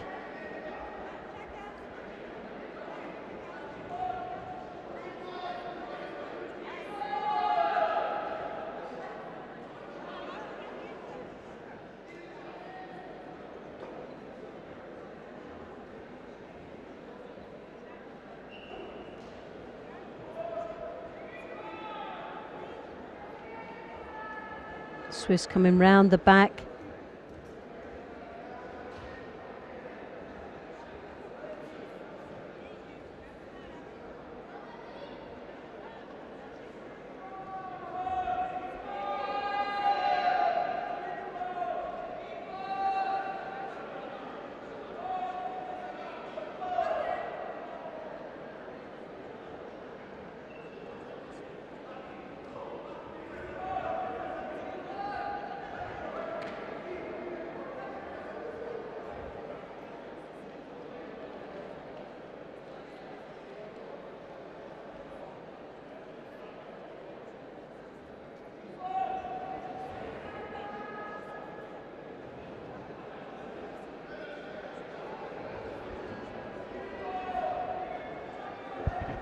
Ochi switching it to a weak attempt for the Ashiharai, switch it to Ochigari for the Swiss girl.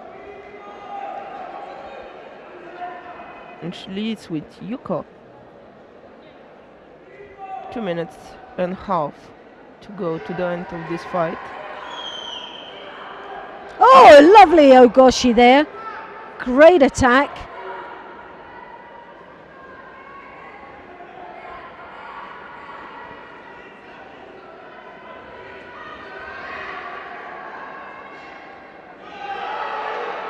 You can see here, swiftly under the, oh lovely. Just those hands, if she'd had that grip on the sleeve, it would have been all over and done with. Italian again with that deep left-handed grip round the back of the collar, drawing the shoulder in, very dangerous indeed.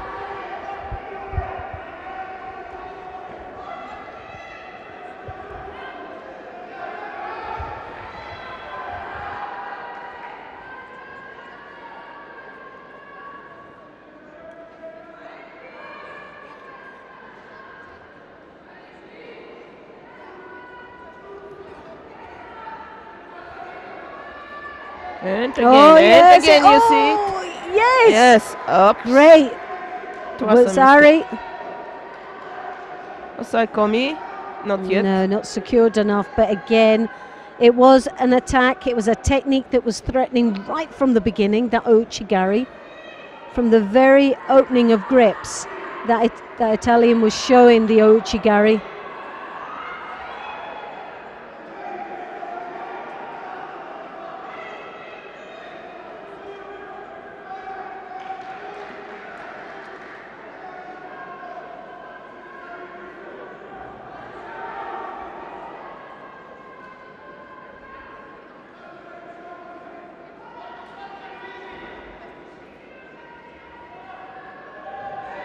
But Evelyn, she's a very strong competitor, and we'll see a difference of reaction here, and she has the ability to throw and throw big. So I wouldn't write this off with a minute and a half left. Oops.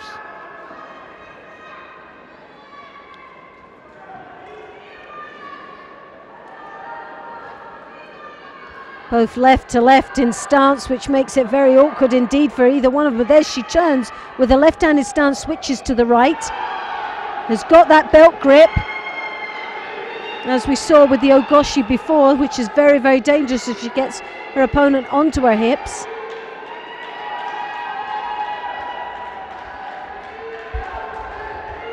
Oh yes, Ippon! Lovely Ochigari now. That was very, very nice indeed. So a well executed attack there. Winner of Mat 1, Chop, Switzerland. So Switzerland goes into the semi-final of the women's 57 kilo category against France. And we move on mat number 2. And the Italian goes down into the repechage. There we will follow the fight between Remus Mircea from Romania and Andras Jereb from Slovenia in category 66 kilograms. Now this is a category we haven't watched much, but so it'll be very interesting to see how this is all panned out.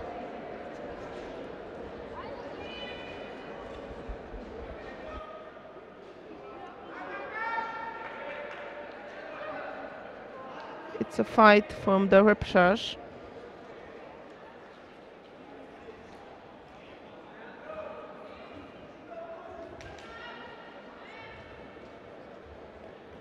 Already one Judo for the Romanian.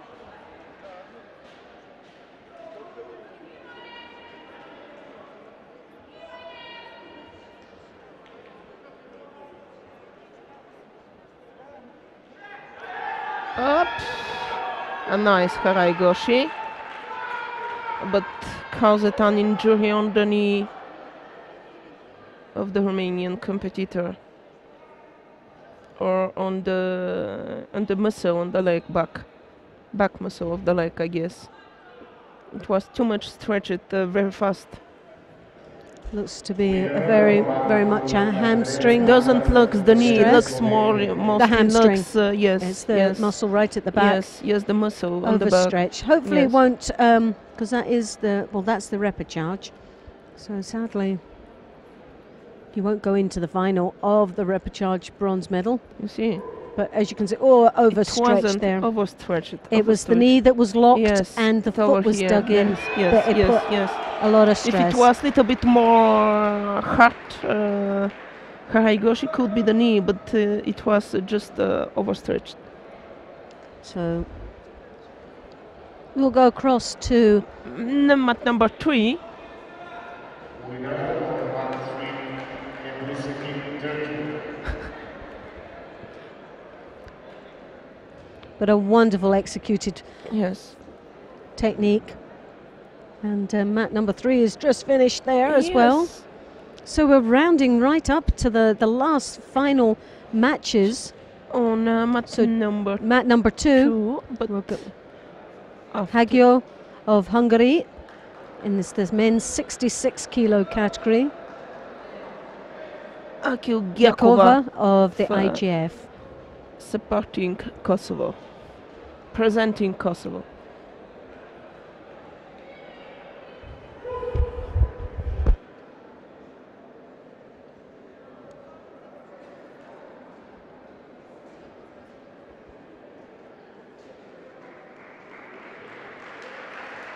Well, a dignified way to walk away from the mat.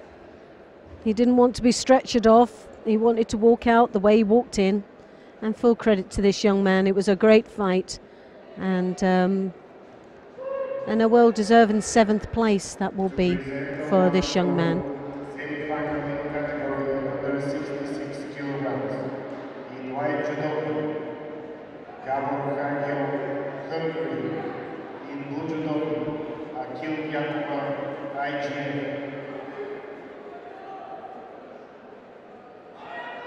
So Yakova, IGF, and Hagio of Hungary. Hungary in white, representing the IGF in blue in Kosovo.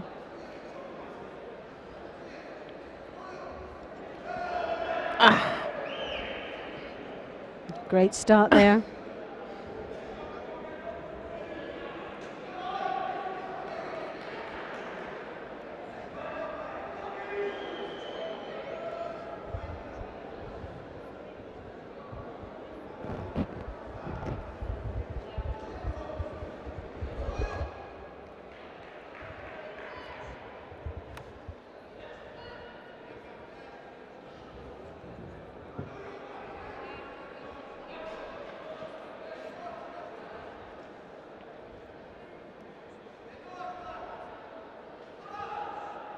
Go to time for Sasatsuki Komiyashi. To Moenage. What about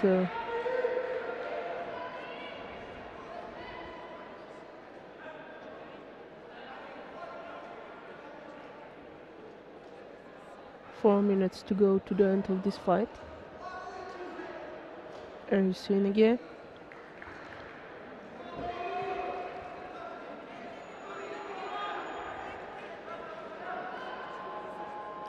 Here it comes the first Shido for Gyakova from IGF. On mat 1 to present Noah Smith, Israel.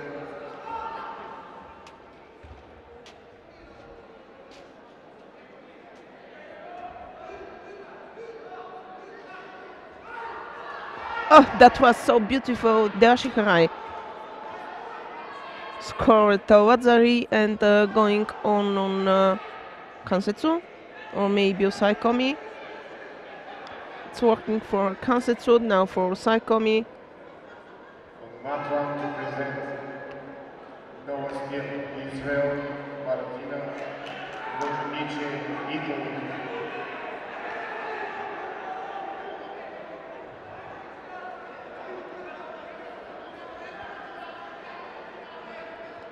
Three minutes and 20 seconds to go.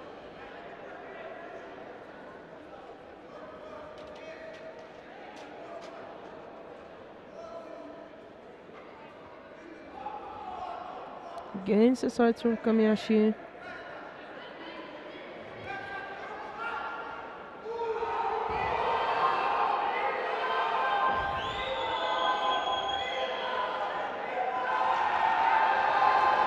So Ippon call there, but this is what we're talking about, the warm-up at the safety area.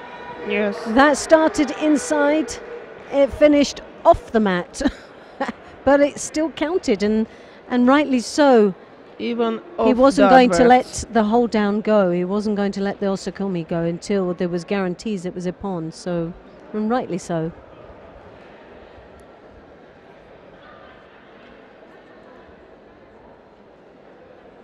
Winner of Bantu, Hungary. So we're going to stay with mat number 2, where we have Bruno Emanuel in the white gi from Italy, Shamilov of Russia, Yakub in the blue. So semi-final of the men's 66 kilo category, Bruno Emanuel, and in white from Italy, and Shamilov of Russia in the blue. We are moving on mat number 2.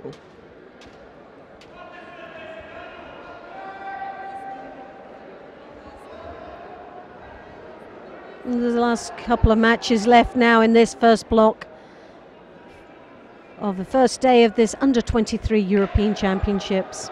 I hope you have enjoyed the matches as much as we have. It's been some very exciting competition so far, and a delight to be here. And I'm sure we'll see a lot more exciting stuff in the final block. And in the coming 2 days.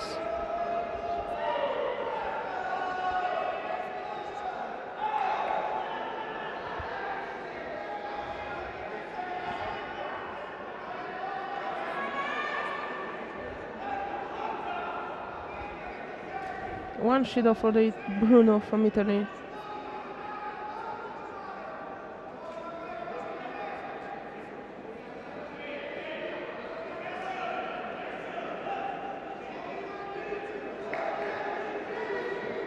Second Shido,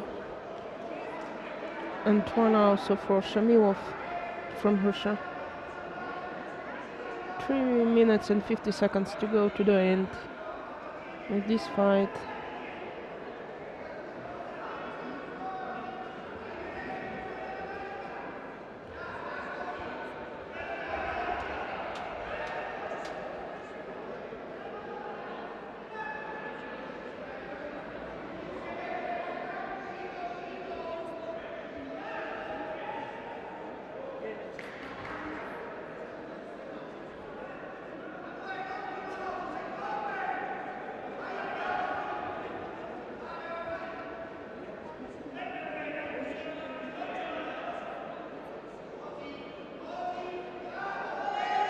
Second Shido for the Russian competitor. So the Russian competitor is really under a bit of pressure now, but Bruno is piling on that pressure, knows that he's in a good position, but still 3 minutes and 19 seconds left in the match. So it's a long, long way to go. And as we know with the Russians, they're not ones to be flustered with just detail as such as Shido's when there's no score on the board. We know they're capable of throwing and throwing well. And they've got plenty of time, as long as they don't accumulate any more Shidos, because we know 4 would be a result of Han Sokumaki. So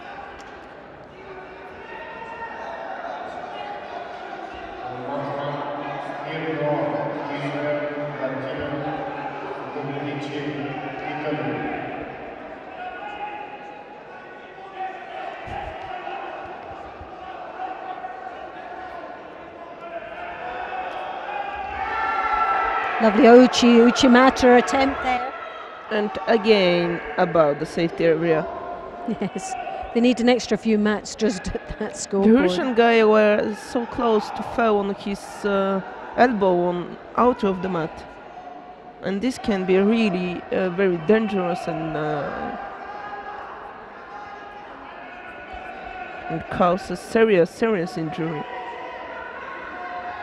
Again, another combination of attacks there, Uchimata, and then into a Makakomi there, the big Harai.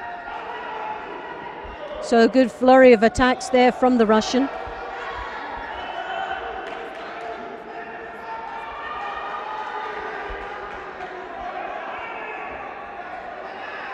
And while we are following this fight, on mat number 1 started the fight between Noah Sneer from Israeli and Martina Loguidice from Italy.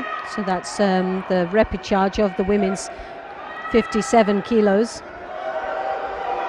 And the last match of already this one weight Yuko category. for Israel competitor.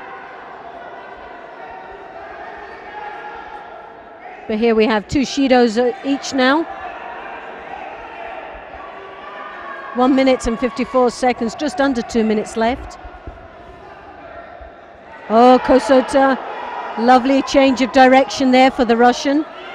Shamalov looking very strong indeed and has come back very strong.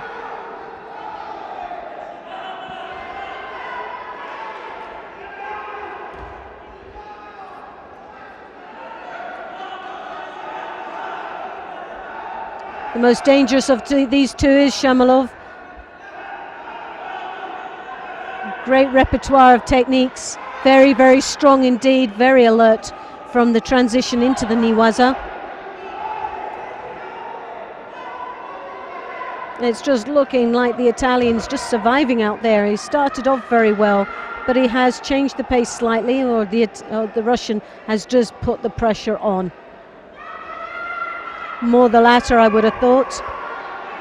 Knowing the strength of the Russian, the depth of quality that they have, but the Italians are very, very strong indeed and very prepared for every event they come out to. So it wouldn't be a lack of condition that these athletes would actually lose matches over. Oh.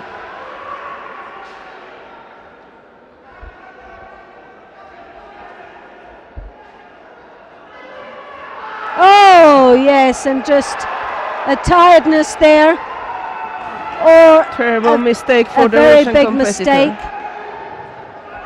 It'd be interesting to see how that looked. Was it an execution from the Russian trying to change his mind in an attack, but left himself very much open there? Not sure how that would have gone. It didn't look like it was executed by the Italian. Don't know if we can get that back.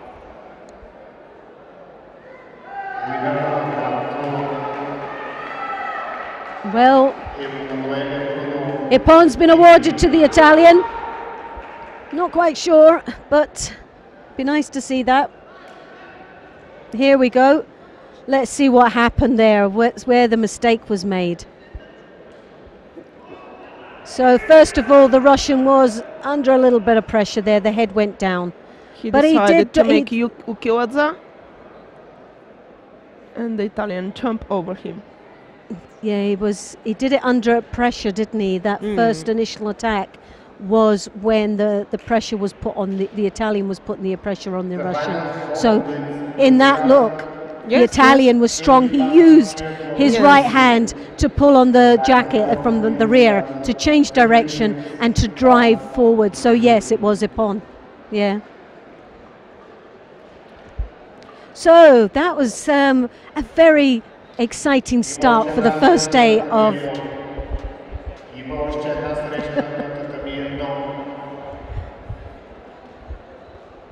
On mat 1, semi-final in category under. So that was a very exciting start for the first day of this under 23 European Championships, and I do hope you've enjoyed the competition as we have seen it today, and will join us for the final block, which will be at 3:30 Eastern European time, which is Western European time 2:30, and for those back in England, Greenwich Mean Time 1:30. So please join me, Loretta Doyle, and thank you very much, Valerie, and I hope you will join us later on in the final block of this first day of competition. Thank you, and see you later.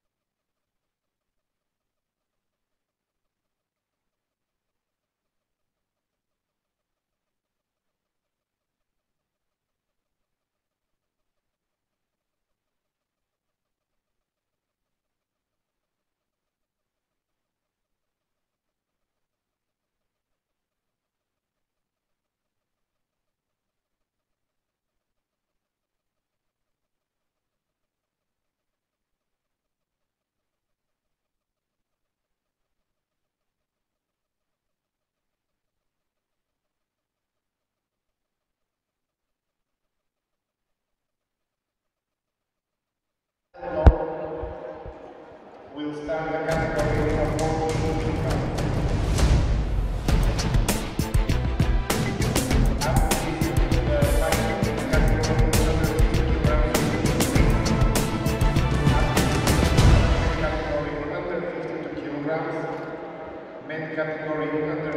Good afternoon and welcome back on behalf of the European Judo Union and myself, Loretta Doyle, and my co-assistant Valerie Lukanova.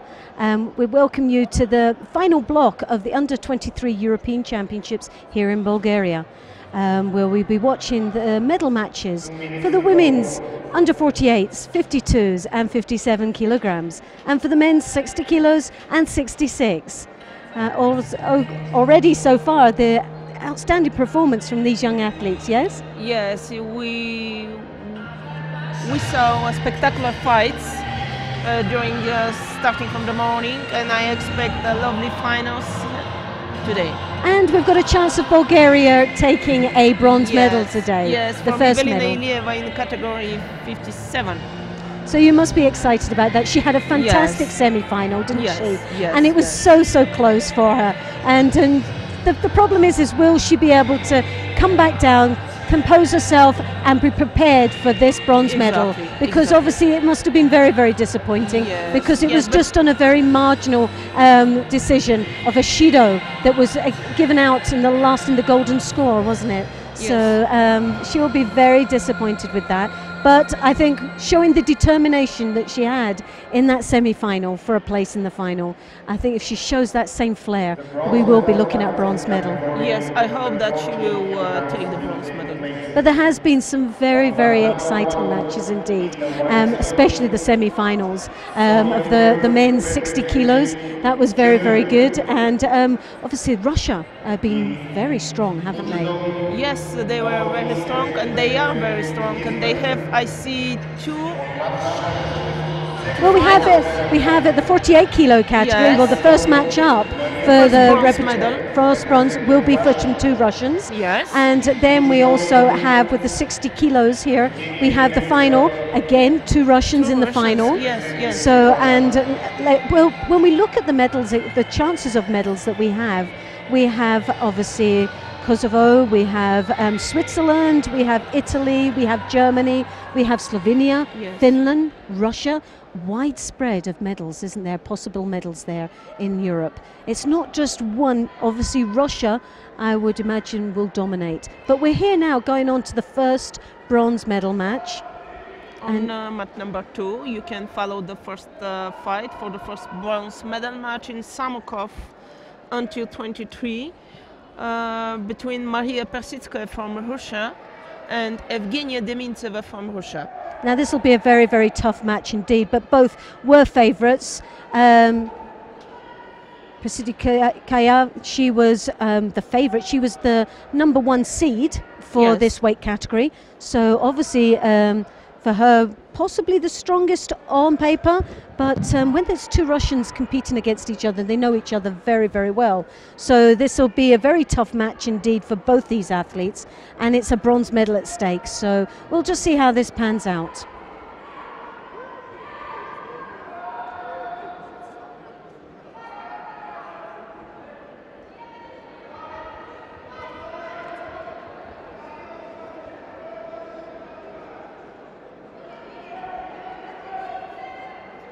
And on mat number 3, we also have Rith Sonia from Germany in white, and Minskya of Israel, who actually has a fantastic, that will be a very tough bronze medal fight as well. So we'll keep you informed on how that match is going.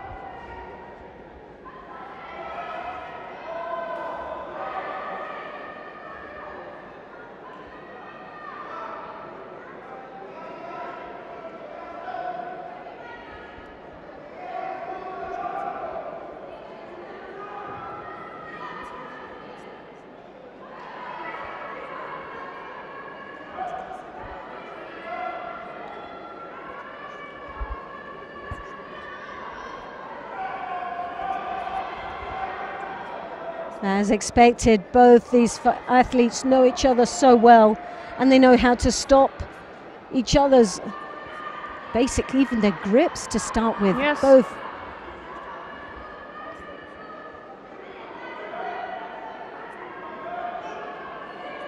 But Demintsev looks to be the stronger of the grips.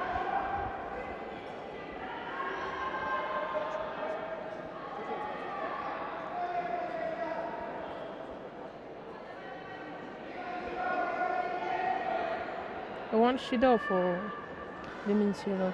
Lovely Uchimata into a Makikomi. A Wazari scored. A great attack there for the #1 seed in this competition. Pasiskia. Maya. Looking very strong there indeed. Looking for an opportunity in the Niwaza.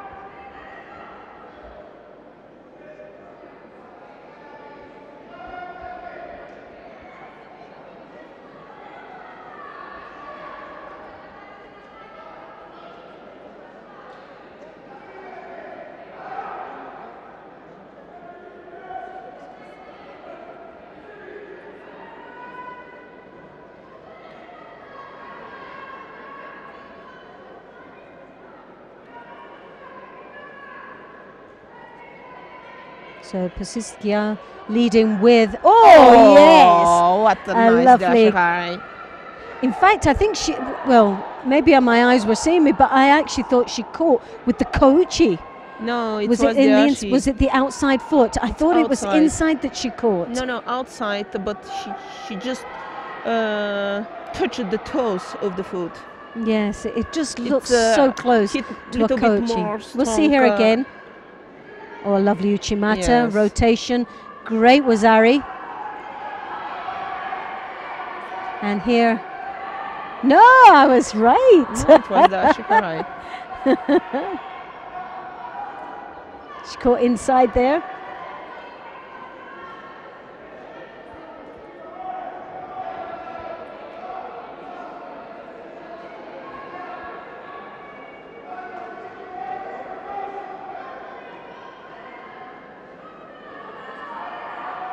As you see again,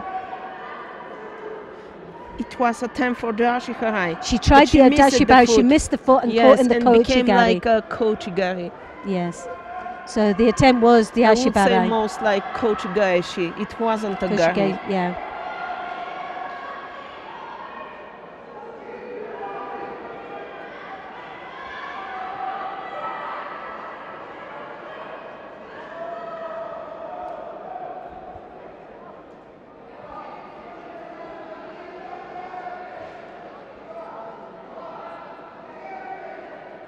So here working that leg out there, but piling the pressure on her teammate. That knee looking very uncomfortable over there on the neck. Oh, But obviously no love lost when it comes to a medal at stake. I'm sure they'll be best of friends off the mat, but on the mat it's just business, the mat isn't it? is a mat. It's a fight.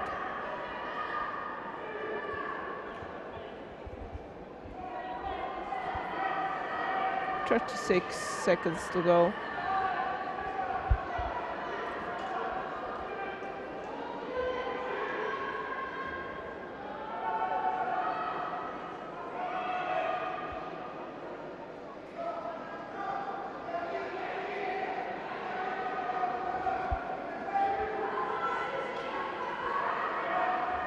Oh, and a lovely drop Sianagi there.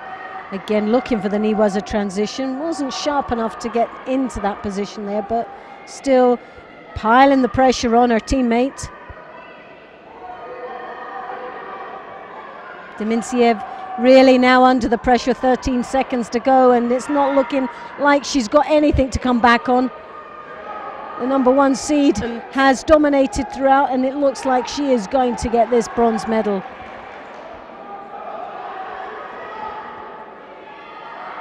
But what's so nice, two teammates, where you get two athletes of the same country, it can be very much a very stalemate contest, very little happening within it, and in some cases can look so negative and so boring, if I hate to say it.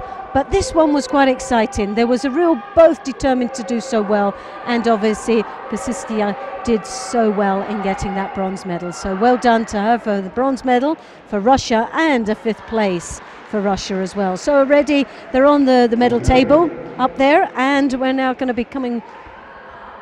On mat 2, and bronze medalist Maria Persitskaya, Russia. And it looking like Germany will take the other bronze medal. That was a great start for Germany on the medal table. So we have Sonia, who's bronze medalist in the under 23 Europeans for 48 kilos. Now we come to the final. Versik of Slovenia, that'll be in the white gi, and she'll be up against Ebru Shahin from Turkey. She will be in blue gi. Both these young ladies have had a very, very tough ride through here, Yes. but they've been very, very tough athletes And they indeed. impressed us with Very. their preparation for this competition. Very, very impressive indeed. Kristina Versik, Slovenia. In Judo, representing Turkey, Ebru Shahin.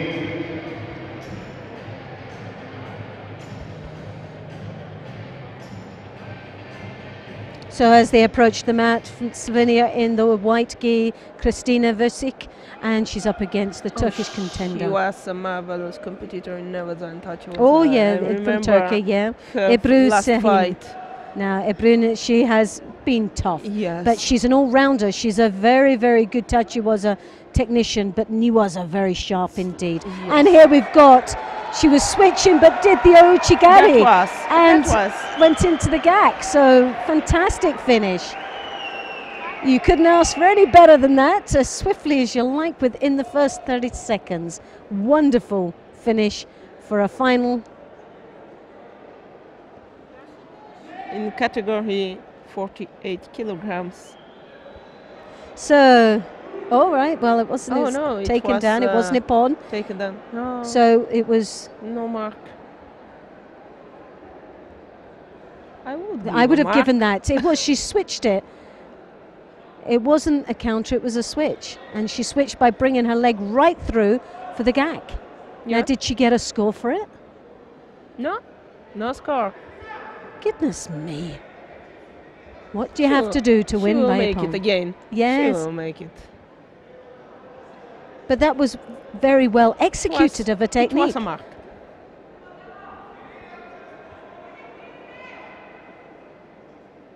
So Slovenia has another chance now.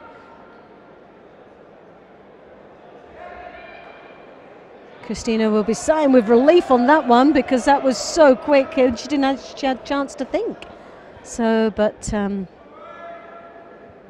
Ebru, the way she has been performing throughout this day, I can't see that holding her back at all or knocking her confidence in any way whatsoever.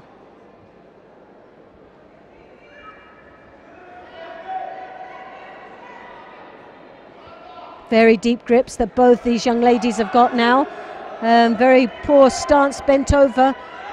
Good. Oh yes, and that's got to be a pawn. Yes, it's got to be a pawn. So that was. Well, hopefully they'll count that one. Yes. She made it a few seconds later. And sadly about for the 20 seconds, 30 seconds later. Kristina Versik, it was like putting salt on the wound. Not only did she open the wound in the first one and got away with it, but the salt was put right into it afterwards on the second one. But Slovenia takes the silver medal, which is fantastic achievement today on the medal table already, and Turkey take the lead, Shahin with the gold medal on top of the medal table as we stand. But again, look at that. Yes, it was a score. It was a lovely work with the hands. She changed the direction with the hands. She hooked. Yes. And gosh, she could have moved right round. Fantastic finish. And even if she wasn't going to get it on, she was definitely going to get it in the Niwaza. Yeah. The Osukumi was on. So fantastic. So we're going now to follow which one of the both fight in category 60 kilograms. And we're going to go with Azanovic of Croatia.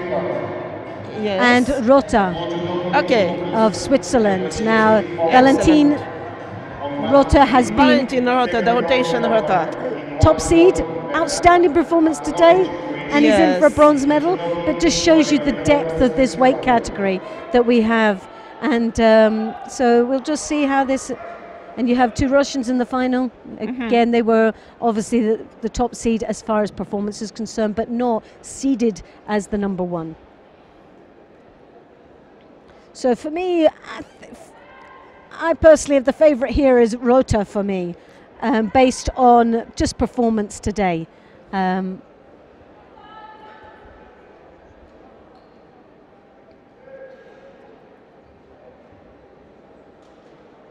Very, very strong grip indeed. Oh! Hey, goodness me. That could have all gone horribly wrong there, couldn't it? He totally sidestepped the Uchimata and it could have just gone wrong for him.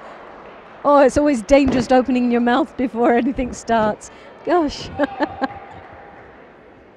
But so... God, I was cringing there. I really thought it was just going to go all wrong for this young man from Switzerland. He'll have to be very, very careful there because obviously know very well the techniques. The Croatian was really prepared for that. Oh, yes! It's got to be a pawn. Wow. Fantastic. Wow. What a counter-attack that was. Wonderful display of judo there. Such awareness. That was beautiful. It was amazing, wasn't it? Don't know if it was right on his back or not. Was it Wazari? But definitely a score. Wazari or Ippon. It's got to have been. The reactions of this young man. It's got to be Ippon. Yes. Yes. Oh, well done. Now that was a wonderful yes, a wonderful display of judo there. Look, let's look at this again. He missed, and that could have gone all horribly wrong for him. Couldn't believe it. There we have now the second attempt. As he drives up, drives, then a big Uchimata right through his counter. Reaction. Fantastic. Oh, that was superb. Definitely superb.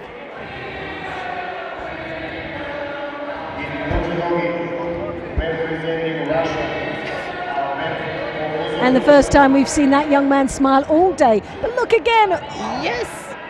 Fantastic. How he was able, like we said earlier on, we were joking about the rotation, rotation. On the leg and hands his opponent.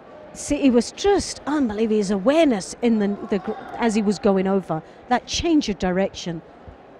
You could not repeat that again, could you? No. So here we have the final of the men's 60 kilos. Between Vadut Balatkhanov from Finland. No, it's Aram Grigorian from Russia against Albert Oguzov from Russia.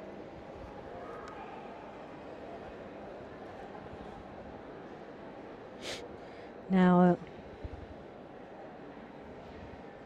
Oguzov, Albert, is most probably based on the... Well, do you know what? They've both had really good performances.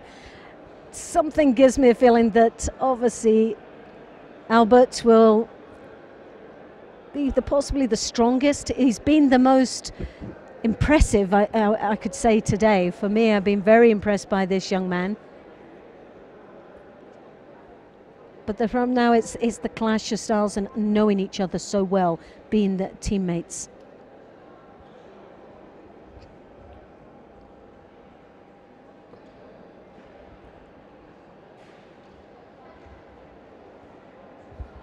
And this match will definitely knock the young lady from Turkey off the top of the medal table, because now we've got a gold and silver here for Russia to go with a bronze medal.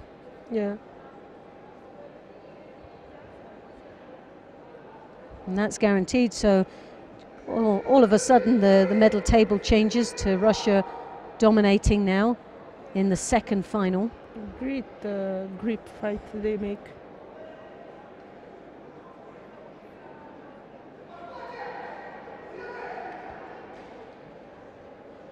It's a real battle of grips here and trying to take the dominating role. Very, very clash of styles there.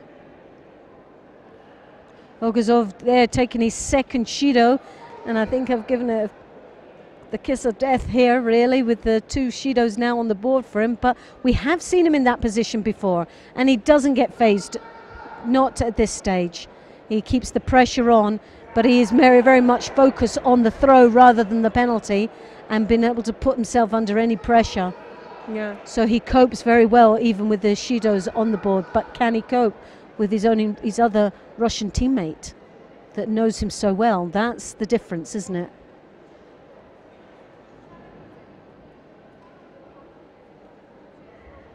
Yoko Tomei, good attack there.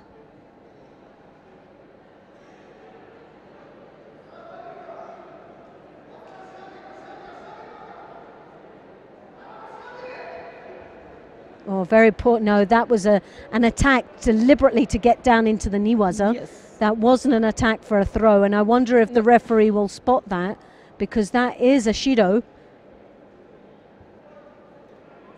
No. Nope. Not yet. Obviously, he was on the wrong side as well, in fairness to the referee. Probably. But from this side, it was so blatant that it was a drop into the Niwaza.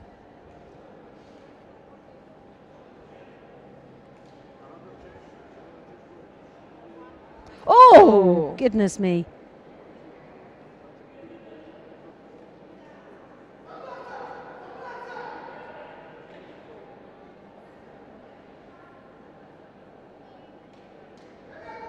Oh, and a lovely attack with the Kosota. Oh, lovely execution there of that Ashiwaza. And also Aikomi. And Not no, yet. No. Good one. a good attack. Very well controlled on the Yes. attack. Good upper body control, as you see here. He So catches strong. that sticky foot as he continues to rotate and drive off the back leg, and the upper body control there as he Continue comes to in. push. Oh, pressurizing all the way. Yes. He was determined to go down into the Niwaza.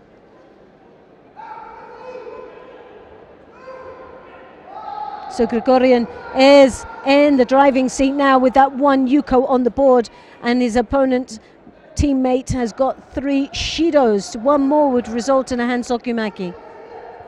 You'd hate to see at this stage going to that in a final, but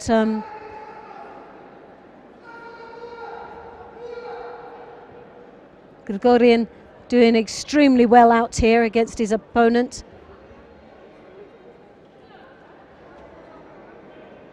Very open now, which is nice to see. Both opponents still piling the pressure on and the attacks.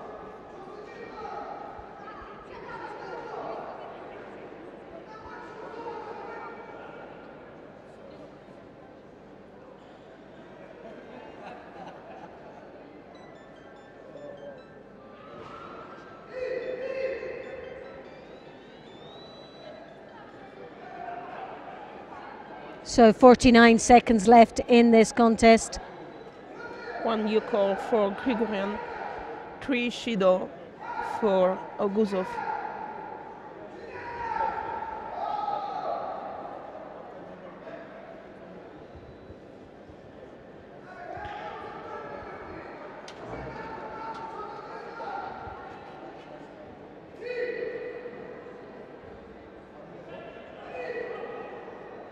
So Grigorian looking the stronger, definitely the stronger of these two when it comes to clashing of teammates. Yeah. Definitely Grigorian.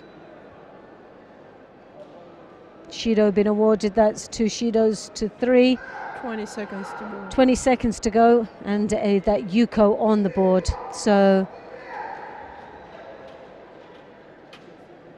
Oguzov really has to do something special now if he wants to take this title. And a lovely Aochigari attempt there, but has he left it far too late to start opening up like that now? And the clock will tick away, and tactically 1 second to go, and Grigorian definitely takes the gold medal.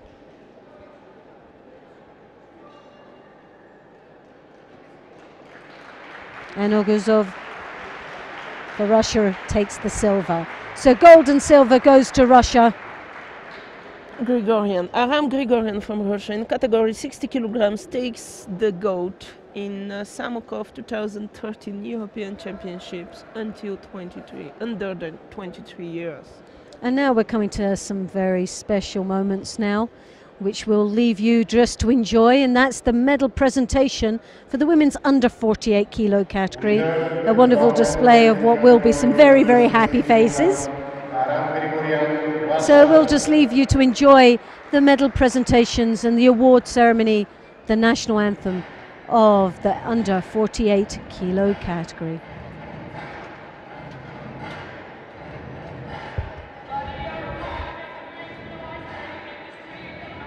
Ladies and gentlemen, the awarding ceremony for the 48 kilogram weight category of the European Championships under 23 years in Samokov will now begin. The medals will be presented by Mr. Michael Bakun, European Judo Union Vice President.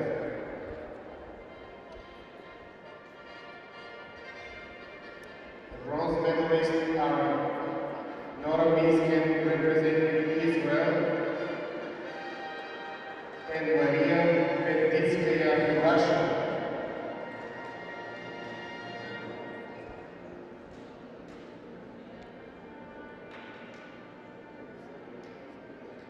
Silver medalist representing Slovenia, Kristina Vrsic.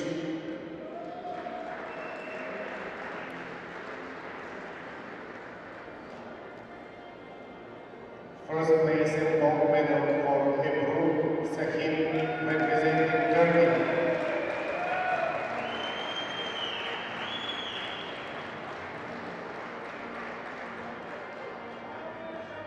The diploma will be given by Mr. Ivan Vasilev, Bulgarian Judo Federation President.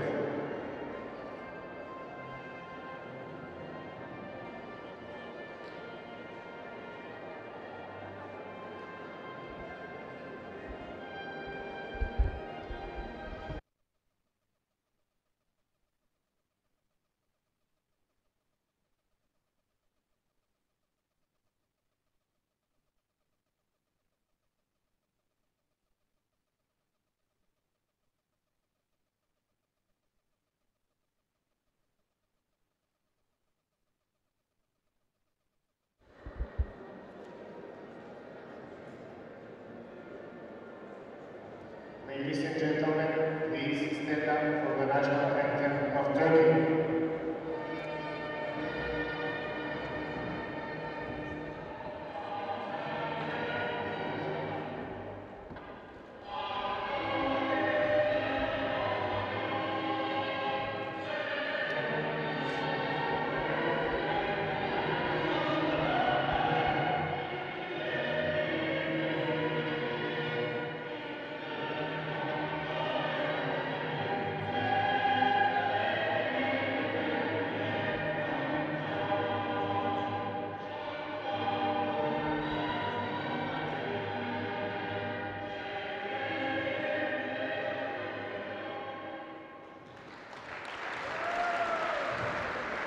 We invite the officials to take a picture with the medalists.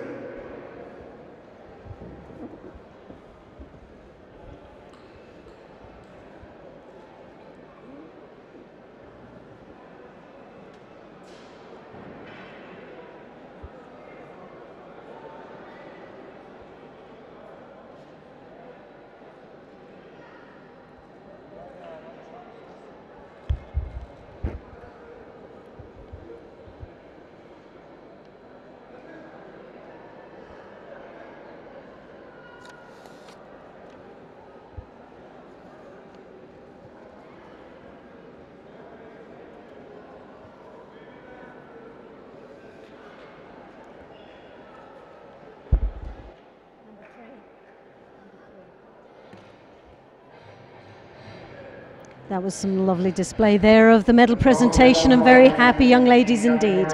And so they should be. They fought their hearts out today and gave us a wonderful display of judo, and we are delighted to have been here to witness that. So we're coming across now to the women's 52 kilo category. In mat number 3, the fights between Shira Hayat from Israeli and Odette Guifrida from Italy. The So this will be a very exciting match indeed. representing Israel Again, in white judo, Shira Hayat. 16 athletes participated in this event today. Yeah. And they're just approaching the match right now.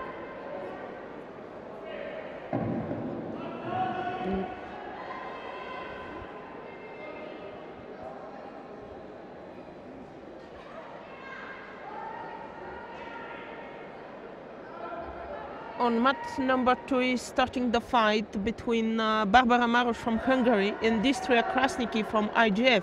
And on mat number 3 is going the fight between Gili Cohen from Israel and Alexandra Larissa Florian from Romania. Or Italy. We cannot see it well, it's a little bit messed. Right, we have Israel and Italy. It's Italy. Italy is there. Yes, Israel and Italy. Israel and Italy.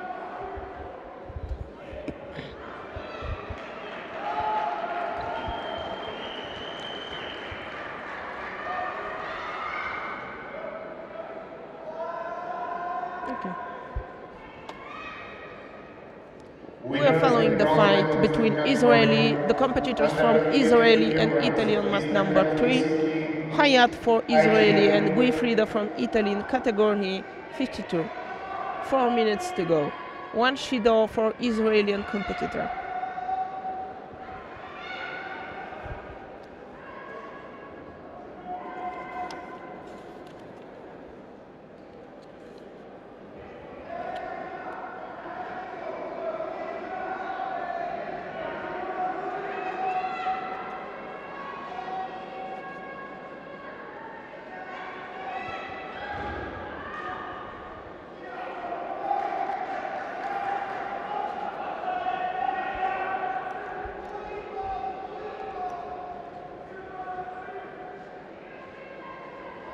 So Shido already has been picked up. Good attempt for Ipansa Eneghier from the Italian. And as we know, very, very feisty athletes indeed. Great work rate the Italians have.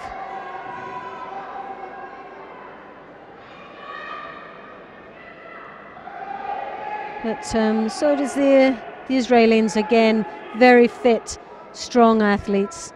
Have produced some fine judo, not only just here but at the Junior Worlds as well, and at the Senior World Championships. Picked up their first world title from Gerbi, 63 kilos.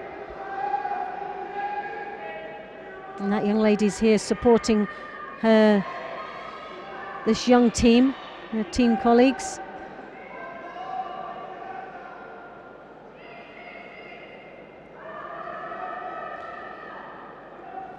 Turnover here from the Israeli, but just lost the control around the waist there. A great attempt of a turnover, but just the belt swung around and she didn't have the leverage that she was hoping for to get the turn completed. Iponsi Eneghier, a lovely entry there from the Italian. A little bit high, but yeah. If he just dropped a little bit lower, could have got under the center of gravity there. But she's still working there in the Niwaza, looking for that choke and the arm lock.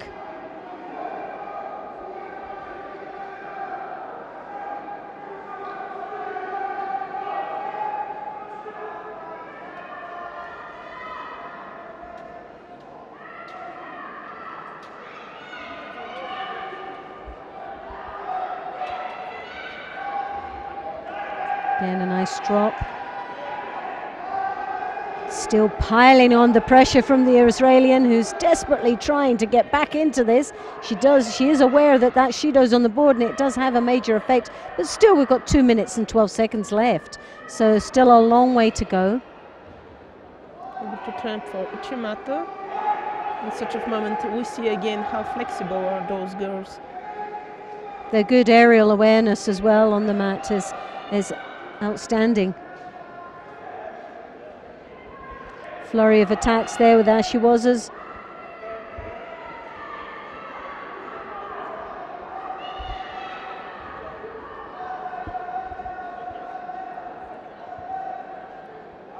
Real trying to wrap and control the upper part of the body as she rotates her opponent over. Good understanding down there in the Niwaza. Been a major threat to the Israeli. Oh yes! Lovely dashi. And they're straight into the shimiwaza there, but how effective it is, I'm not sure. Still piling the pressure on, but I think it just slipped above the chin. But as you see, the Ashiwaza there was lovely. Look at this swing. Oh, nice.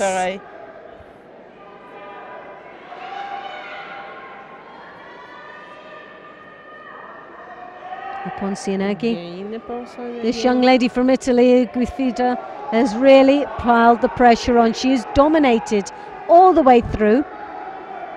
A great display of judo here from this very, very fit young lady from Italy. Both these young ladies are very, very fit, there's no doubt about it. The work rate has been very impressive indeed. And still 1 minute to go, and there still seems to be plenty left for them to work for. And lots of energy still there to be able to perform. Very close indeed of a match. The only thing that divides them is the two shidos now that's on the board for Israel. But that could be all horribly changed with one good attack with the score of a yuko for the Israeli, and she's determined to try and stay back in there.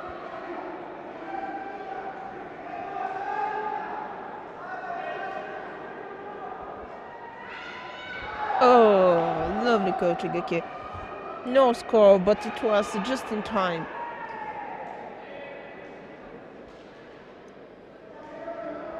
And she looks so controlled, doesn't she? Her composure in this match, she's not phased at all. 31 seconds left, and she really is tactically putting on a great display here of judo for this bronze medal.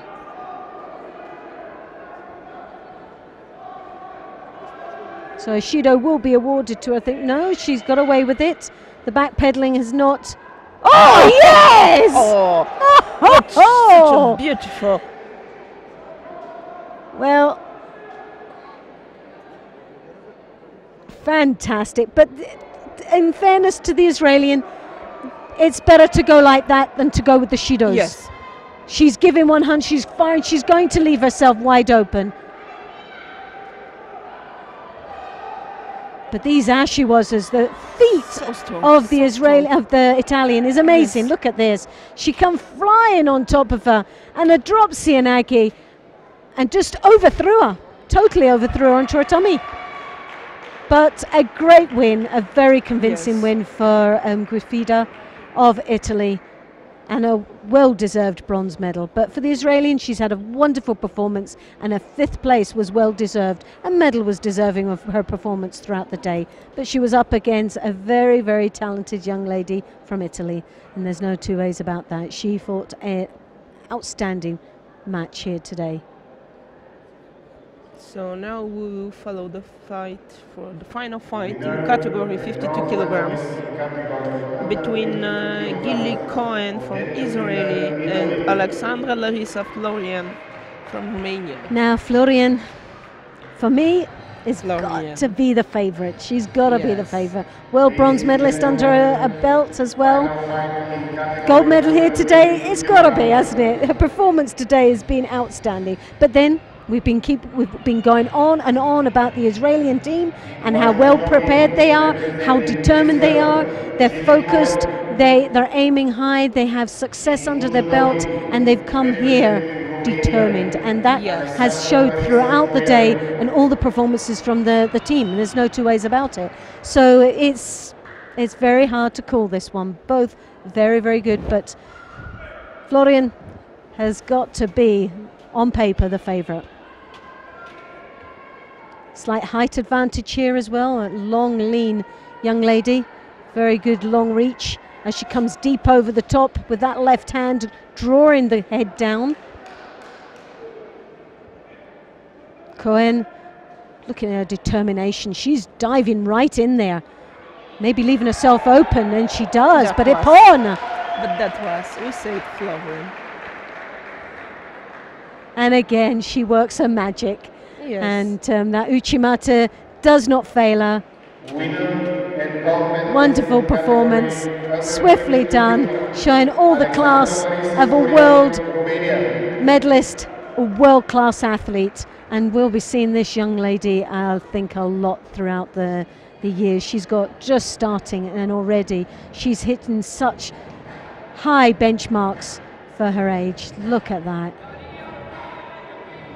Wonderful display of judo there from such a young, talented athlete. So we're going to come across now to the men's celebrations of the under 60 kilo category. This is the award ceremony for these young men. So we're going to leave you with just a few moments to share the celebrations of these young fine men that have fought so hard to take their medals today. Under 60 kilograms of the European Championships.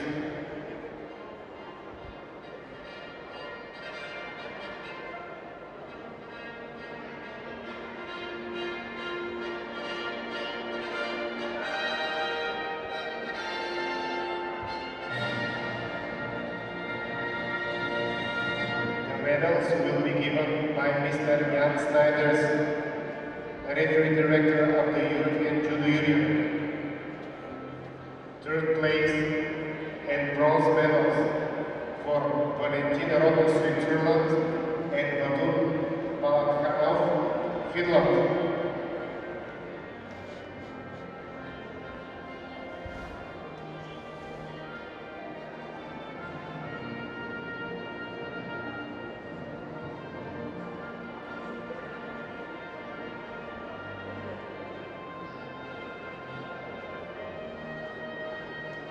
Second place and silver medal for Alberto Bezuk, Russia.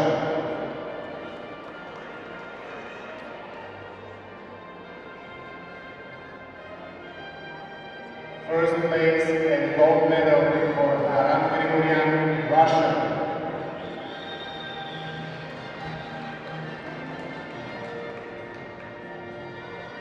The diploma will be given by Mr. Asen Korujin, General Secretary of Bulgarian Judo Federation.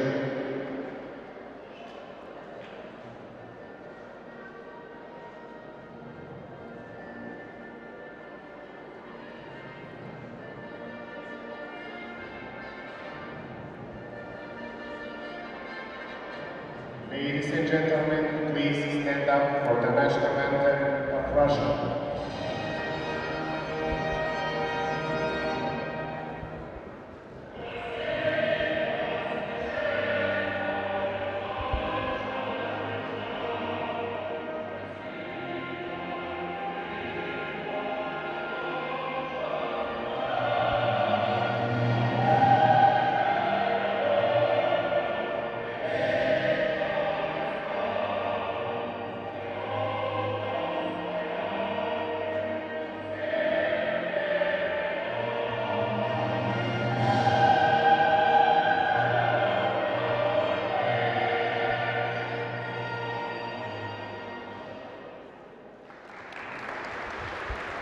We invite the officials to take a picture with the medalist.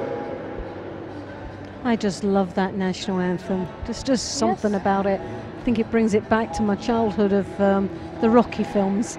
We used to train to them, and the music and the inspiration and that Russian music that So just gets deep into your heart. Anthems. It gets deep into your heart, doesn't it? It's so patriotic and When proud and boisterous, isn't yes, it? and when you understand also the lyrics, it's really beautiful lyrics. The Yes, I lyrics are should be. beautiful. I should actually get a copy of that translated into English. It would be interesting to know how it is translated. But it is. It's such a passionate national anthem, indeed. And now we will follow the fight for bronze medals in category 66 kilograms to the men on Samokov 2013. And we're going to go with on mat number 2 will be the fight between Gunnar Kops from Netherlands and Jakub Shamilov from Russia. And on mat number 3 will be between Andras Jereb from Slovakia and Akil Gyakova from IGA. And we're going to follow mat number 2. Yes. Representing IGA, another Italian competitor for medal we will see here on the final match for this category. It's Emanuele Bruno from Italy. Oh, she was fantastic, but the Hungarian, Hagyo Gabo. Yes. Very strong indeed, so it'd be interesting there. Already one Yuko for Shamilov from Russia. Again, another Russian competitor. Again, they'll put them... Only 20 seconds and Yuko. Well, they don't mess around. That's one thing you can say about the Russians. They get right into them. Determined.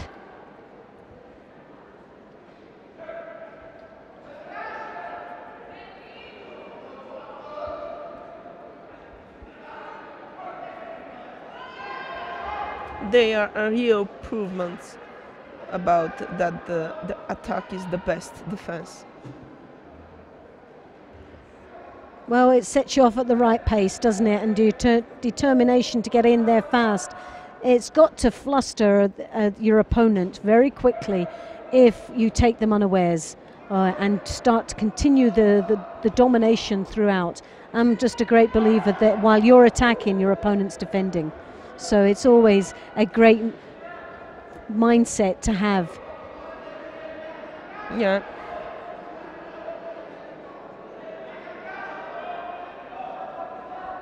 And the Russian nicely dominating on the grips. Lovely Ouchigari there, drawing his opponent's head down. Maybe a little bit too much that you couldn't actually be thrown with the Ouchigari. It was a little bit sort of restricting the direction of the throw that he was trying to execute. Shamilov looking very strong indeed. Not sure what he's doing down there. I don't think he knows himself, to be honest. Ouchigari, you see the driving, but he put the weight, trying to change it from the Ouchigari and take it off to the side, but he'd overstretched himself, leaving himself very little room for maneuver.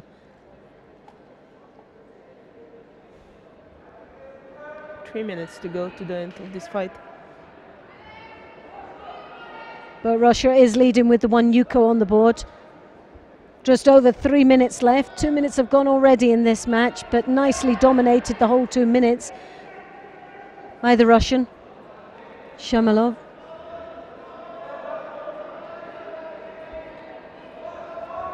Oh, that was a little bit of a weird movement there. A rotation with no grip.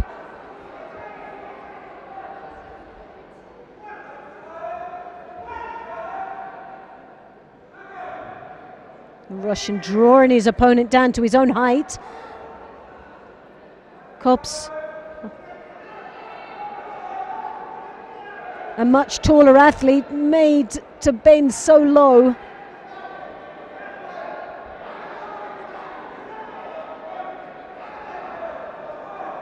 See the height advantage there and the reach that the Dutchman has. And Shamilov is drawing by the high collar, drawing his opponent down to his level. He's not playing with that height advantage. He's actually drawing him down to his level, breaking his balance, and again a lovely counter. They gave a Vazari. I wouldn't have been a Wazari there, because he landed onto his bottom straight down, then rotated. Oh, I don't know how they would count that. But if it's a continuation, it is a score, isn't it? If it's a pause as soon as they drop, which was, he fell onto his bottom, was that the score? No, well, a Wazari because of the continuation of the attack. And a Shido being awarded to Kops of the Netherlands. But again, you can see how the Russian is drawing his opponent down, then allowing him to come up out of a very awkward posture, which then creates the opportunity and an opening for the Seoinagis or the Ouchigaris, because he's then transferring the partner's balance. Yeah.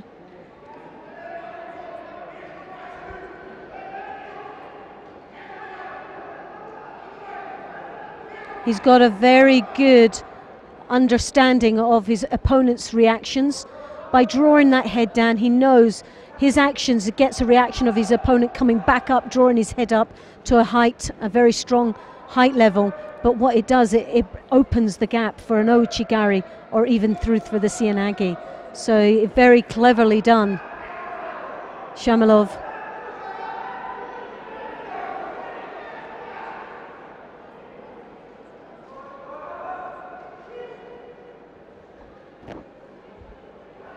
It's very hard to believe that this is just a bronze medal final. As good a match of any final at any other time. It just shows you the depth and level of this competition. Just the trigger on the face. Working for Saikomi. And he keeps rotating, yes. But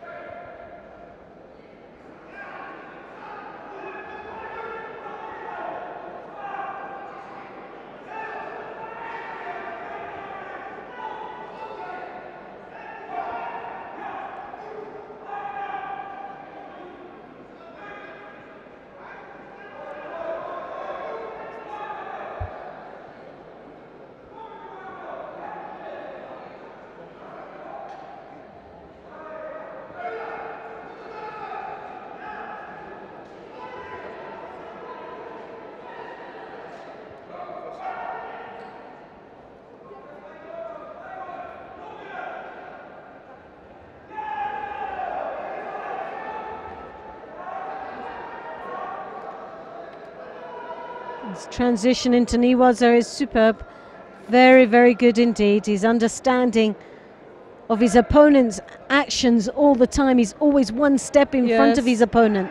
Every movement he makes, he knows what the reaction will be to follow through to his next move. A great judo man here. Oh, yes! One hand. One hand grip.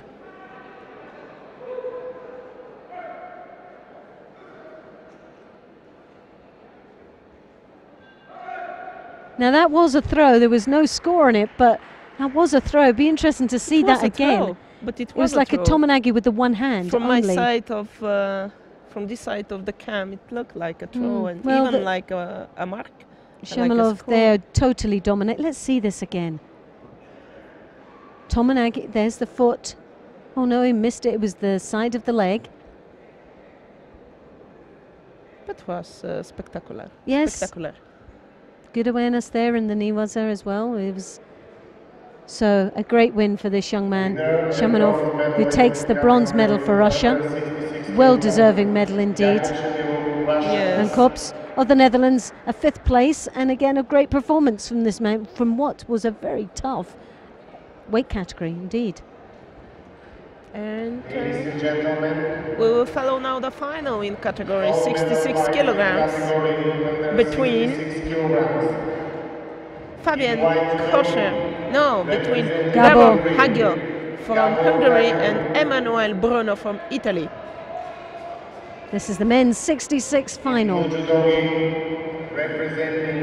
here we see the sort of highlights of this match, but again he right onto his bottom, totally dismisses any attempt of an attack.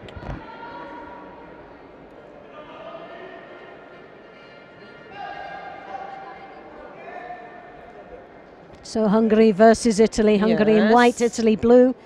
Equal toe, guys. Great start there for Hungary.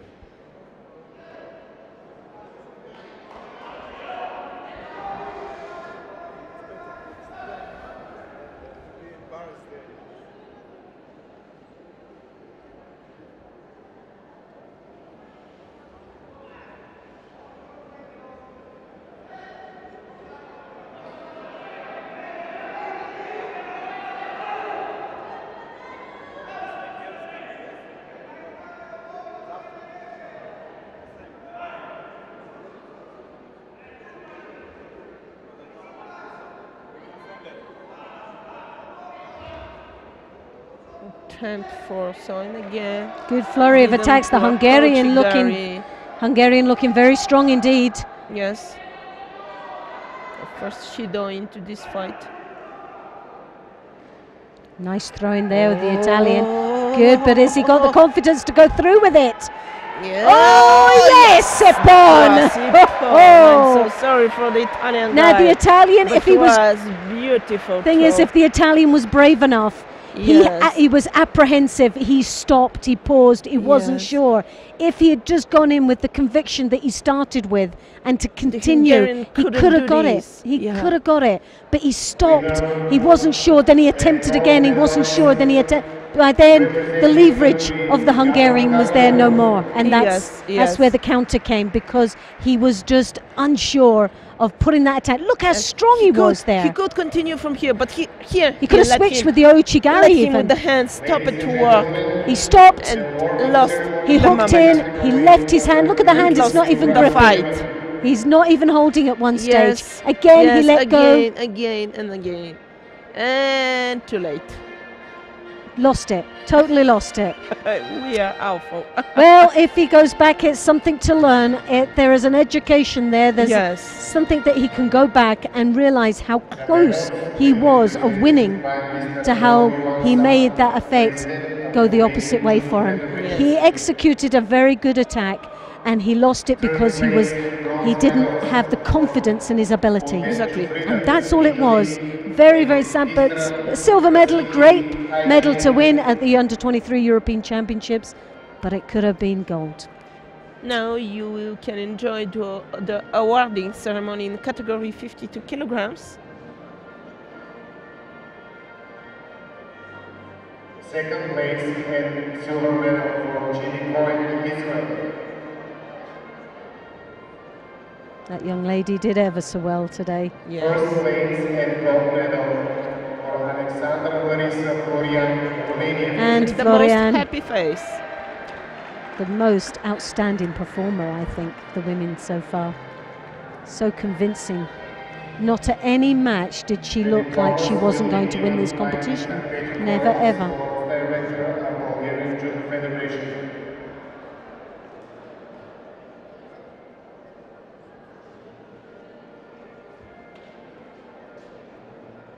But they all look very, very happy. Yes. Great ambassadors for women's judo.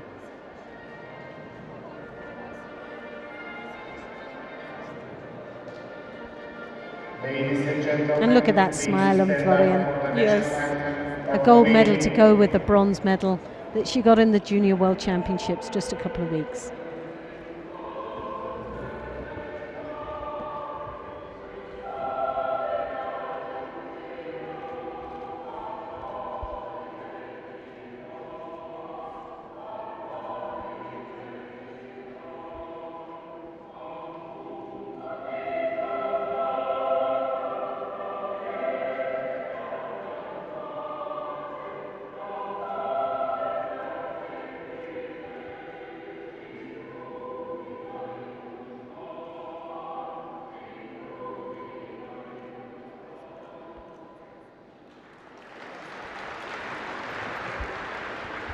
We invite the officials to take a picture with the medalists.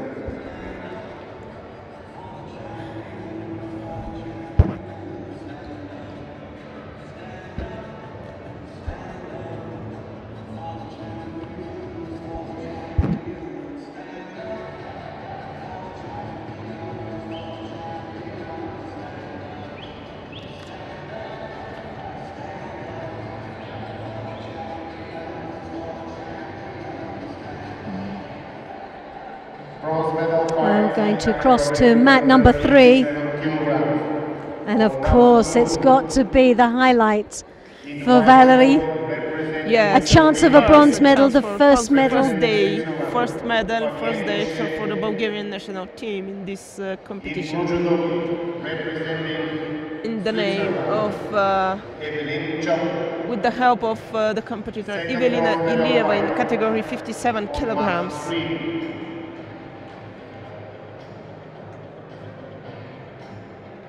Second bronze medal fight on mat 3, representing Italy, Martina Ricci. white, inclusion of him representing Bulgaria, divided in yellow. So let's see, let's follow this fight. Go, go, girl! I would say she deserves. Well, she had a great performance in the semi-final. Was very unlucky indeed, and it looks like she's got over that disappointment, and she's very much determined to get this bronze medal. But she is up against a very, very strong competitor from a very strong nation of judo, Italy.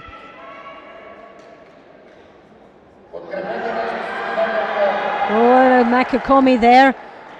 Good attempt. And looking for the shimiwaza there. The niwaza, she's not sure how, it's on the face. Yes. But again, that determination has already started to pile the pressure on the Italian.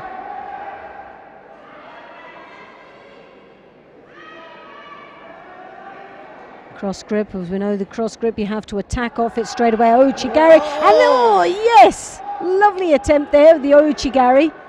Those long legs of this young lady from Italy.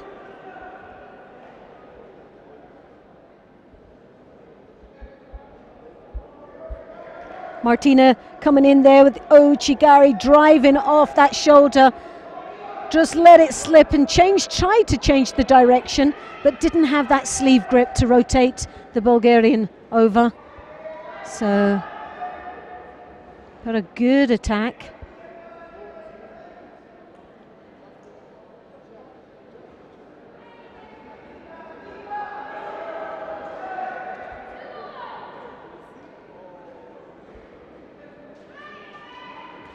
Minutes and 40 seconds to go. No score, no penalties yet. Very, very close fought match.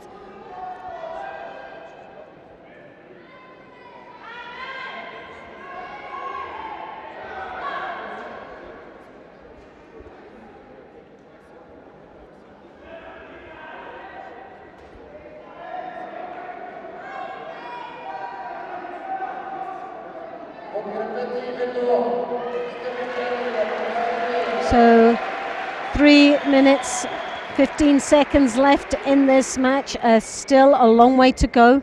No score at all. A good drop, Sianagi there. Driving over, looking for the niwaza.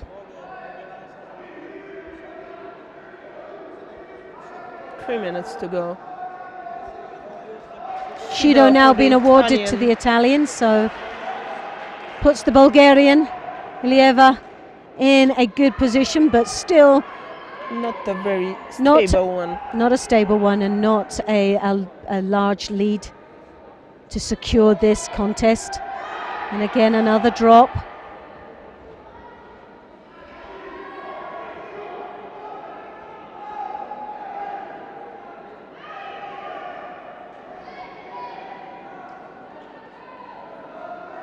Two minutes, 40 seconds to go.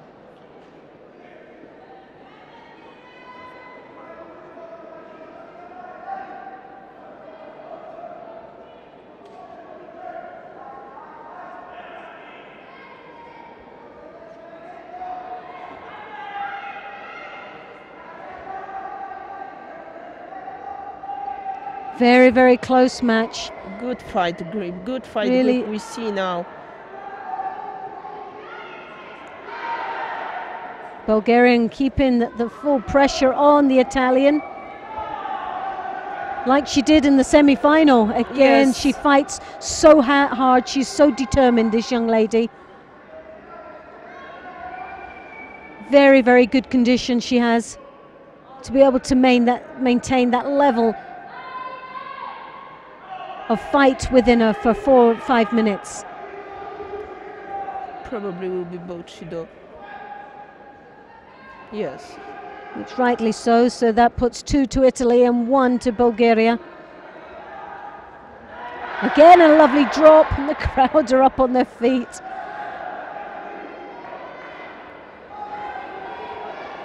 And my colleague here is on the edge of her seat.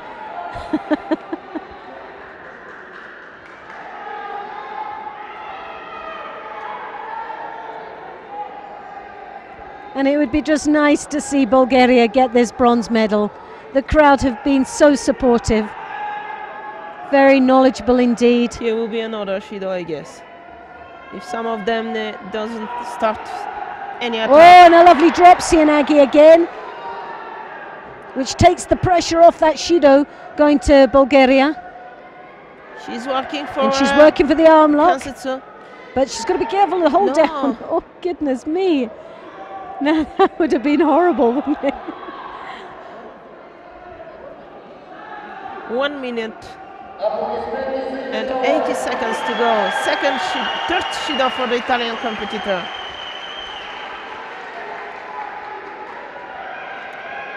Gives a little breath to the Bulgarian one.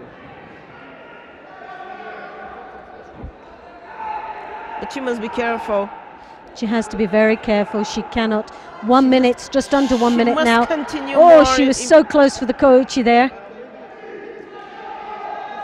Don't think she really believed that it was there. Just a natural reaction, but 3 Shidos now to the Italian. 1 more would result in a hand sokumaki. But the Bulgarian has to still continue with this fight. Yes. It was working for her, the pressure that she can maintain, but she cannot. She must not stop fighting. As soon as she stops, she'll leave herself open. Oh, oh goodness me. This is not the attack she must do right now. Oh, Chigari, it was so close for the Italian. Really close. That was her opportunity. 39 seconds to go though. With attacks like that, it's not over and done with 20 yet. seconds to go. Oh, so and the crowd go, oh, goodness me. Oh, yes, you can put your hands over your eyes, definitely, on that sort of judo. And that was. Oh, yes. And a finish off, and yes, we can hear the crowd. The crowd are absolutely delighted with that. The first medal there goes to Bulgaria, a bronze medal, and a well-deserving bronze medalist she is. Wonderful display of judo, and she has fought so hard throughout the day, and yeah, she's got every reason to smile about that. She worked it out. Oh, she worked hard. She definitely worked for that. And Eva, they're calling, showing their appreciation of what wonderful judo this young lady has. A real champion in the making for Bulgaria, and a well-deserved in bronze medal. Well, this will be a nice ending for the Oh, wonderful fight ending today. for the first day for Of course, Bulgaria. we will enjoy to the final match in this category between Loredana Ohai from Romania, lovely competitor, and Lola Benaroce from France. Now, both these athletes finished their semi-finals so quickly, leaving very little to know how the performance. Lola was all day. She has performed extremely well, and so it'd be interesting to see how this all. The Romanians have had a good day in general. Their performances have been very solid throughout, but we know the depth of the French judo. We know their strengths. We know how they can perform. They're from a real bloodline of quality judo throughout the years. So it's not going to be an easy final for either one of these two young ladies. No, but it will be enjoyable for us. Oh, it will be. It will be very nice. So they are coming on the mat in white judogi, Loredana Ohai from Romania. And Bernard Rocher, Lola of France in the blue. Hajime.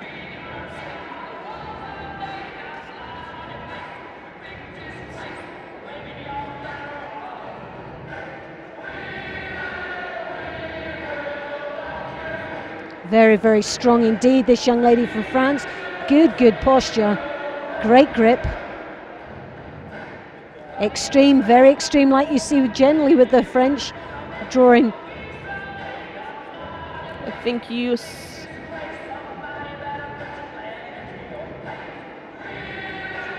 But totally dismissed there from the Romanian. I think that the referee has something against the loud music. He cannot hear. Well, the music is still it's nice, playing. but it's still playing. Excellent. Well, a bit of music while you work doesn't hurt anybody, does it? So if you couldn't get any more motivational than "We Will Rock You," well, never mind. It could have been worse. It could have "We Are the Champions," and that was a bit pressing. There is another one better song. Let the body hit the floor. Oh, yes. So, oh, a great attack there from the Romanian. As she works now her stuff into the Niwaza, rotating her opponent over, looking for any opening she can get there. And no, it was across the face. No, it was across the face. I didn't saw it like this. Okay.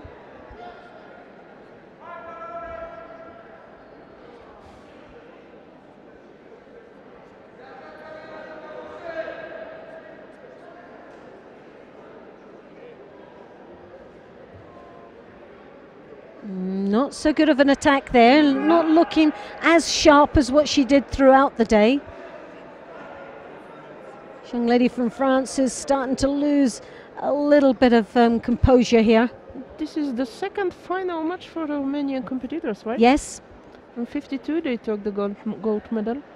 Let's And the see Romanian what are very, very here. good. Oh, a little bit of lack of control there. Yes.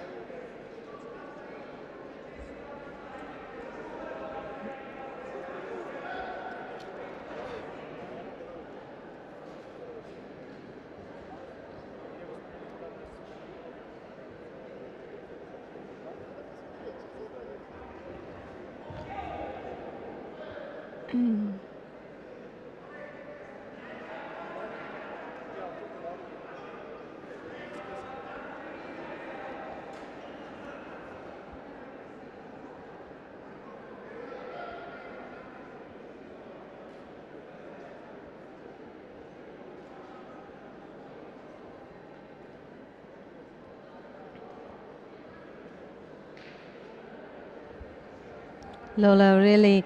Oh, yes, Uchimata. Oh, and Wazari scored. And also coming. No. Ouch. Oh, and the arching of the back there was a little bit put off, but Lola did very well to get off that bit. Is she out of trouble? I'm not sure right now, because the Romanian is still looking to pile the pressure on down there in the Niwaza. But as we can see, the attack here, she switches, but she turns back for the Uchimata. Right, what a reach. The flexibility of that young lady is unbelievable. Oh. I'd be happy if I could just touch my toes, but at the end of the day, bring my foot above my ear. Oh, I don't know. Long gone those days of even wishing. But we hear again the Romanian looking very strong indeed, and again another Uchimata into a Makakomi. Very strong attacks. Now Benaroche really has to sort of change her tactics now. Oh, she struggles something with the left foot. You see? Oh, hi.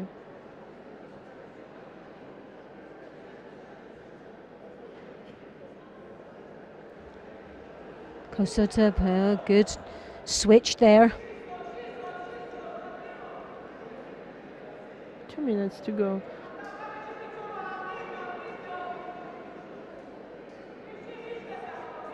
Working, trying to rotate her opponent.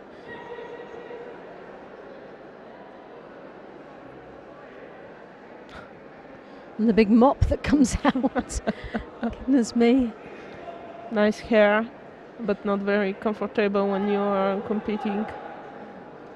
Well, if the hair was, should be 48 kilos who took that mop off.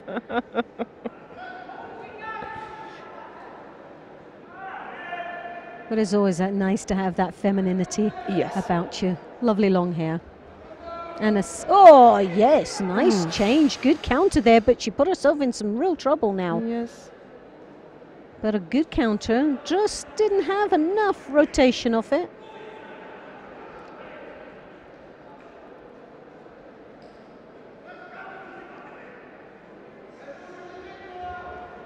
Drop Sianagi there, but not convincing enough. She's got a long way to come back. Well, 1 minute and 30 seconds, still a Wazari on the board for the Romanian. And France has got to do something very special indeed. As you see the switch, she rotated, but just, you see the foot was tucked underneath, so she didn't use the foot as the leverage that she needed. If that foot was flat into the ground, she could have actually rotated her own body. She couldn't use this foot because she stepped a little bit back, if you saw the outside edge of the foot. Oh, and here we've got another counter-attack.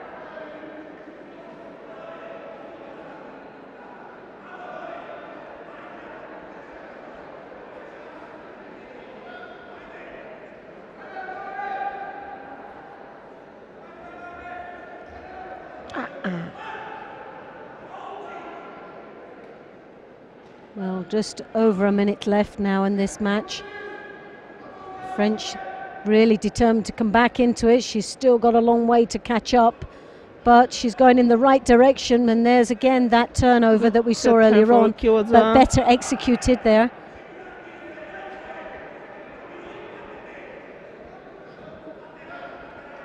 Yeah, I expected this on the previous mate. 48 seconds to go. Oh, leads a little bit uncontrolled. Wazari. Totally uncontrollable, that attack there from the French.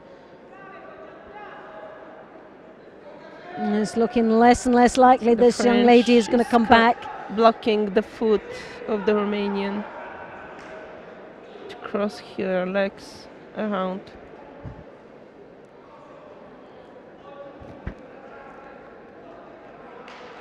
He will give some penalty now, I guess. Or just give chance to try. Hey.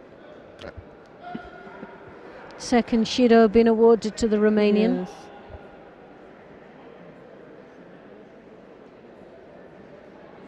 Good Ochigari. Uchimata again we saw. Uchimata. So 14 seconds to go. Can this young lady from France come back? The Romanian has been very consistent, very strong indeed. Can pick up another Judo, and with seconds left, the gold medal is going to go to Romania, and it does. That was. So the gold goes to Romania. Loredana High wins the gold. And Lola Benaroche of France takes the silver medal. Yes.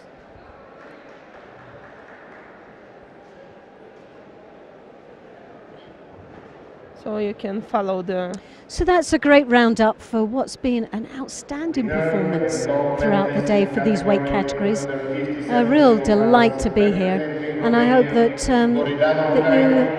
the viewers that are on the live stream have watched. I hope you've enjoyed it as much as we have. And we're just coming up to the last medal presentations of these weight categories. The last two presentations, yes, that's right. We have the men's 66 and then the 57s to follow.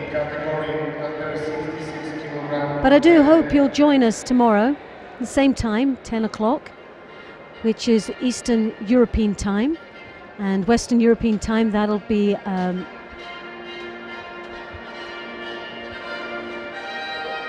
that'll be 9 o'clock, and back on home turf, as I would say in Greenwich Mean Time, that will be 8 o'clock. A very early start for you guys over there that will be watching, but I do hope you've enjoyed it. It's been an outstanding performance, hasn't it? It was a lovely day full of excellent judo, full with excellent final fights. Lovely smiling faces during the wedding ceremonies. They deserve, those kids deserve the medals and deserve their moment of glory. And we have really, I think it's Russia that has dominated the medal table, yes, but followed by Romania, because Romania picked up 2 gold medals. Yes. So very, very strong nations, but the medals have been spread across Europe. We've had some wonderful performances throughout the day.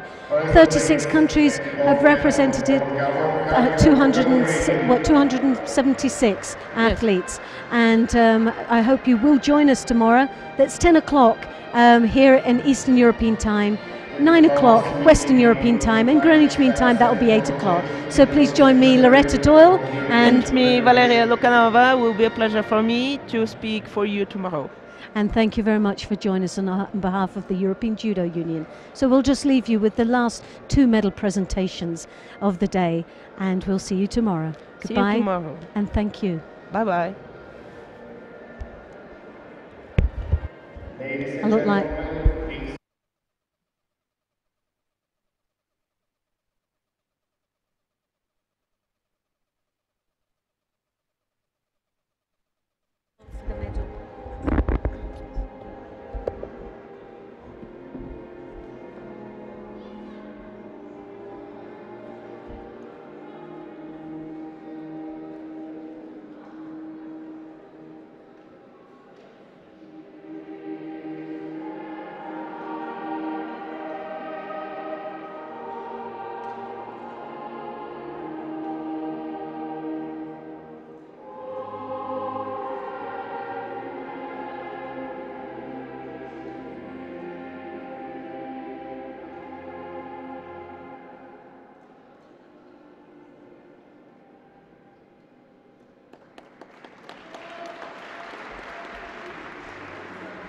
gentlemen, please.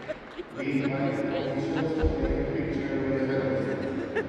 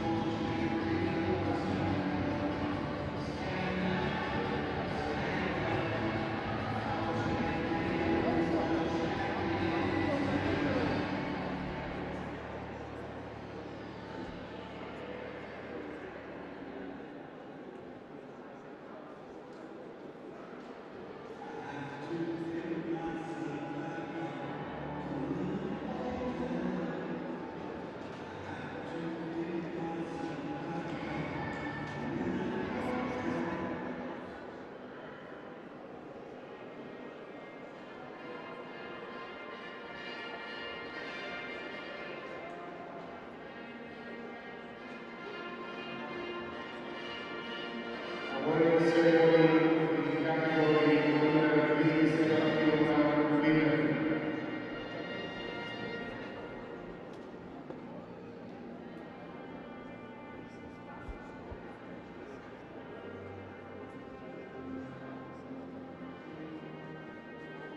The medals will be presented by Mr. Ivan Vasiliev, President of Hungarian Judo Federation. Third places and bronze medals for Evelina Ilieva of Bulgaria and Bulgaria Switzerland.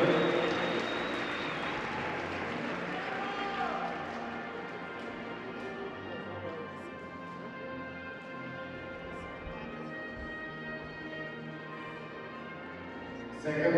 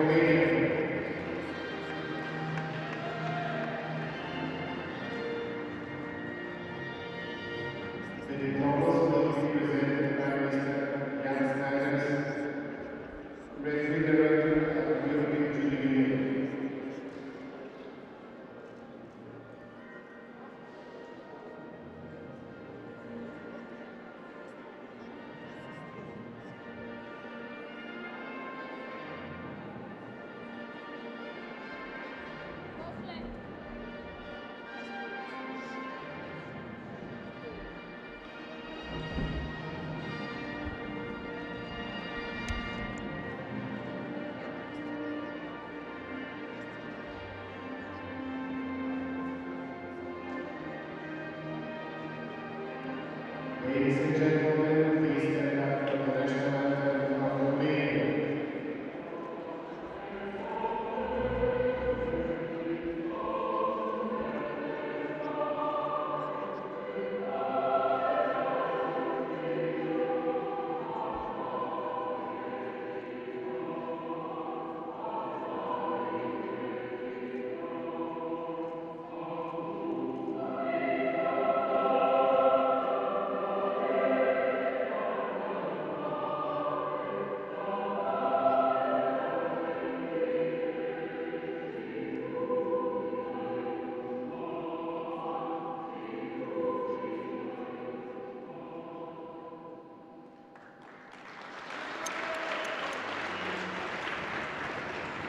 We invite all officials to take a picture